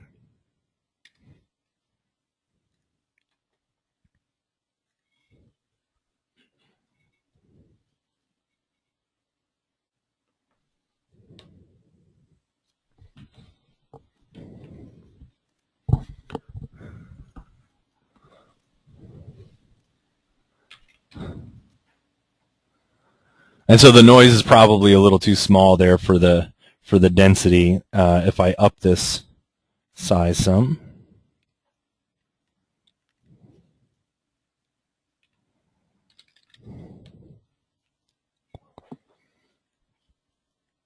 And let's even put something in the fog color as well so that we can see what this begins to look like, even if we throw a little color.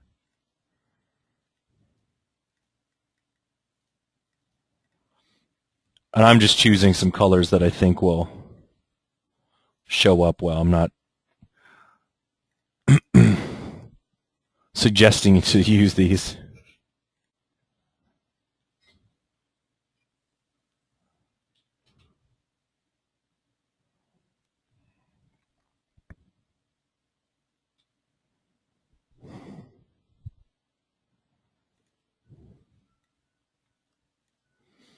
And so now you see that we've started to control this. There's a bit of, if we look at just the atmosphere, not quite getting enough subtle differences in there in the world XYZ, but we just have to play with it to make it work.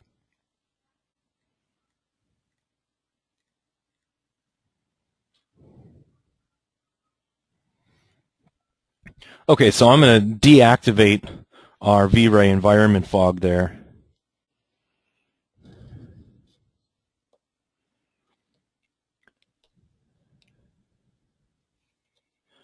And let's try, let's see if we can't get the V-Ray glare and bloom to work for us. So I'm going to put a glass material back on my object here. And I'm going to keep my light that we've got. I'm going to go ahead and render this out and just take a quick peek at what it's going to look like.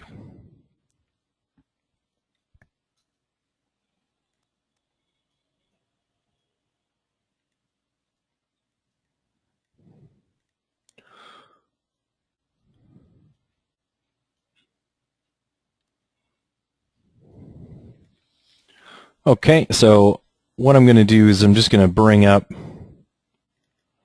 make my exposure a bit brighter. going to call this a quarter of a second.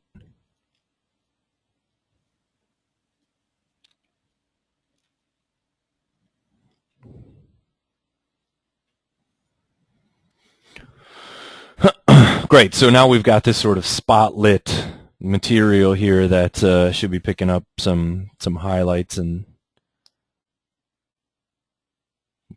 good bright areas. And I'm just going to measure a couple of these. Yeah, excellent. So essentially what we want to be able to do is have V-Ray understand these areas that are brighter than white and begin to give it that little bit of lens effect of glare and bloom, and those have been added now in V-Ray 2.0. So we'll render out this scene here so that we've got a baseline for it.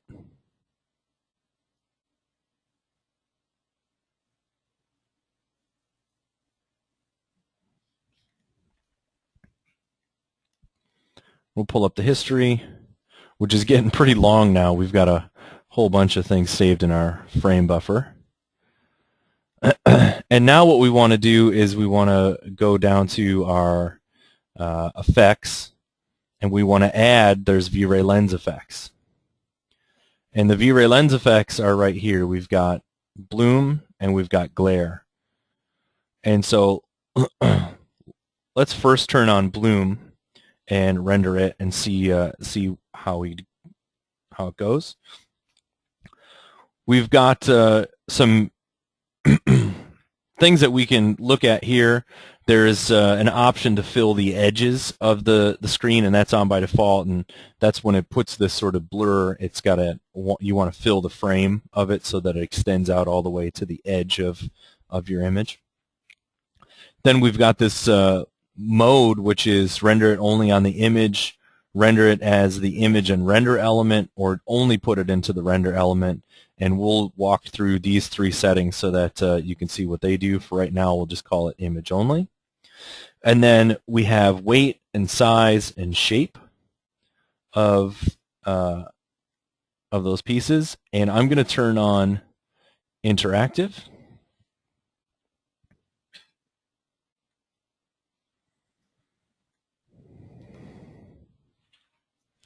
So this is going to go through and it's going to render.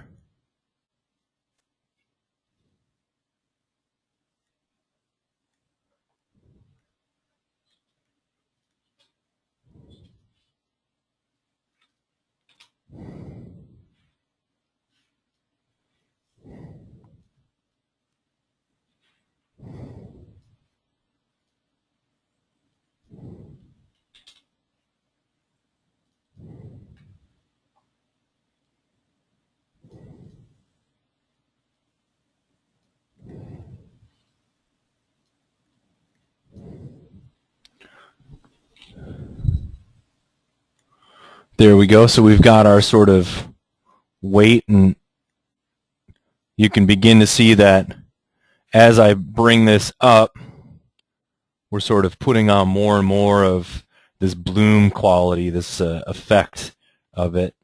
And of course the size, I can control what the size of that is going to be.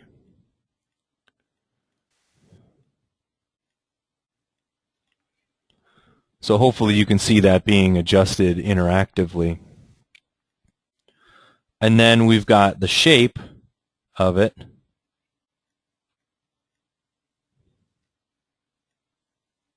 Which sort of helps, limits down and defines the actual shape.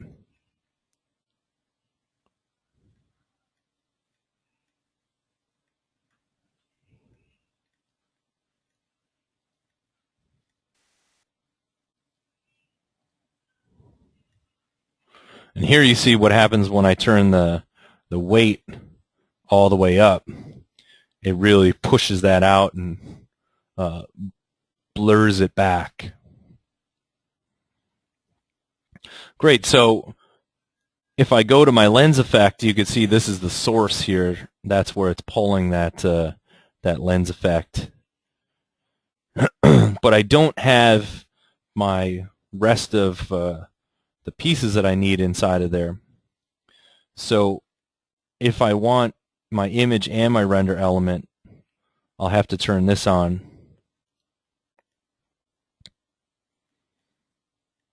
And then we'll do update scene.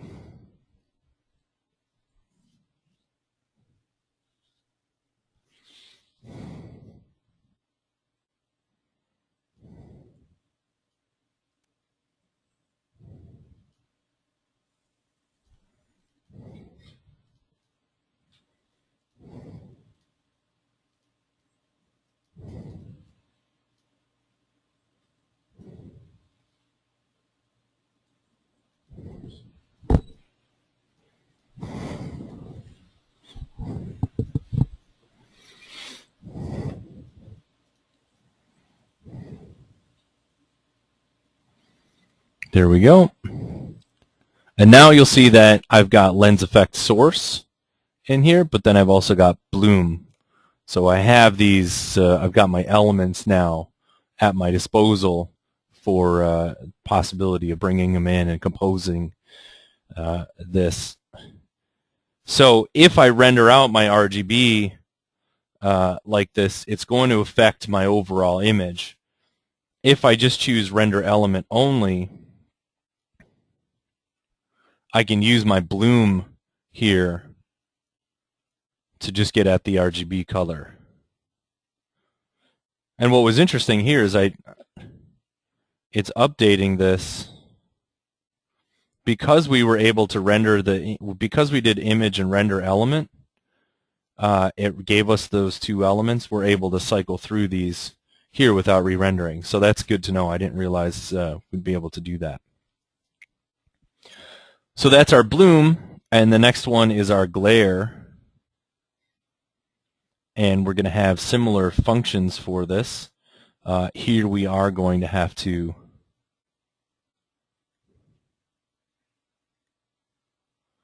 update the scene.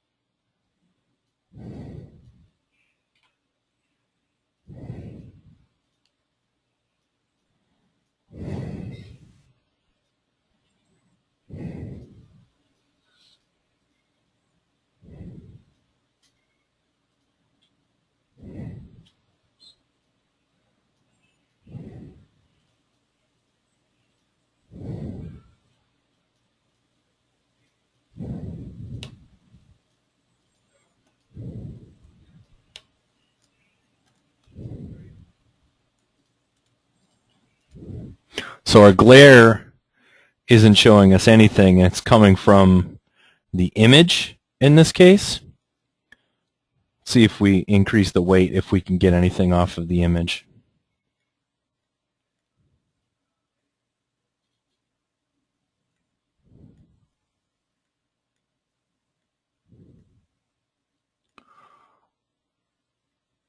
Not quite pulling anything from there. Let's see if we can get it from the render camera.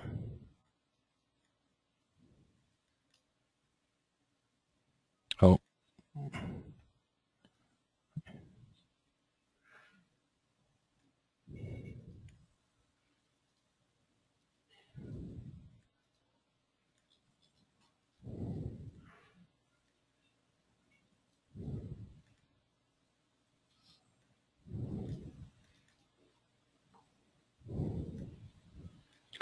Well, we should be getting it now. Oh, okay. From camera parameters, in this case, is going to give us, I guess, our best result. And you can see what the glare is looking like here. And of course, we had the weight turned way, way up.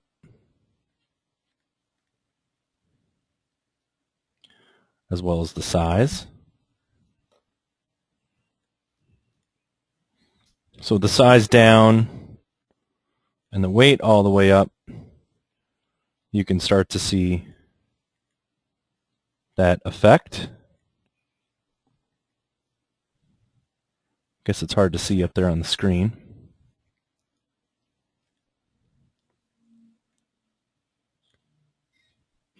And then Diffraction is going to give it that little bit of color fringing to it. You can notice right in here.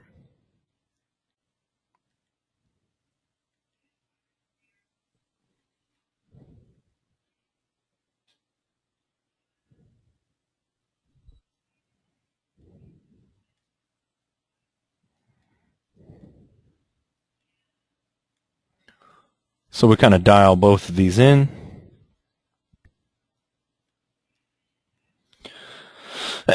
We can also use camera parameters that are down here as well. So we could do an F number of, say, 1.4. Do an F of 16 or 22. And you can see that we could start to dial in what our F number changes would be.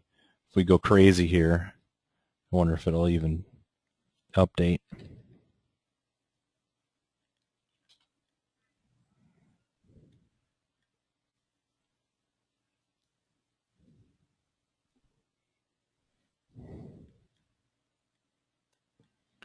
We'll turn them both way up so that you can see what's going on.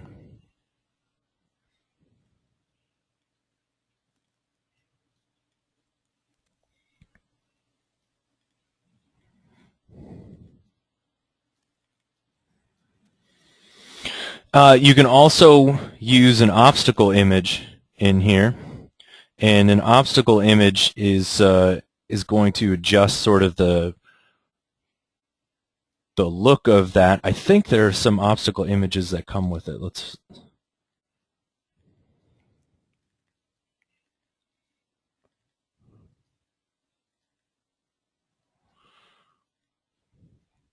Well, there is a tool that comes with that we can save out HDR files from. So if I go to my C drive and program files, chaos group, there is a tool that's a filter generator here, and if I open up this filter generator, you can see that the V-Ray lens effects, we've got different coronas, flares, halos, these types of items that we can add. So let's add these pieces.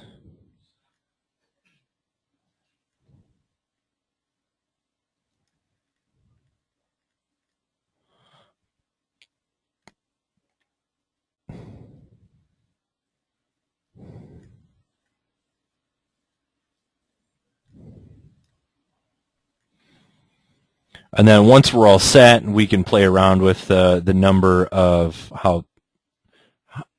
what that radius is, the number of lines that come off of it.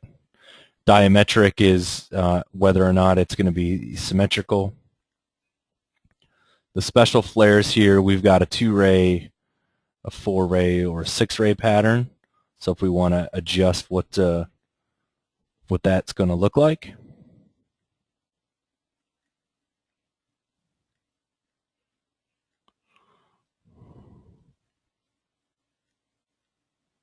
I say we go ahead and save it. So we export our HDR file. We have our sizes of it that we can choose to grab it. In this case, I'll just do 200 by 200. And I'm going to save it into my material project that we've been working on.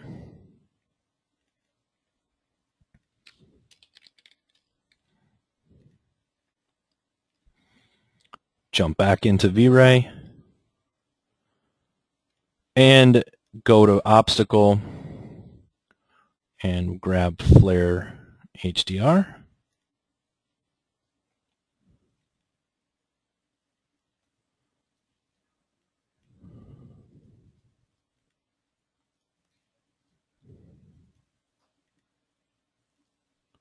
And so our glare now is coming from that obstacle image.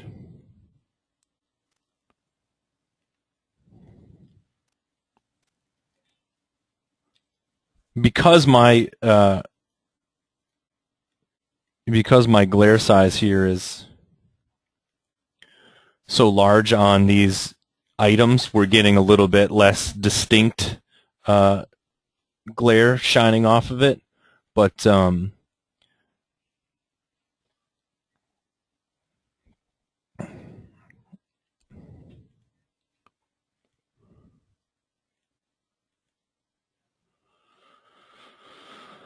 we can look at the effect. Okay, so we're able to kind of walk through, our different setups here, some of the new features of the glare and bloom. Let's take a 10-minute break. I want to see if I can bring in another image and we can get a little bit more of a better glare effect. So we'll come back at 5 minutes after 3.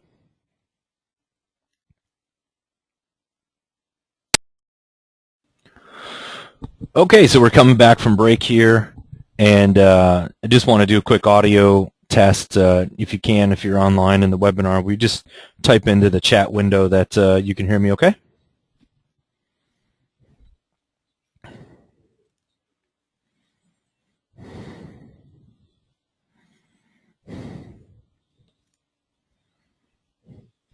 Great, so it looks like that's working fine. All right, so while we were on break here, I just I took the scene and I put in a V-Ray sphere light up here at the distance because I knew I wanted to have something that was going to be ultra bright, and I rendered it out.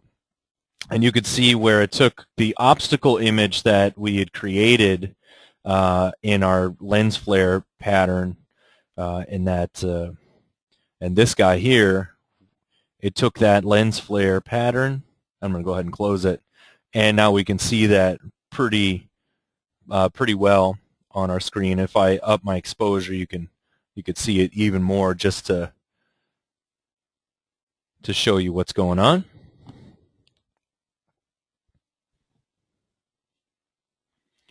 So it looks pretty hot and glowing there. Pretty cool features. I do like the fact that you can update this stuff pretty fast in the buffer, so you could start to see this haloing around here, that it's all kind of bloomed out, and with the glare. Excellent. So I'm going to turn off these lens effects for our next piece, and the next demonstration we want to go through is showing a bit about getting caustics to work in this scene. And I'm hoping that this is a little bit of a complicated object with its different kind of bubbles and so on. We may want to simplify it just slightly. Let's see if I can turn off this inner torus.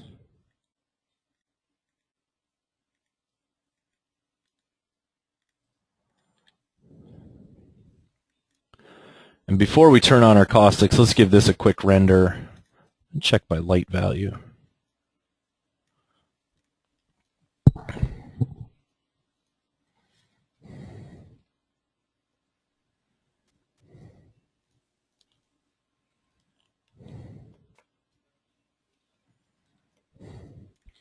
Pull up our frame buffer.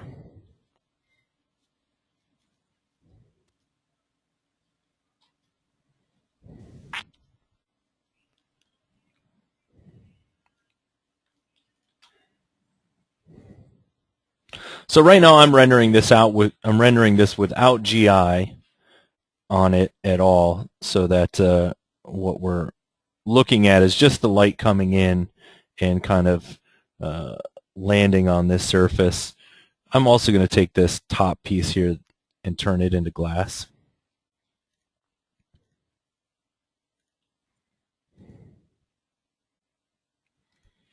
And we may want to have our shell back on in this instance.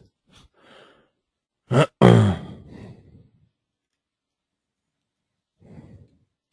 think that's going to let the light refraction be a little bit better in this object. Otherwise it would be a very big, thick object for that to happen.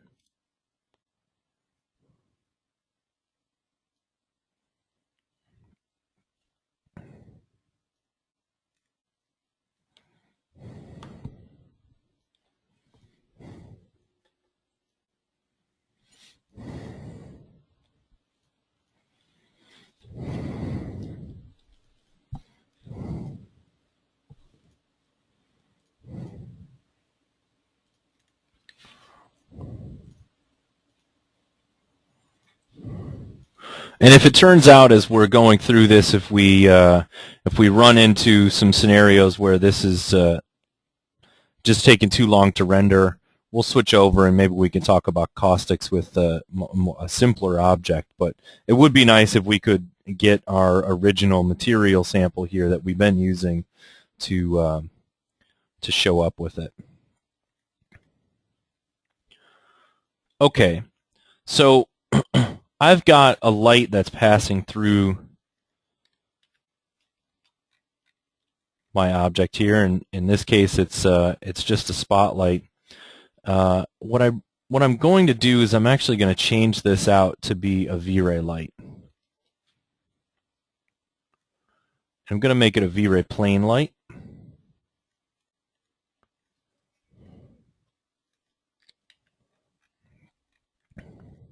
Kind of want to get a more intense light coming through there.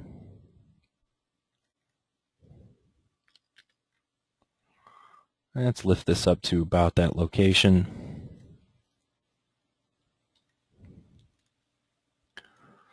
Okay, and my power of this thing, we might need to end up changing a bit, but I'm going to make it a pretty powerful light. Let's see if this will go through.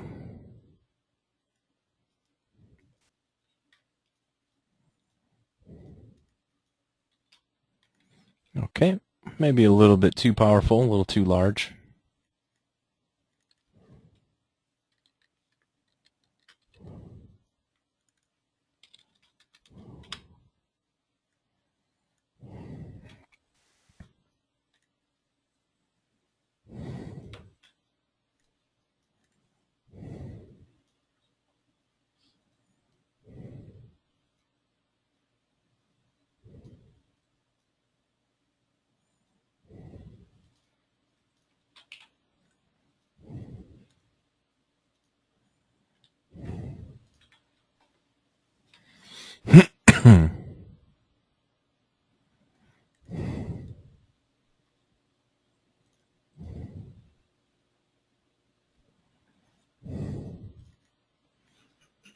Well, that might take a little too long to render.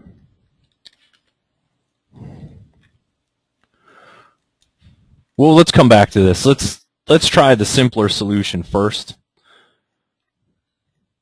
I'm going to turn off my model.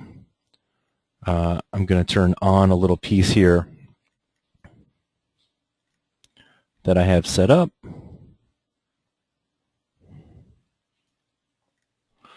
And that's just a little area light.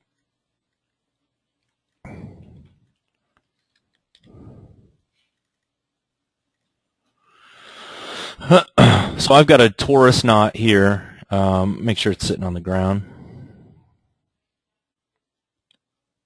And the torus knot happens to be a good object to turn into glass just because of its curvature and its faceting. And I have a basic V-ray plane light here. It could be a little lighter, a little brighter. Whoops.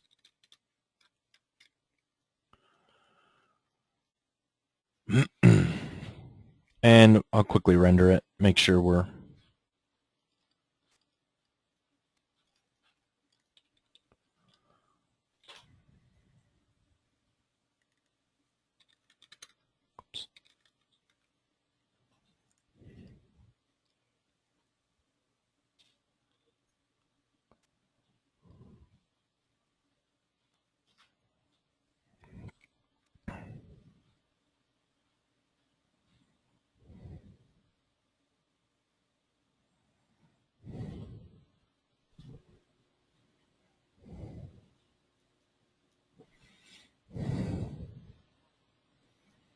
that should be pretty good. We'll change our render size so that it's not quite as large as it was. Maybe make it 400 by 300 by 400. Can probably make it even smaller.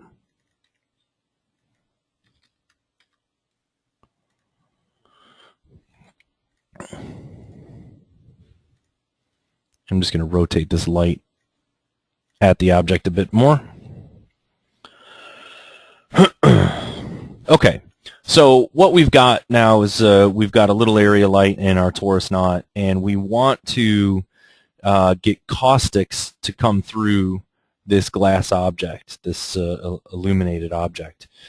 One of the first things I'm going to do, as we've been doing throughout the entire time, is make sure that I have my render elements that are useful to me. In this case, the caustics element is going to be very handy to have so that we can identify exactly what the caustics look like without seeing it in the image. So that's that'll be a good element. We can delete our atmosphere. And the first thing to do in your caustics is to enable it, and that's in your indirect illumination, and it's here at the bottom. I believe the defaults for this are 5 inches when you put it in the first time. I believe these are what the defaults would be, and it's going to use a photon map in this instance to calculate our caustics. One of the nice things about the photon map is that it can be saved, so whenever we get caustics that we like, we can save the photon map and not have to recalculate it when we render again. A couple other places that we need to look for are important. The V-Ray properties of the objects in the scene that we want to receive caustics and generate caustics, we need to have those on. And there's also a caustics multiplier if we wanted to up the amount of caustics. And we might, just for demonstration purposes, but physically accurate caustics would be 1.0.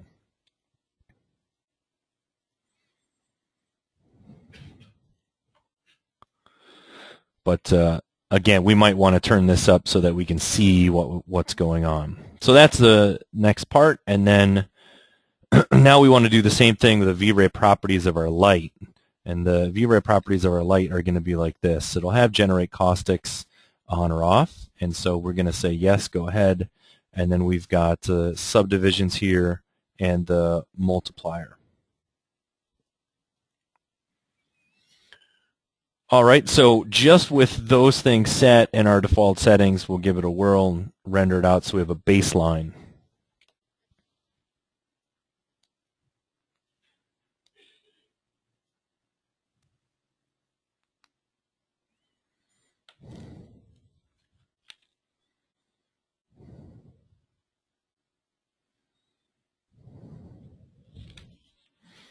Make sure I pull up my frame buffer so we can see what's going on. Well, we're getting results, so that's good. That means that we're on the right track. Not quite the perfect results yet, but we can see that it's doing something. It's giving us some caustics here, and that's what we were hoping for. We were hoping that it would start to give this. Now, again, we're going to go over to our V-Ray caustics, and we're going to look at exactly what's happening. So these are the areas that these caustics are being generated, and then there's this overall kind of expansion out. Well, there are quite a few parameters to adjust when it comes to caustics, and they operate a little bit like what I would think liken to the Irradiance Map, and that is one of the first settings is going to be we've got a search distance, and then we've got our max photons and our max density, and so each one of these properties is going to be something that we're going to need to take into account in order to get our final result to look like we want it to. The other thing that's going to be important is the amount of subdivisions that our light is generating when it comes to caustics. So that's one of the first places we're going to start, is we're going to change our caustic subdivision, in this case, from 1500 to 3000, and make a render of it.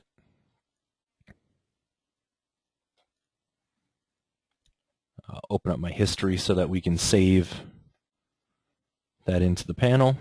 And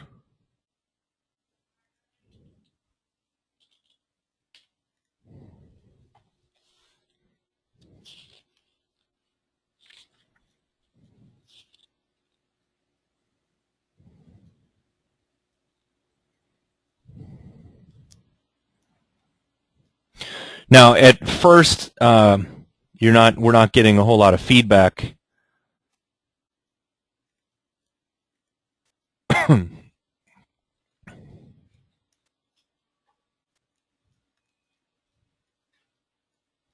And that's because it's calculating that photon map. So it's got to it's calculating the photon map in the background, and that takes a little bit of time. And so we're just, one of the things we're doing is we're just waiting for that to finish.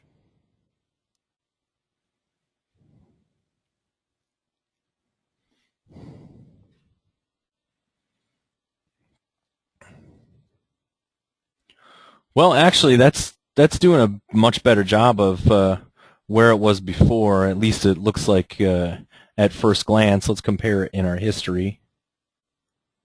Save this. We'll load it as A, and this is B. So you can see that it's cleaned up some of this noise out here of the way these caustics were being spread around. It's really made it a lot more fine. The render time has doubled, though we're not looking at very large render times yet. So we've got 30 seconds versus 60 seconds. And so I'm going to suggest that we up the samples one more time. This time I'm going to go up to maybe 6,000.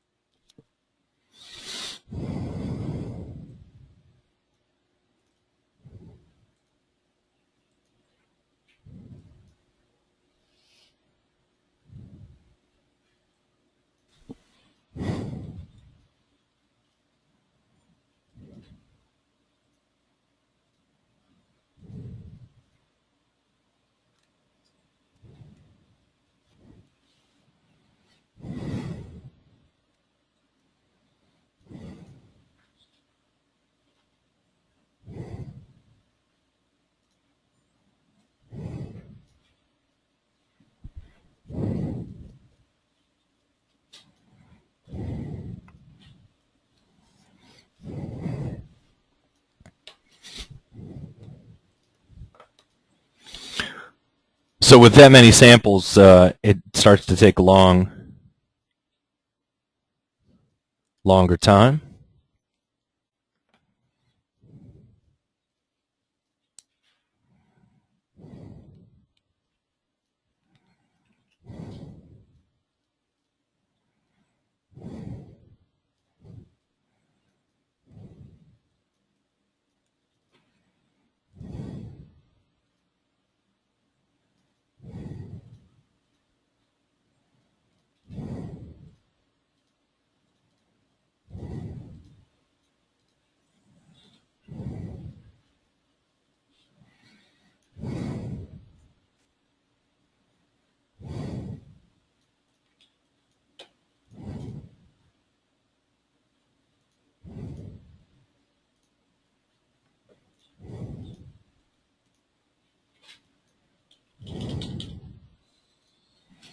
All right, so now if we look at our caustics here, we're getting a much better result. We've still got a little bit of noise, but here you can see that this is looking pretty good.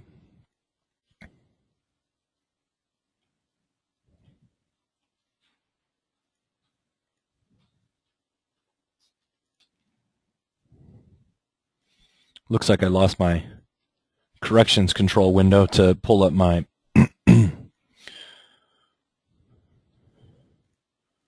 exposure, but that's okay. So let's go into the history. Let's save this one, and then we'll do set A and set B, and let's zoom down into this area. And that really cleaned up some of those last bits of splotches.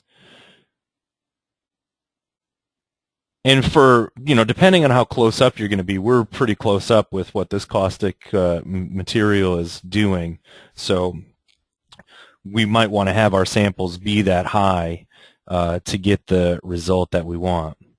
And in this case, the default and for the size and everything is that's actually pretty good. What we can do is if we started to make some adjustments here to our caustics in general, you could see that photon map actually takes up quite a bit of space right now because we've given it so many samples in there. And the controls that we have here are optimizing how that works. So essentially it's laying down a grid of photon samples. And the more finite that grid is, the more detailed the result is going to be, but also the more sort of noise that you can get, like in a Radiance map.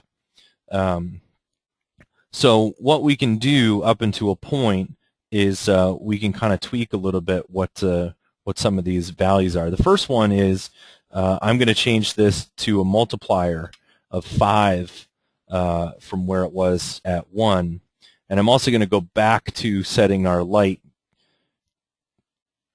to have fewer samples, just because I want this to render a bit faster than it was before and have you guys see what the results are. So we'll render out this with our multiplier up.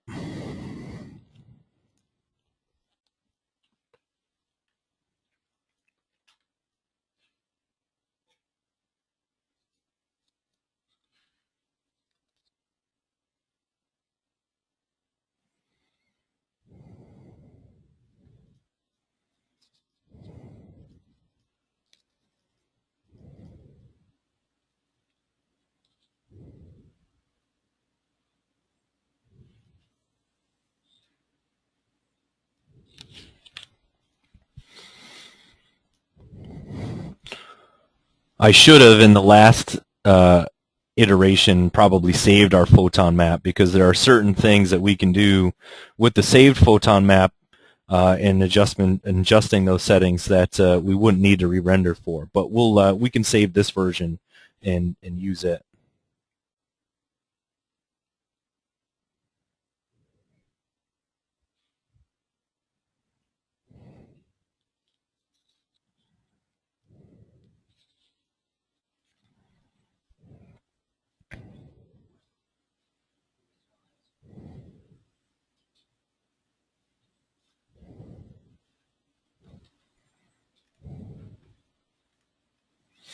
Okay, so this rendered now, and you can see that the multiplier, we multiplied that up by 5, has taken the caustics, and it's really intensified how bright it is. In this case, that's not what we want, because we were getting it fine with a physically accurate setting of 1. But just so that you can understand what these parameters do and how to use them.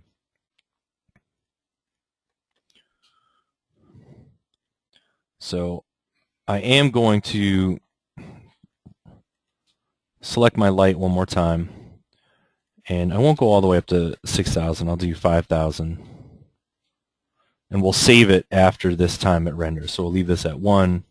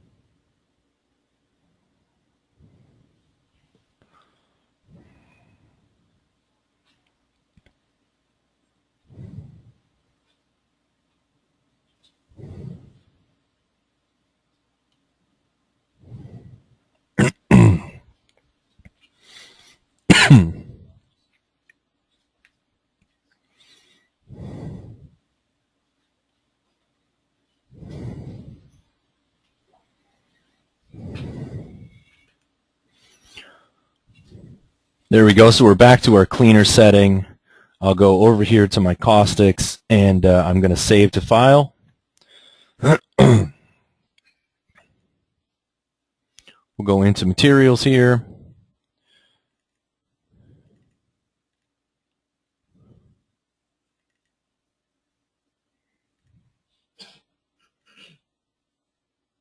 Okay, and then we'll call this caustics.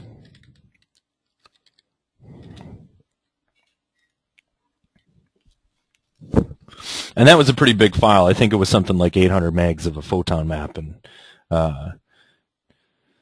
it can get up there. It can get pretty data intensive. But it is a really cool effect. Someone asked online about whether or not we could show how you would do like a pool surface, and we'll see if we can just create a quick plane and some noise on it and throw a light over the top of it and have it calculate some caustics. And it's generally the same thing that we would be doing here. We just want to, the key of making the pool caustics is making sure that your surface parameters of the water look nice. So the sort of parameters now that we can set here, if I do mode from file and I load in my caustics map, well, we've got the idea of the search radius, and this is kind of how far it's going to the search for the photon from its, a photon each has this kind of a center point, and there's going to be the number of photons that it's going to search for, and then the kind of a max density that is the subdivision of the mesh. So the max density here, we could actually maybe, the default is 0, but we could try to raise it up a little bit so that the max density begins to create less of a fine grid. And then the max photons, if we start to raise this value up, what we're going to get is we're going to get a bit more of a blurred solution. So that means it's going to include more photons. If I take this max photons up to something like 250, and let's make my search distance, in this case, let me make it 2 feet.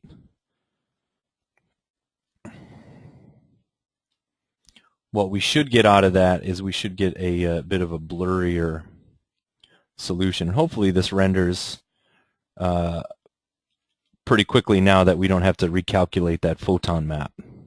So just like in a Radiance map, after you calculate your Radiance map, you can change your interpolation samples and how it takes those points and blends them together. That's essentially what we're trying to do here.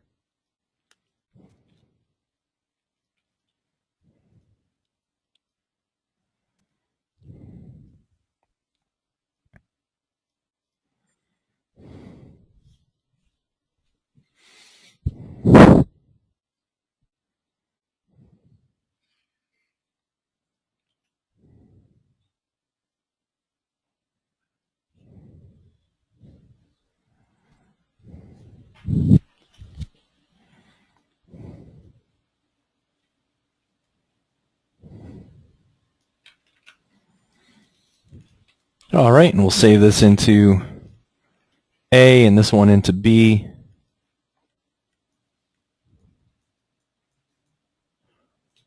So what you'll notice is that down here, as we get a little further out in our caustics, and actually it's probably easier if I just go to the caustics and you could see it. See how it's taking these and it's sort of kind of blending them together a bit more. It's reducing the noise. That's exactly what we're telling it to essentially do there. Now, if I change my max density and I raise this up to, say, 2 inches and render it out,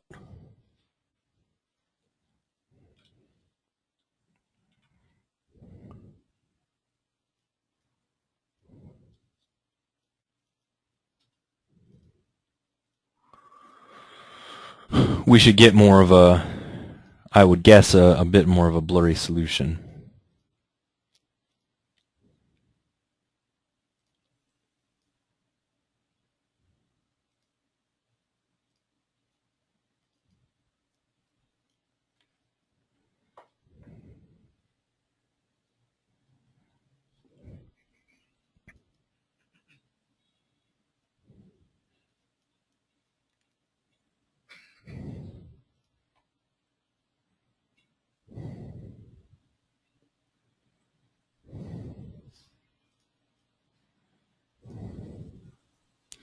Okay, we'll save that one, and we'll compare it with the previous one. If you look down in this zone, pretty similar to it. It's actually changing that that density of the grid didn't really give us anything from that. Our initial settings that we'd had in here are max photons of about 60 or maybe 100 and the search distance of something like 6 inches, and even our max density at 0. That was pretty good. That was a good enough solution, I would say, to render out and have it work. Different circumstances will call for sometimes for different settings, and it really depends too on how close up you are with the objects. Let's see if we can try to grab a plane here.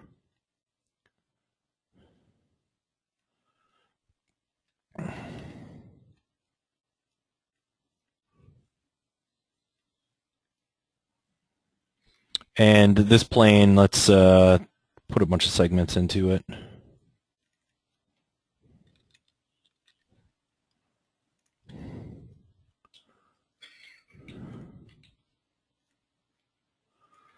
And let's put, oops.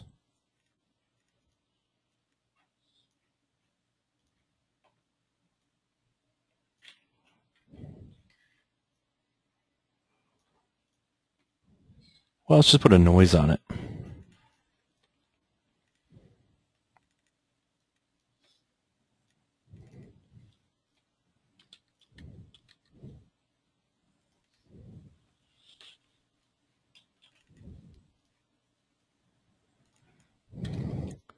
So I'm not necessarily creating exactly our smooth pool water here, but I do want to just mimic, you know, the effect of what can happen. And like I mentioned, the real trick is getting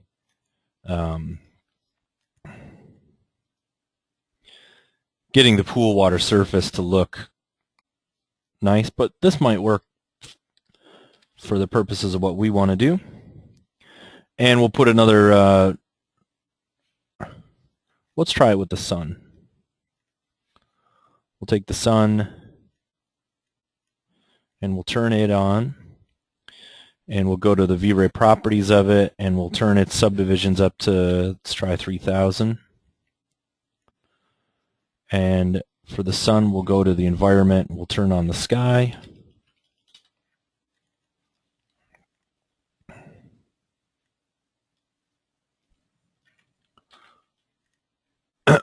And I'm actually curious about that water material we used yesterday for the Fast SSS2 version, which was water clear and ray trace refractive.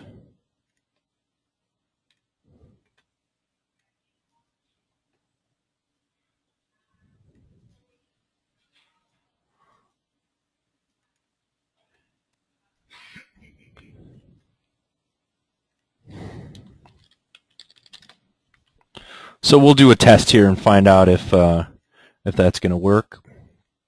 Indirect, I'll make sure that's on. Oh, I got to not render it from the photon map that we had saved.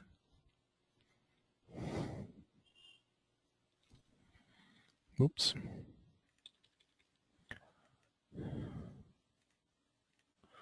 Do new map. There is a new V-Ray light lister in V-Ray 2.0 that you can pull up all of your lights inside of V-Ray, so that's a great addition to be able to do that.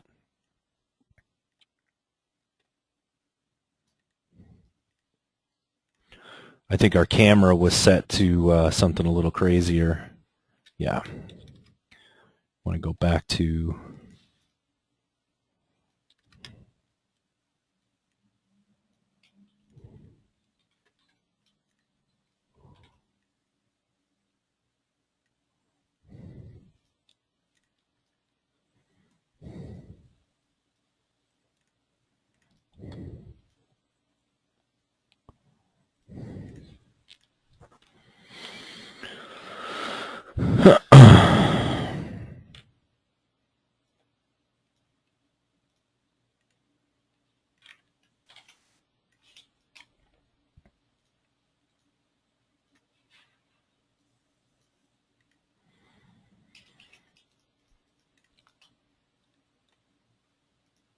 so our water caustics, that looks like it might be a little too bright.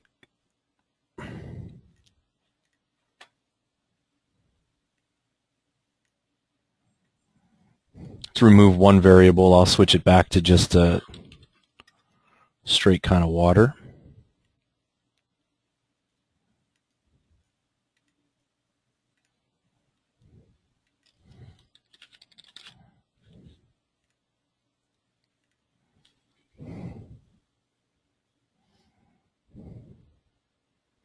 Actually, for the subsurface scattered water to work, it might need to have volume to this.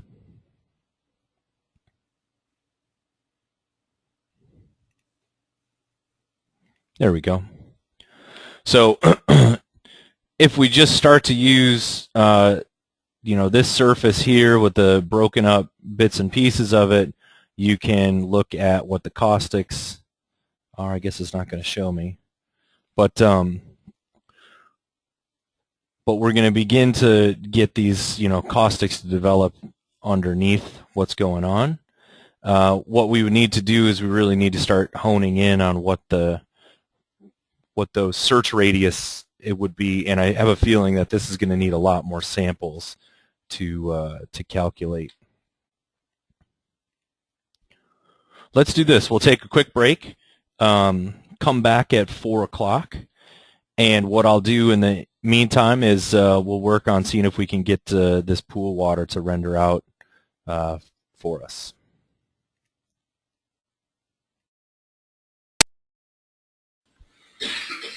Okay, so we're coming back here. We're going to do a quick audio test to make sure that we're good. Excellent. Looks like we're getting the thumbs up.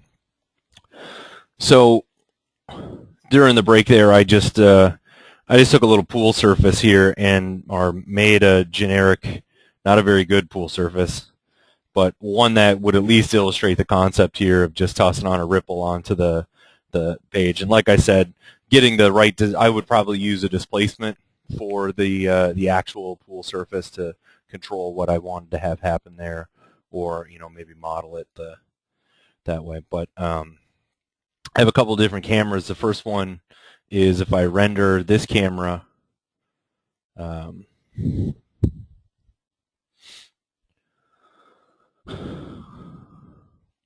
We'll be able to see what's happening underneath the water.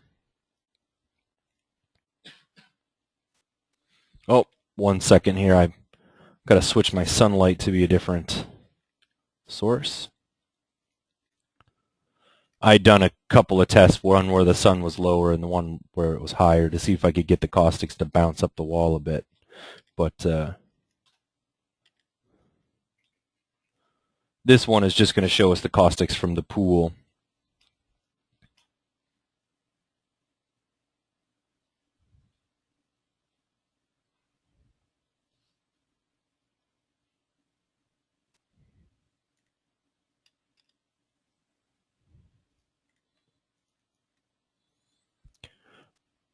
It's a little overexposed.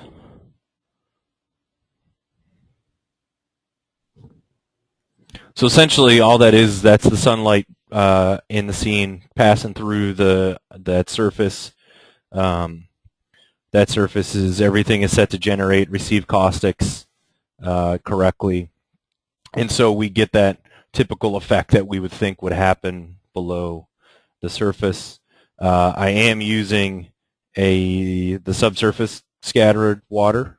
I just wanted to see how well that would work, and it worked great. And then let's do one more camera where we're up above the water.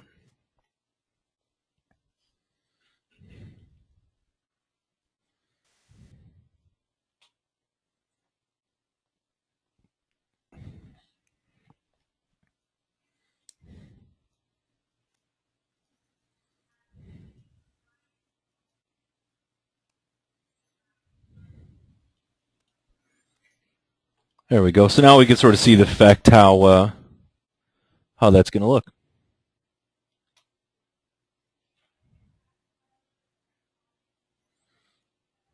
And like I said, our surface of our water is very exaggerated just to make a quick demonstration.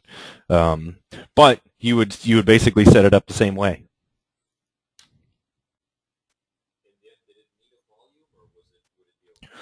It was actually in this case, it just was a plane. It didn't need the volume for that to work. I'd like to maybe try it a couple of different ways and see. There is a methodology of adjusting the IOR values for the sides of the pool like you would a glass if you had liquid in a glass. Some people model it where the glass, has its thickness, and then the liquid itself kind of goes through that first layer of glass so that it doesn't have coincident faces or coplanar faces. But the true kind of physical way to do it would be to chop the glass where it meets the liquid and let the liquid take on a blended index of reflection refraction at those spots so that it would be adjusted. The same theory would apply to a pool side where you would have a blended index of refraction for it. But that is something that I might take the test a little further and see how it goes. Okay, so that's at least what I wanted to cover in terms of getting caustics going for our class here. Don't want to spend too much time rendering out every iteration of it. You guys, I just want to arm you with enough knowledge so you can go ahead and try all of these things comfortably on your own and make some educated decisions getting started with it. I'm going to save this file here, and we'll do one quick material thing with the floor generator that we talked about. And so I'm going to open up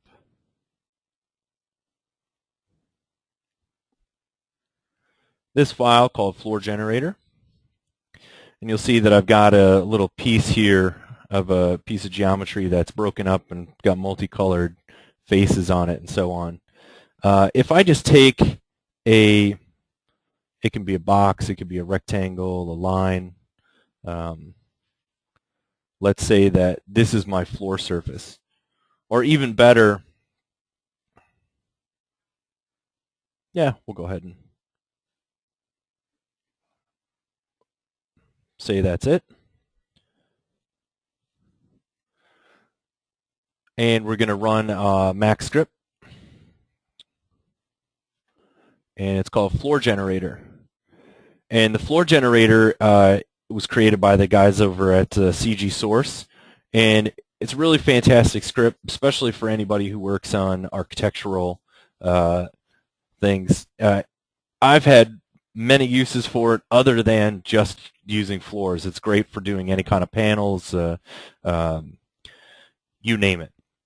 So essentially what we can do is we can do an interactive update if we turn this on. And we've got a length and a width. If I make these the same, for instance, let's say it's 2 feet.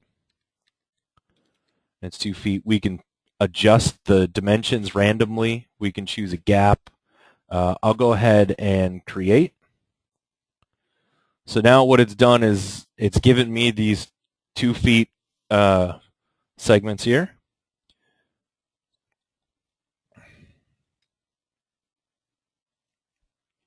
If I want a larger gap, I can just make it. No gap. If I want to rotate it,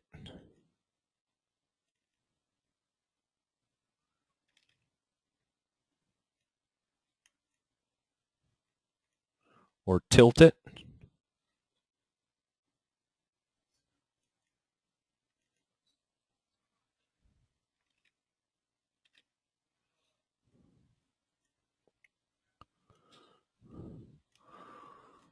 we can adjust the scale of the whole set, which is kind of a nice thing if you're playing with it.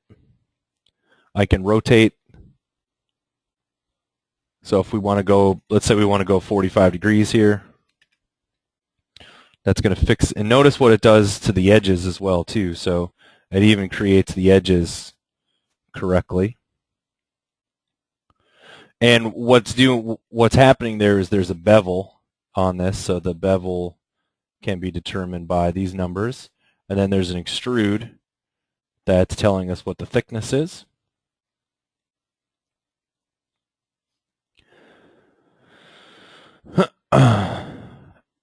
We've got a row offset, so if you're doing something like brick and it needs to go line up every 50%, you can just offset it that way.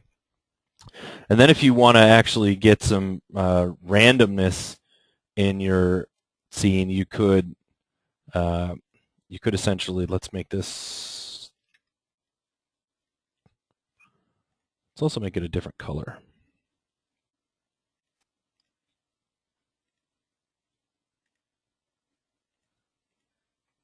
There we go. Now we can actually see it a little bit better.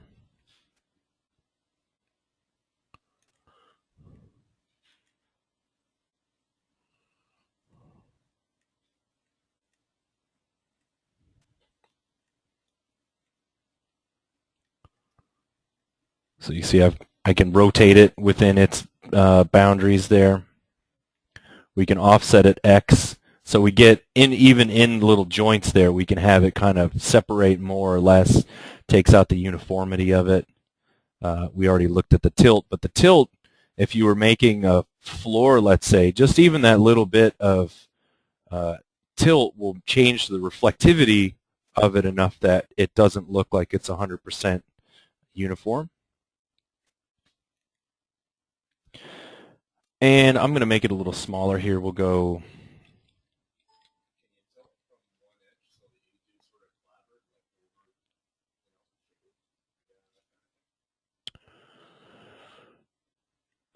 the question is, can you tilt from one edge? And I haven't tried it, but you might be able to.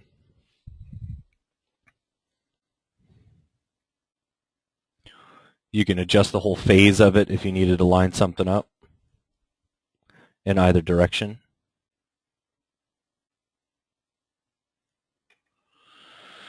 And then we've also got these flipping of the UVW map. So it will make a UVW map on each one of these pieces and randomly kind of mirror it and rotate it and so on, so that it creates some variation that way as well. So when I'm ready to be done with it, I'll create. And now if I close down my floor generator and I select this object, it's just an editable mesh. It's just a floor object that it's done for me. Well, there's a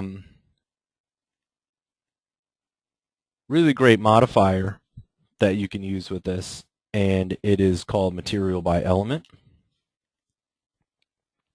And what Material by Element does is it gives you the ability to do a random distribution and the number of IDs that you want. So if I want to put 8 materials on these elements, I can.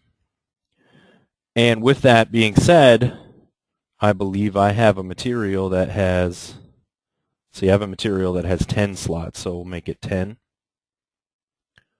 And I can put on this multi-sub-object material, which is just really all of these various materials on it.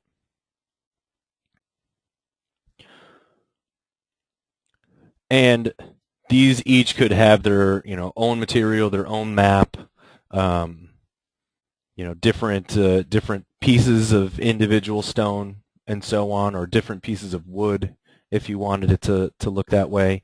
And if you don't like the way it's, for instance, some of these things sort of look together, you can adjust the seed until you're happy with the quality of it. So really nice for doing some random variety pieces. Well, there's a new material in V-Ray that can also be used to help this out. I just have to find it.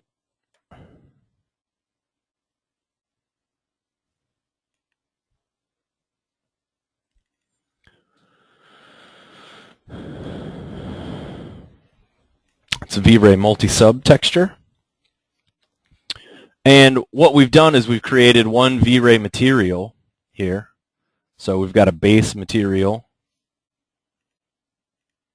Inside of it, we can give it all types of different bits and pieces. So if I just, let's make our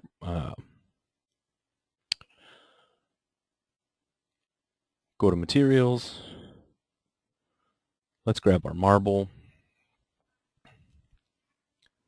Let me apply this. Now, one of the challenges to this, what you can see is you can see how the UVW is moved around there. One of the challenges to using this multi-sub texture material is that you don't get an update in the viewport. So that's one thing that that you won't be able to see yet. I imagine, I hope that in the future they'll be able to add that to it. But you can go ahead and if you wanted to put different bitmaps for different IDs, and I'll just grab some random ones.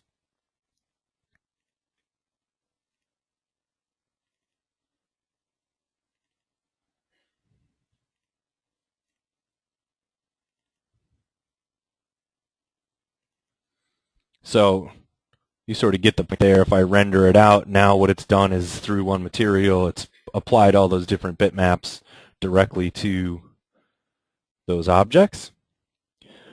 Or I can make subtle variations in here. For instance, if I had a tree that had a lot of leaves in it and I wanted some to be slightly green, slightly yellow, slightly darker, slightly lighter, I could essentially just color correct, do a slight bit of color correct on each one of those materials and have it update and be very random.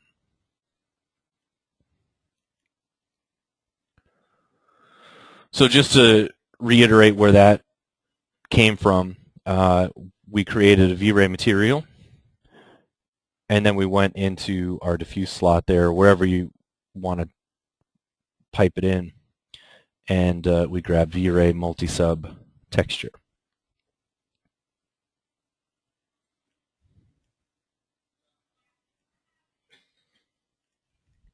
Another material thing that's new, I'll save this just in case.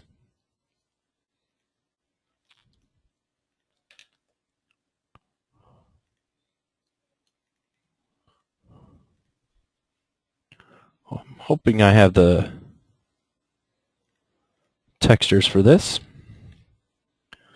So I've got a little V-Ray fur set up in here, and I've got a Neoscape logo and a grass plane, essentially. And what I've got is a V-Ray material that has, here's a grass, just a plain green grass, and then a bitmap that is a V-Ray distance texture. And this works a lot like kind of the ambient occlusion does, where it searches out a distance from an ambient occlusion. It searches for the connections of things. This searches according to the bitmap, and what we've done is given it a distance that it would be away from it, and a far and near color, and the far in this case is white. And then there's the objects that you would add. In this case, the object that we put in here is the Neoscape logo, so that it doesn't show up. And if I go ahead and render,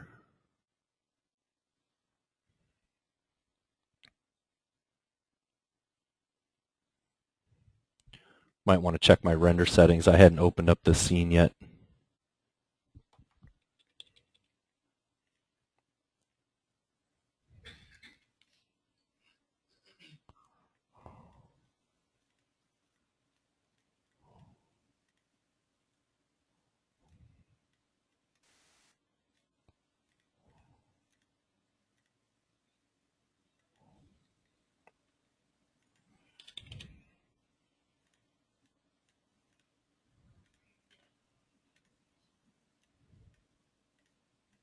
There we go. I don't need to have it on saving, and we can also distribute it.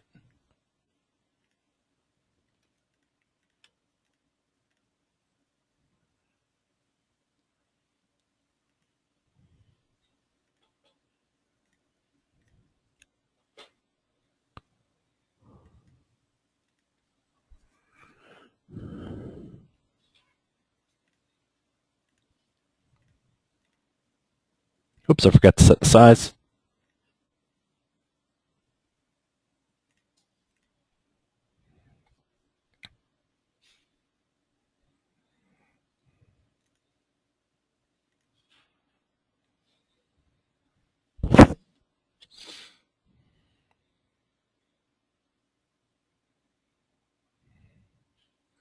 So it's calculating through the light cache there, and what you're going to notice is that wherever that object is in the scene, it's detecting it, and it's controlling where the material goes and a distance to how far that material is connected to it. I believe it is, yeah. The question is it animatable? Can you adjust the distance and so on? You can. Actually, you can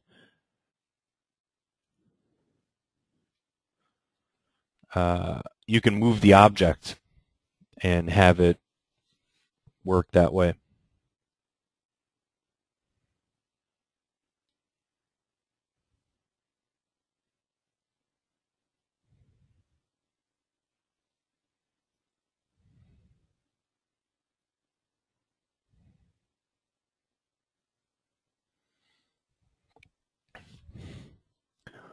So a cool feature, you can include it or exclude it if you want, depending on which way you want to go.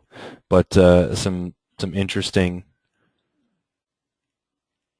options that you have.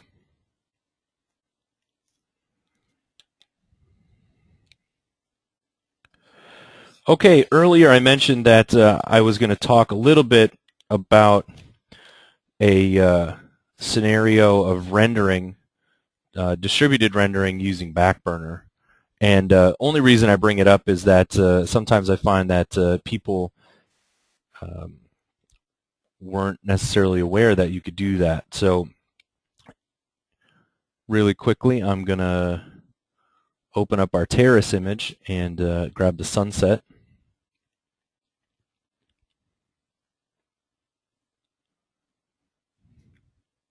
Coincidentally, this will be the rendering. I'll render out all the passes for this scene, and we'll bring it into After Effects and layer them together. So in this scene here, I have, just to walk through what the setup is, got a dome light that has a sunlight assigned to it, or an HDR assigned to it, and then everything else is basically standard scene setup. And my render elements here, I've got diffuse, I've got GI, lighting, raw GI, raw lighting. I'm rendering both sets of passes so that we can build two different comps. One will be just standard without the raw passes, and then another one will be with the raw passes. And self-illumination and specular. I've also got the DR bucket in case we want to see what those files are. And in this instance, I'm going to save my file. And we'll go to the directory we want to save it.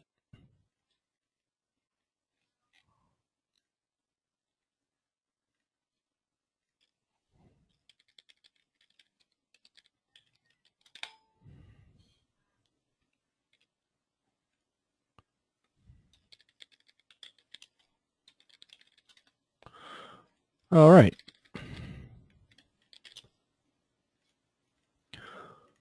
Choose our EXR file. Whoops, not an EPS. Override at 1. Make sure I'm in that folder.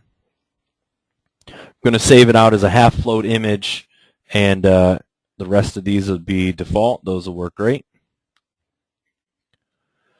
And I'm going to go to my settings, and I'm going to have distributed rendering turned on. And in this case, I've got V-Ray 1, 2, and 3 all ready to go. I'll turn on low thread priority, but that shouldn't matter. So now what I'm going to do is, in my render setup, I'm just going to hit net render here. So I've already got distributed rendering checked in my scene, and when I set it off to net render, it's going to open up Backburner, and I'm going to set it off to machine, one of those V-Ray 1, 2, or 3 machines. And what'll happen is when it sends it to that machine, it'll pick up in the queue, and as long as that machine can see those distributed boxes, it will distribute it from that machine through Backburner. When it's done, it will save the file. And what I'm going to do here is I could enable the notification to tell me when that scene is done. And this essentially would send me an email when it's done. That's one thing that I would like to do. In this case, I don't need to do it for the demonstration, but let's say you set off a render and you're going back to work on your machine and you just want to know when that file is ready and to rock and roll. An email will show up in your box. So this should be good. I'm going to hit render, and it'll pull up my servers. If you want to make sure you enable notifications, you can do it here. Make sure you also don't use all servers by accident, and it's ready to go.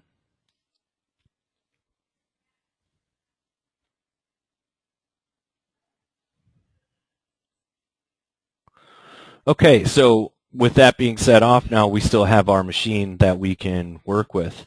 One thing that that I did have set in here is I had save hosts in the scene, and that means when it broadcasts that, when it sends that file through Backburner, it will start rendering on it, and it will have V-Ray 1, 2, and 3 listed in its distributed rendering settings. If I didn't have that checkbox and those machines that I was trying to render to, it wouldn't go. It wouldn't see those distributed machines, and it would just render on its lonesome. If other people are sending jobs to Backburner, will those machines appear as free machines that they could select? So there's a question about how would it work in a pipeline if you had machines that if they were running in Backburner and distributed at the same time. There's no way of the two sort of knowing yet. So in this case, we're setting a machine that's in server, in Backburner server, to machines that are only running distributed slave right now. If you had it in both modes, which you can have it run in both modes. You just have to make sure that you've got a system of knowing who's using what.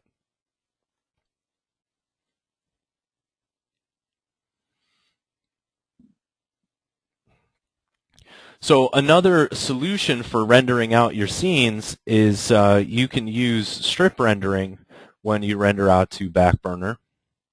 And if I hit render here, and if we were to choose split scanline, what we could do is we could tell this thing to have a number of strips or a percentage, and you could have it overlap if you wanted to, if there was a reason that you thought maybe the images weren't going to line up.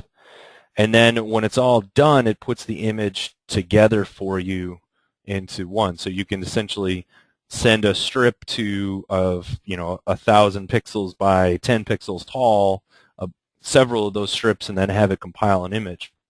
Well, with V-Ray, if you're going to do that, what you're going to want to do is you're going to want to pre-calculate the irradiance and the light cache so that it's using it's all using the same file in the background.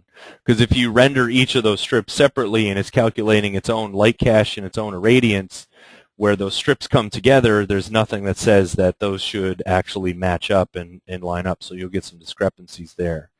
So that's one thing to be aware of.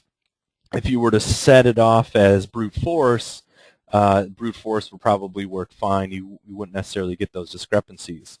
The bigger issue, at least for me in the workflow that we've been going through in our classes here at CG School, is we rely heavily on our elements and using the elements. And with split scanline, you're not able to get your render elements out of it. With distributed rendering, you are just fine. And if you render a single image to a machine over Backburner, you're able to get your elements as well.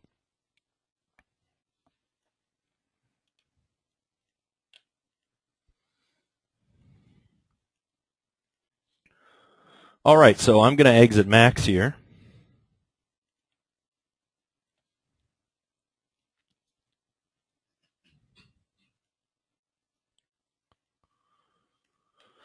Well, actually, while that's rendering, we said we were going to do one more HDR dome of an interior for our material. So I'm going to quickly see if we can find an HDR dome that will work.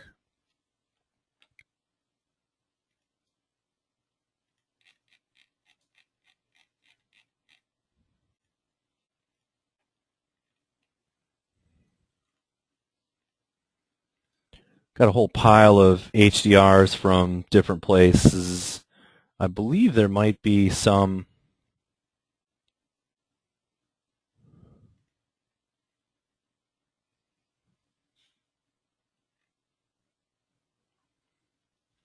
Of course, one of the problems of searching for HDR files is that they can often be very big.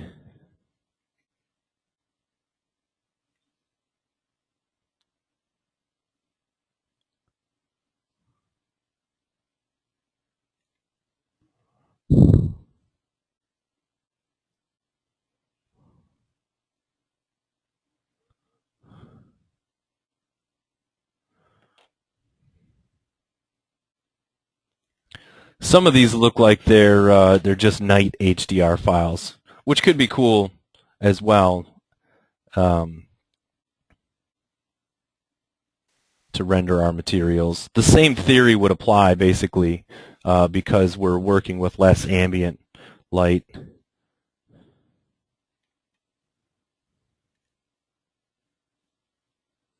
Oh, here maybe there's some.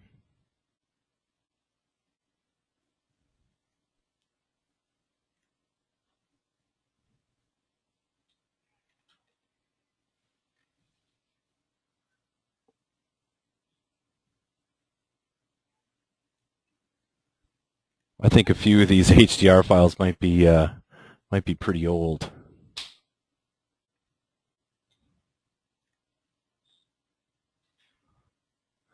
Oh, this one could be interesting. Even if it's not perfect, we can give it a shot. So I'm going to open this up in Photoshop.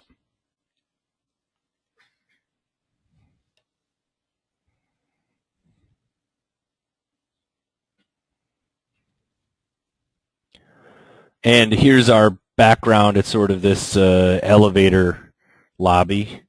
Just take a look at what we've got. I'm going to double check that it's tileable.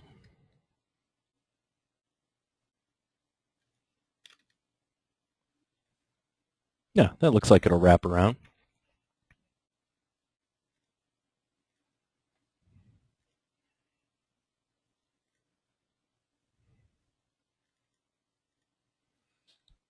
So we'll save our elevator sky dome into our project there.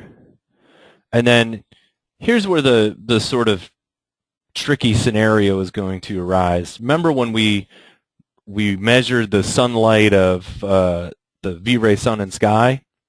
Well, we've got to do something similar for this if we want it to be accurate. So what we're going to do is open that file up inside HDR Shop. And we're going to put our cursor over some of these light bulbs.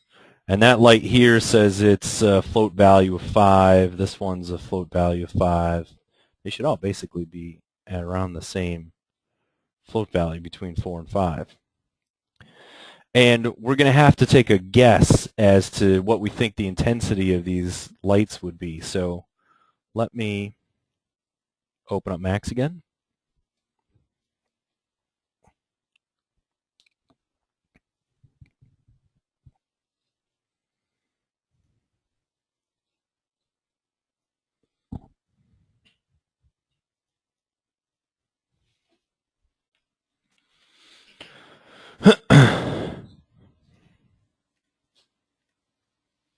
And if I grab a V-ray light, and even if I make a V-ray sphere light, all I want to do is kind of measure what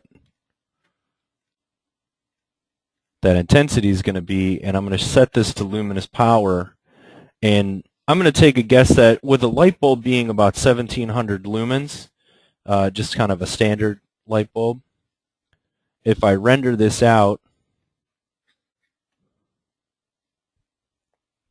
let me actually open up our material scene. That'll be easier to work with.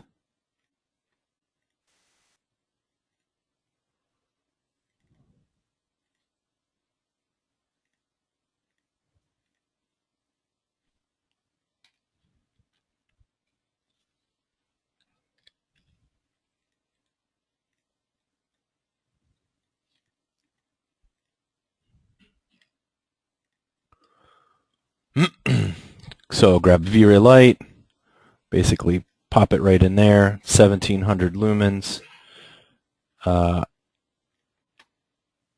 not going to have my exposure on just to measure this value quickly.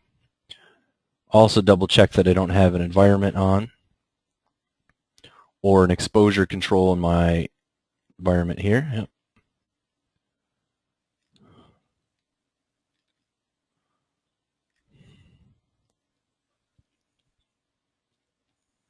So now I right click on it and I see that I've got this value, this float value of 371 for my light.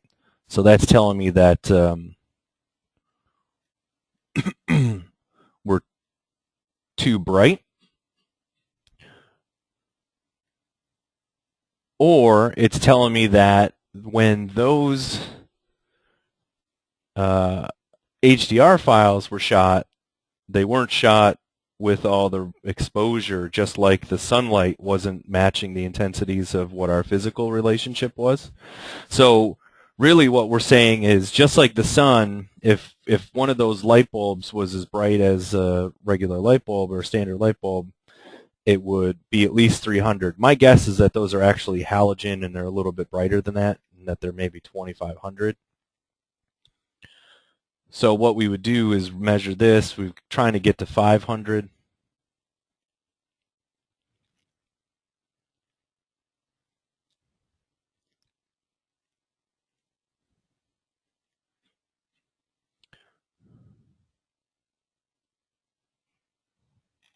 Where did it go? There it is.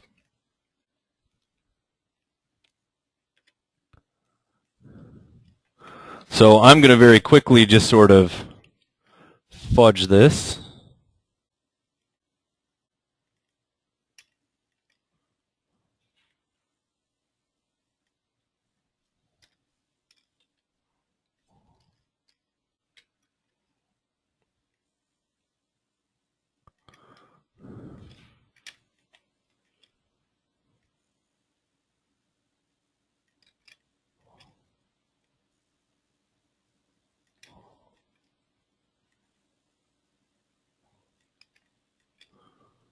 Now technically in this scene, we might even, some of these spots here are probably brighter than they are letting on, but we'll be okay just with what we're doing.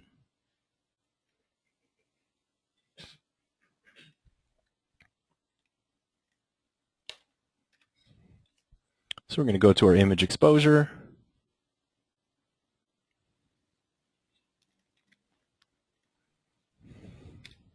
I'm going to take a guess that that's maybe 8 stops.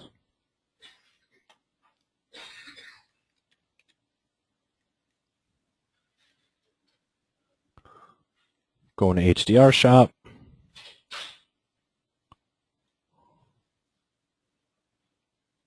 Oh, it looks like we went up 1 stop too many.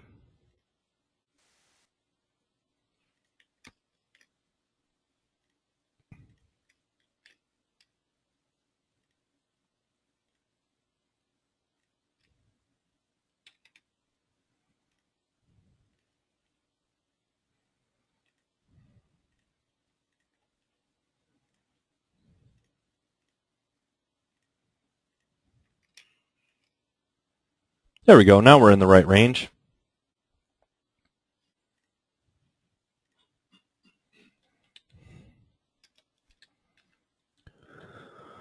So we'll make a copy of one of our domes. Slide this over. Come into our material editor.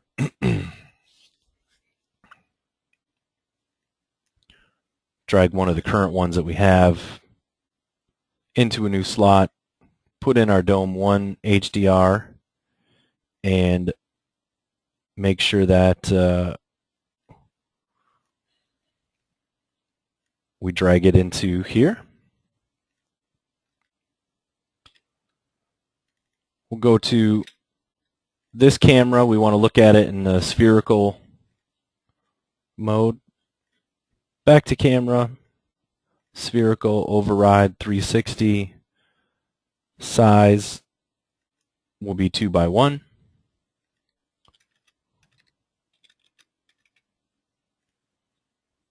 I have my geometry turned off, so this should work okay.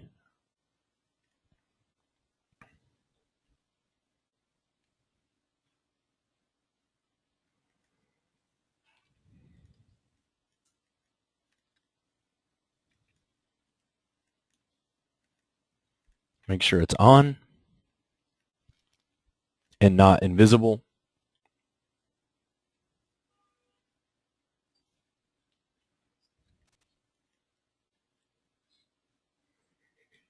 So as I put my cursor on that light, it looks like we're a little too bright. Yep.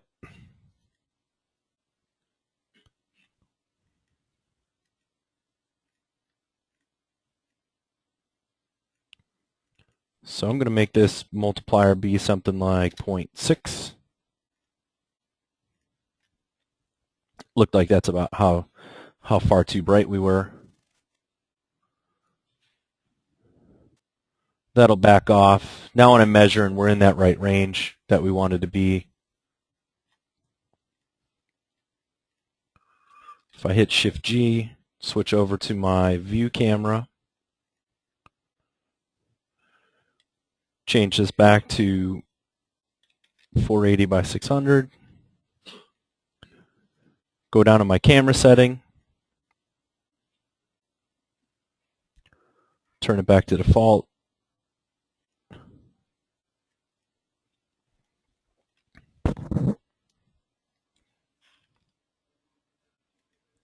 we still have our subsurface marble on there, so that's probably a good one to have. And I believe we should be able to hit render. Let me turn on my Irradiance settings.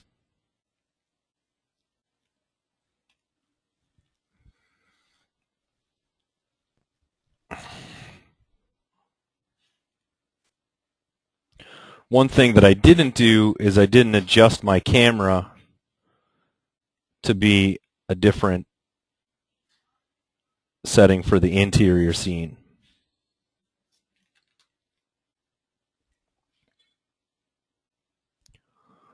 one of the things that you're going to notice is that environment is bouncing around all that green color and all that interesting stuff in there. It's going to make our material look a little gross. Oh, it looks like maybe it can't find the map. Let me double check that we have it in the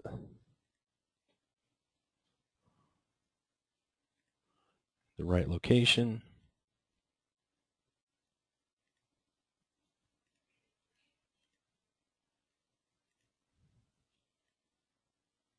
Oh. I was also trying to distribute that, and I have my other machines are distributing, so we don't want to do that.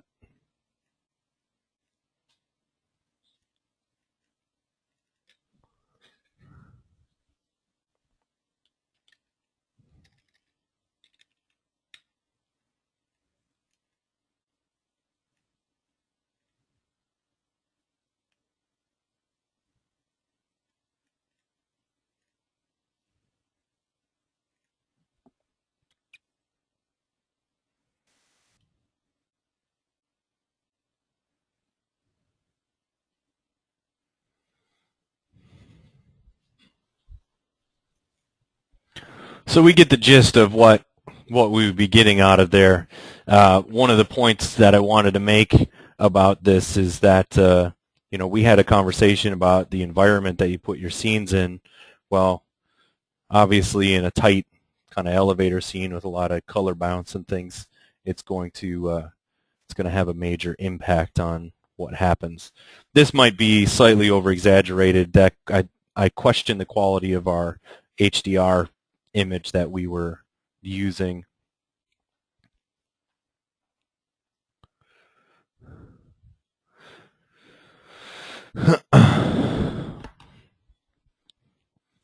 This would be something that we would definitely want to white balance to combat the green. I'm hoping that we get a little bit more reflectivity in this thing. Let's try this. For the purposes of getting this to go faster, I'll make it 300.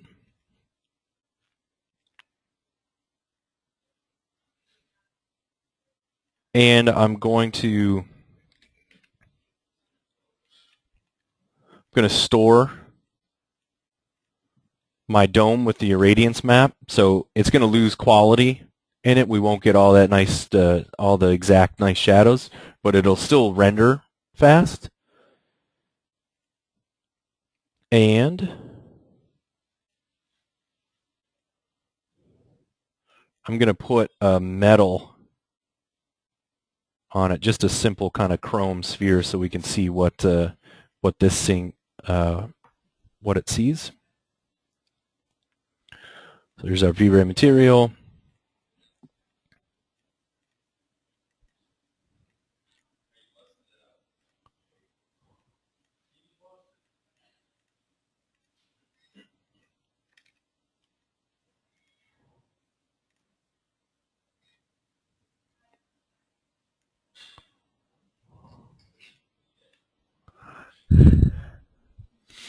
Now we'll at least be able to see what that environment looks like in there.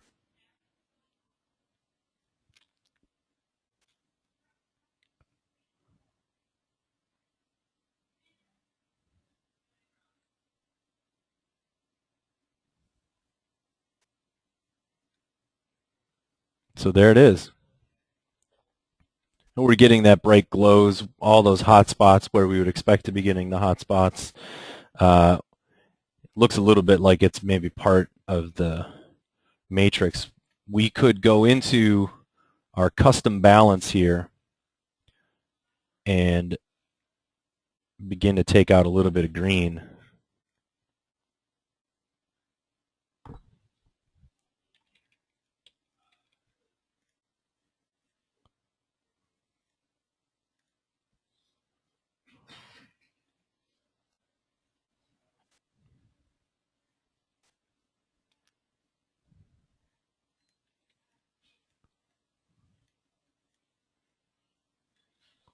I would expect it to be taken out a bit more than that.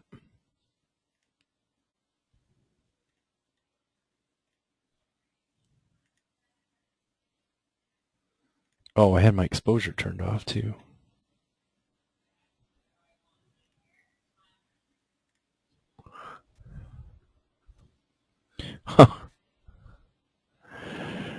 Apologies there. I had my exposure turned off, so that was really affecting it. There's with our white balance now, where we took the green out of it, so we at least sort of combated that issue. Probably too much.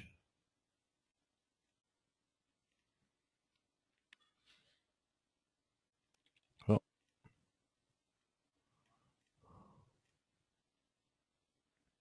There we go.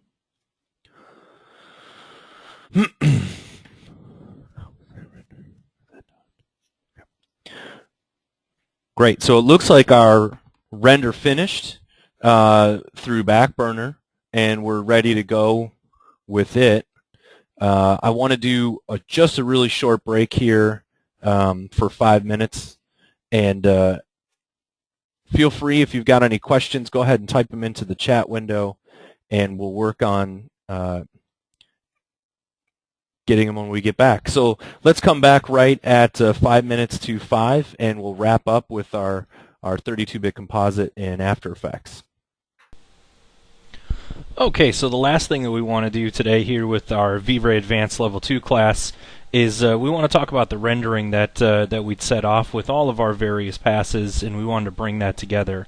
In the class session, we put together all of the passes inside of a Photoshop file for our V-Ray Advanced Level 1 and After Effects for Level 2. And when we put together the After Effects comp, a couple of things weren't going together correctly. The math was all there. It was just a couple of settings that we needed to tell in After Effects. So what I've done here is I'm just gonna give everybody a run through on the file and how you would bring it in. And I've also gone back and re-rendered it so that we can pull out all of the individual passes from a single EXR file. So the first thing that I want to show you is that we've opened up the EXR from our terrace just inside of Photoshop Extended, and we're using the plugin from F-Nordware's Pro EXR. And you can see that in this one single EXR terrace file, we've got our beauty pass, our alpha, specular, self-illumination, and all of these different passes that we've rendered. What we've done is we've rendered the main passes as well as all of the raw passes, and we'll show how these all go together. So let me close out of Photoshop here and get into After Effects. Okay, so in After Effects, essentially what we want to do is when you get into After Effects, the first thing that you want to set up is that your comp is going to be 32 bits per channel. That's really important when you're working with EXR files. In this case, the file format we are using is a 16-bit float, which After Effects still needs to see as a 32-bit float in order for it to comp together correctly. So what you can do is you can actually alt-click on this button here and change it between 8, 16, and 32 bits per channel. So that'll just cycle through those settings. The next thing we want to do is, you see we've got our file brought in, but let's just bring it in one more time to give you an idea of what the settings are. So if I bring in my terrace.exr as a piece of footage here, when I bring that in, I need to look at how my footage is interpreted. And so if I right click and I go to main, we see that we've got our ability to either ignore, pull the straight alpha or unmatted, or pre-multiply the alpha. And then we have our color management. And the color management was actually where we were thrown off a little bit before. This is actually going to be fine if I just go ahead and I'll delete this one that we just brought in and use the footage that I had originally. So we'll go to interpret footage, and you can see that the one thing that I did change in this case is I made it a straight alpha and unmatted. But really what we could have done is we could have left it pre-multiplied and it would have been okay. From this file, this particular EXR holds all of the other individual passes. So that's really important. And the way that you pull out those individual passes is via a Pro EXR plugin that comes with After Effects CS5, and it's called Extractor. So if I just start a new comp, I'll just drag this footage onto a new comp here, and you can see that this is just my EXR file. Well, if I go up to my effects and I go to 3D channel, I can choose Extractor. And Extractor is going to give us the ability to pull our RGB and alpha from any one of the individual passes. So if I just click on the red, for instance, I will get a channel for Extractor that says a pull down. And here I can grab any one of my passes. So if for instance, if I wanted this to be my diffuse, I would grab red in the diffuse, green in the diffuse, and blue in the diffuse, and I would hit OK. And you'll see that this will update in a second, and it will show just my diffuse pass. That's really great because then we only have one file to keep track of. You can also script some of these extractor expressions so that you can pull out the pieces that you need to pull out. What I've done is I've gone through the work of going through the extractions of each one of the pieces for our comp. And the original comp, the easiest one, is really just this beauty comp. And that's our original file, our terrace.exr with its alpha applied, and our sky EXR as a background, and you can see that this is our baseline. The next one I've done is I've created an add comp, and that'll take just a couple of seconds to refresh here. What the add comp is it's actually a pre-comp with a sky in the background, and what we want to do is we want to go to the pre-comp for the add, which is actually right here. So in my add pre-comp, it's fairly straightforward. I extracted via my extractor here with just my Terrace EXR, my global illumination RGB, my light in the RGB, my reflections, refractions, my specularity, and my self-illumination. And you can see I've just renamed these as I've stacked them up in the comp so that we can keep track of them. And at the very top of the stack I have my terrace.exr again, and this time it's used as a stencil.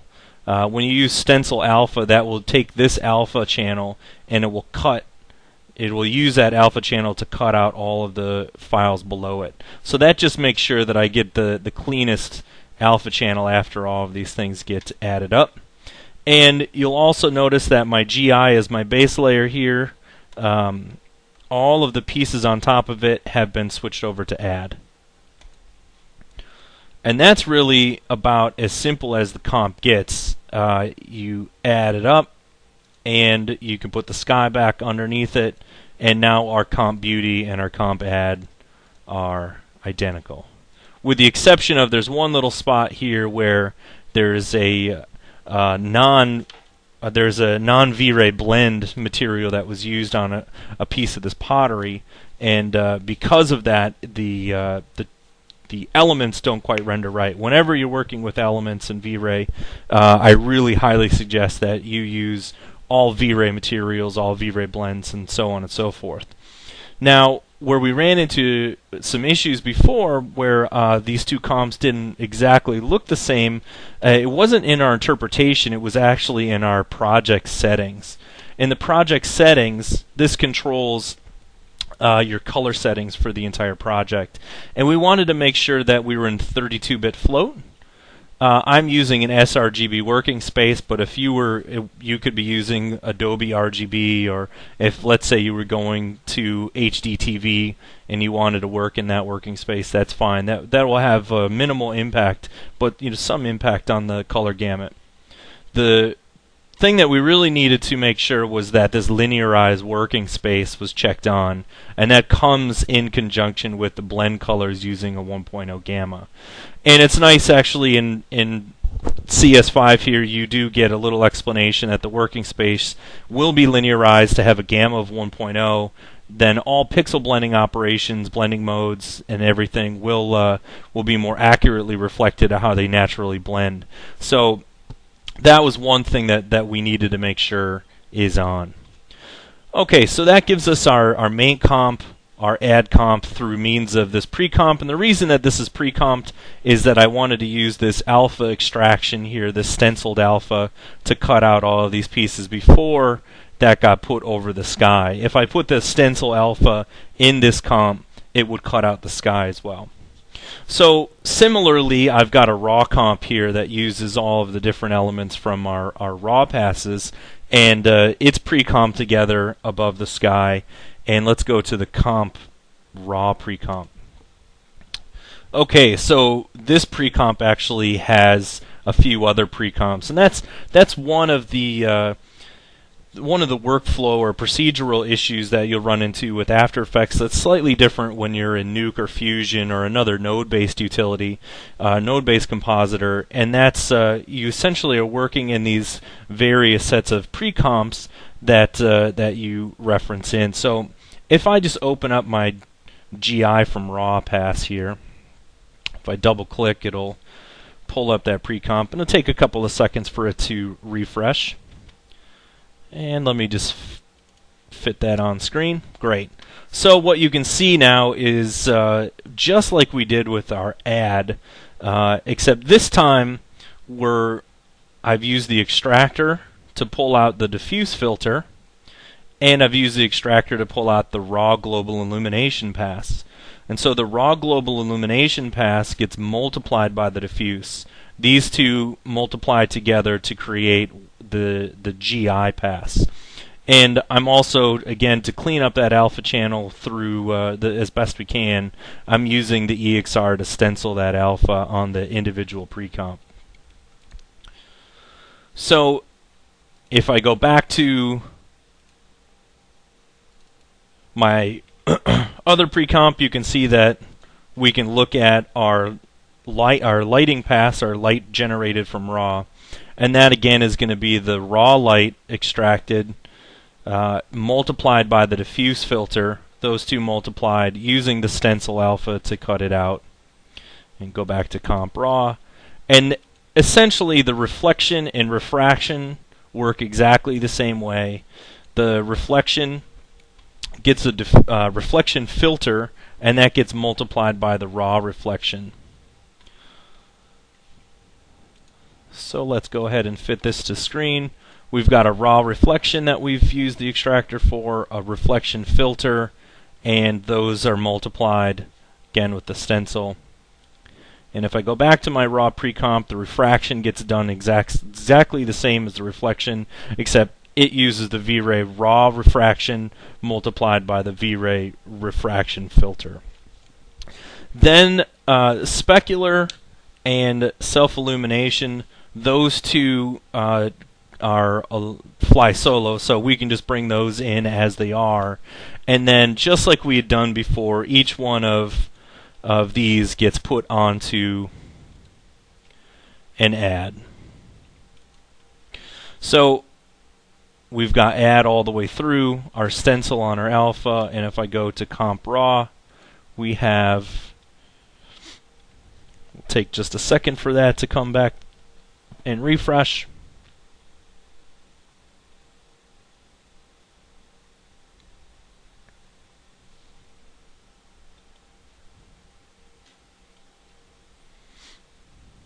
There we go. So we've essentially put all of the pieces back together. Now when you do the math, whenever you're using a multiply in this, because of the way the passes are rendered together, the passes get rendered on black. So our reflection filters and our V-Ray raw reflections, those all are anti-aliased on black, and it can pose some issues when you're putting together your pieces. Oftentimes, I may not rely on the full raw workflow to make my final comps, but I'll use the raw workflow in order to generate what I think the value should be in terms of reflection, refraction, or even lighting amounts and values and colors. But if you look at our raw comp and our comp add and our comp beauty, they're essentially they're almost entirely identical, and we can go ahead with our DVD sales here. We can go ahead and include this file as a part of the course file, so that you'll have the ability to reference these scenes and look at how the comps were generated and see how the extractions were made. Well, that ought to do it for our CG School V-Ray Advanced Level 2 class. Thank you very much.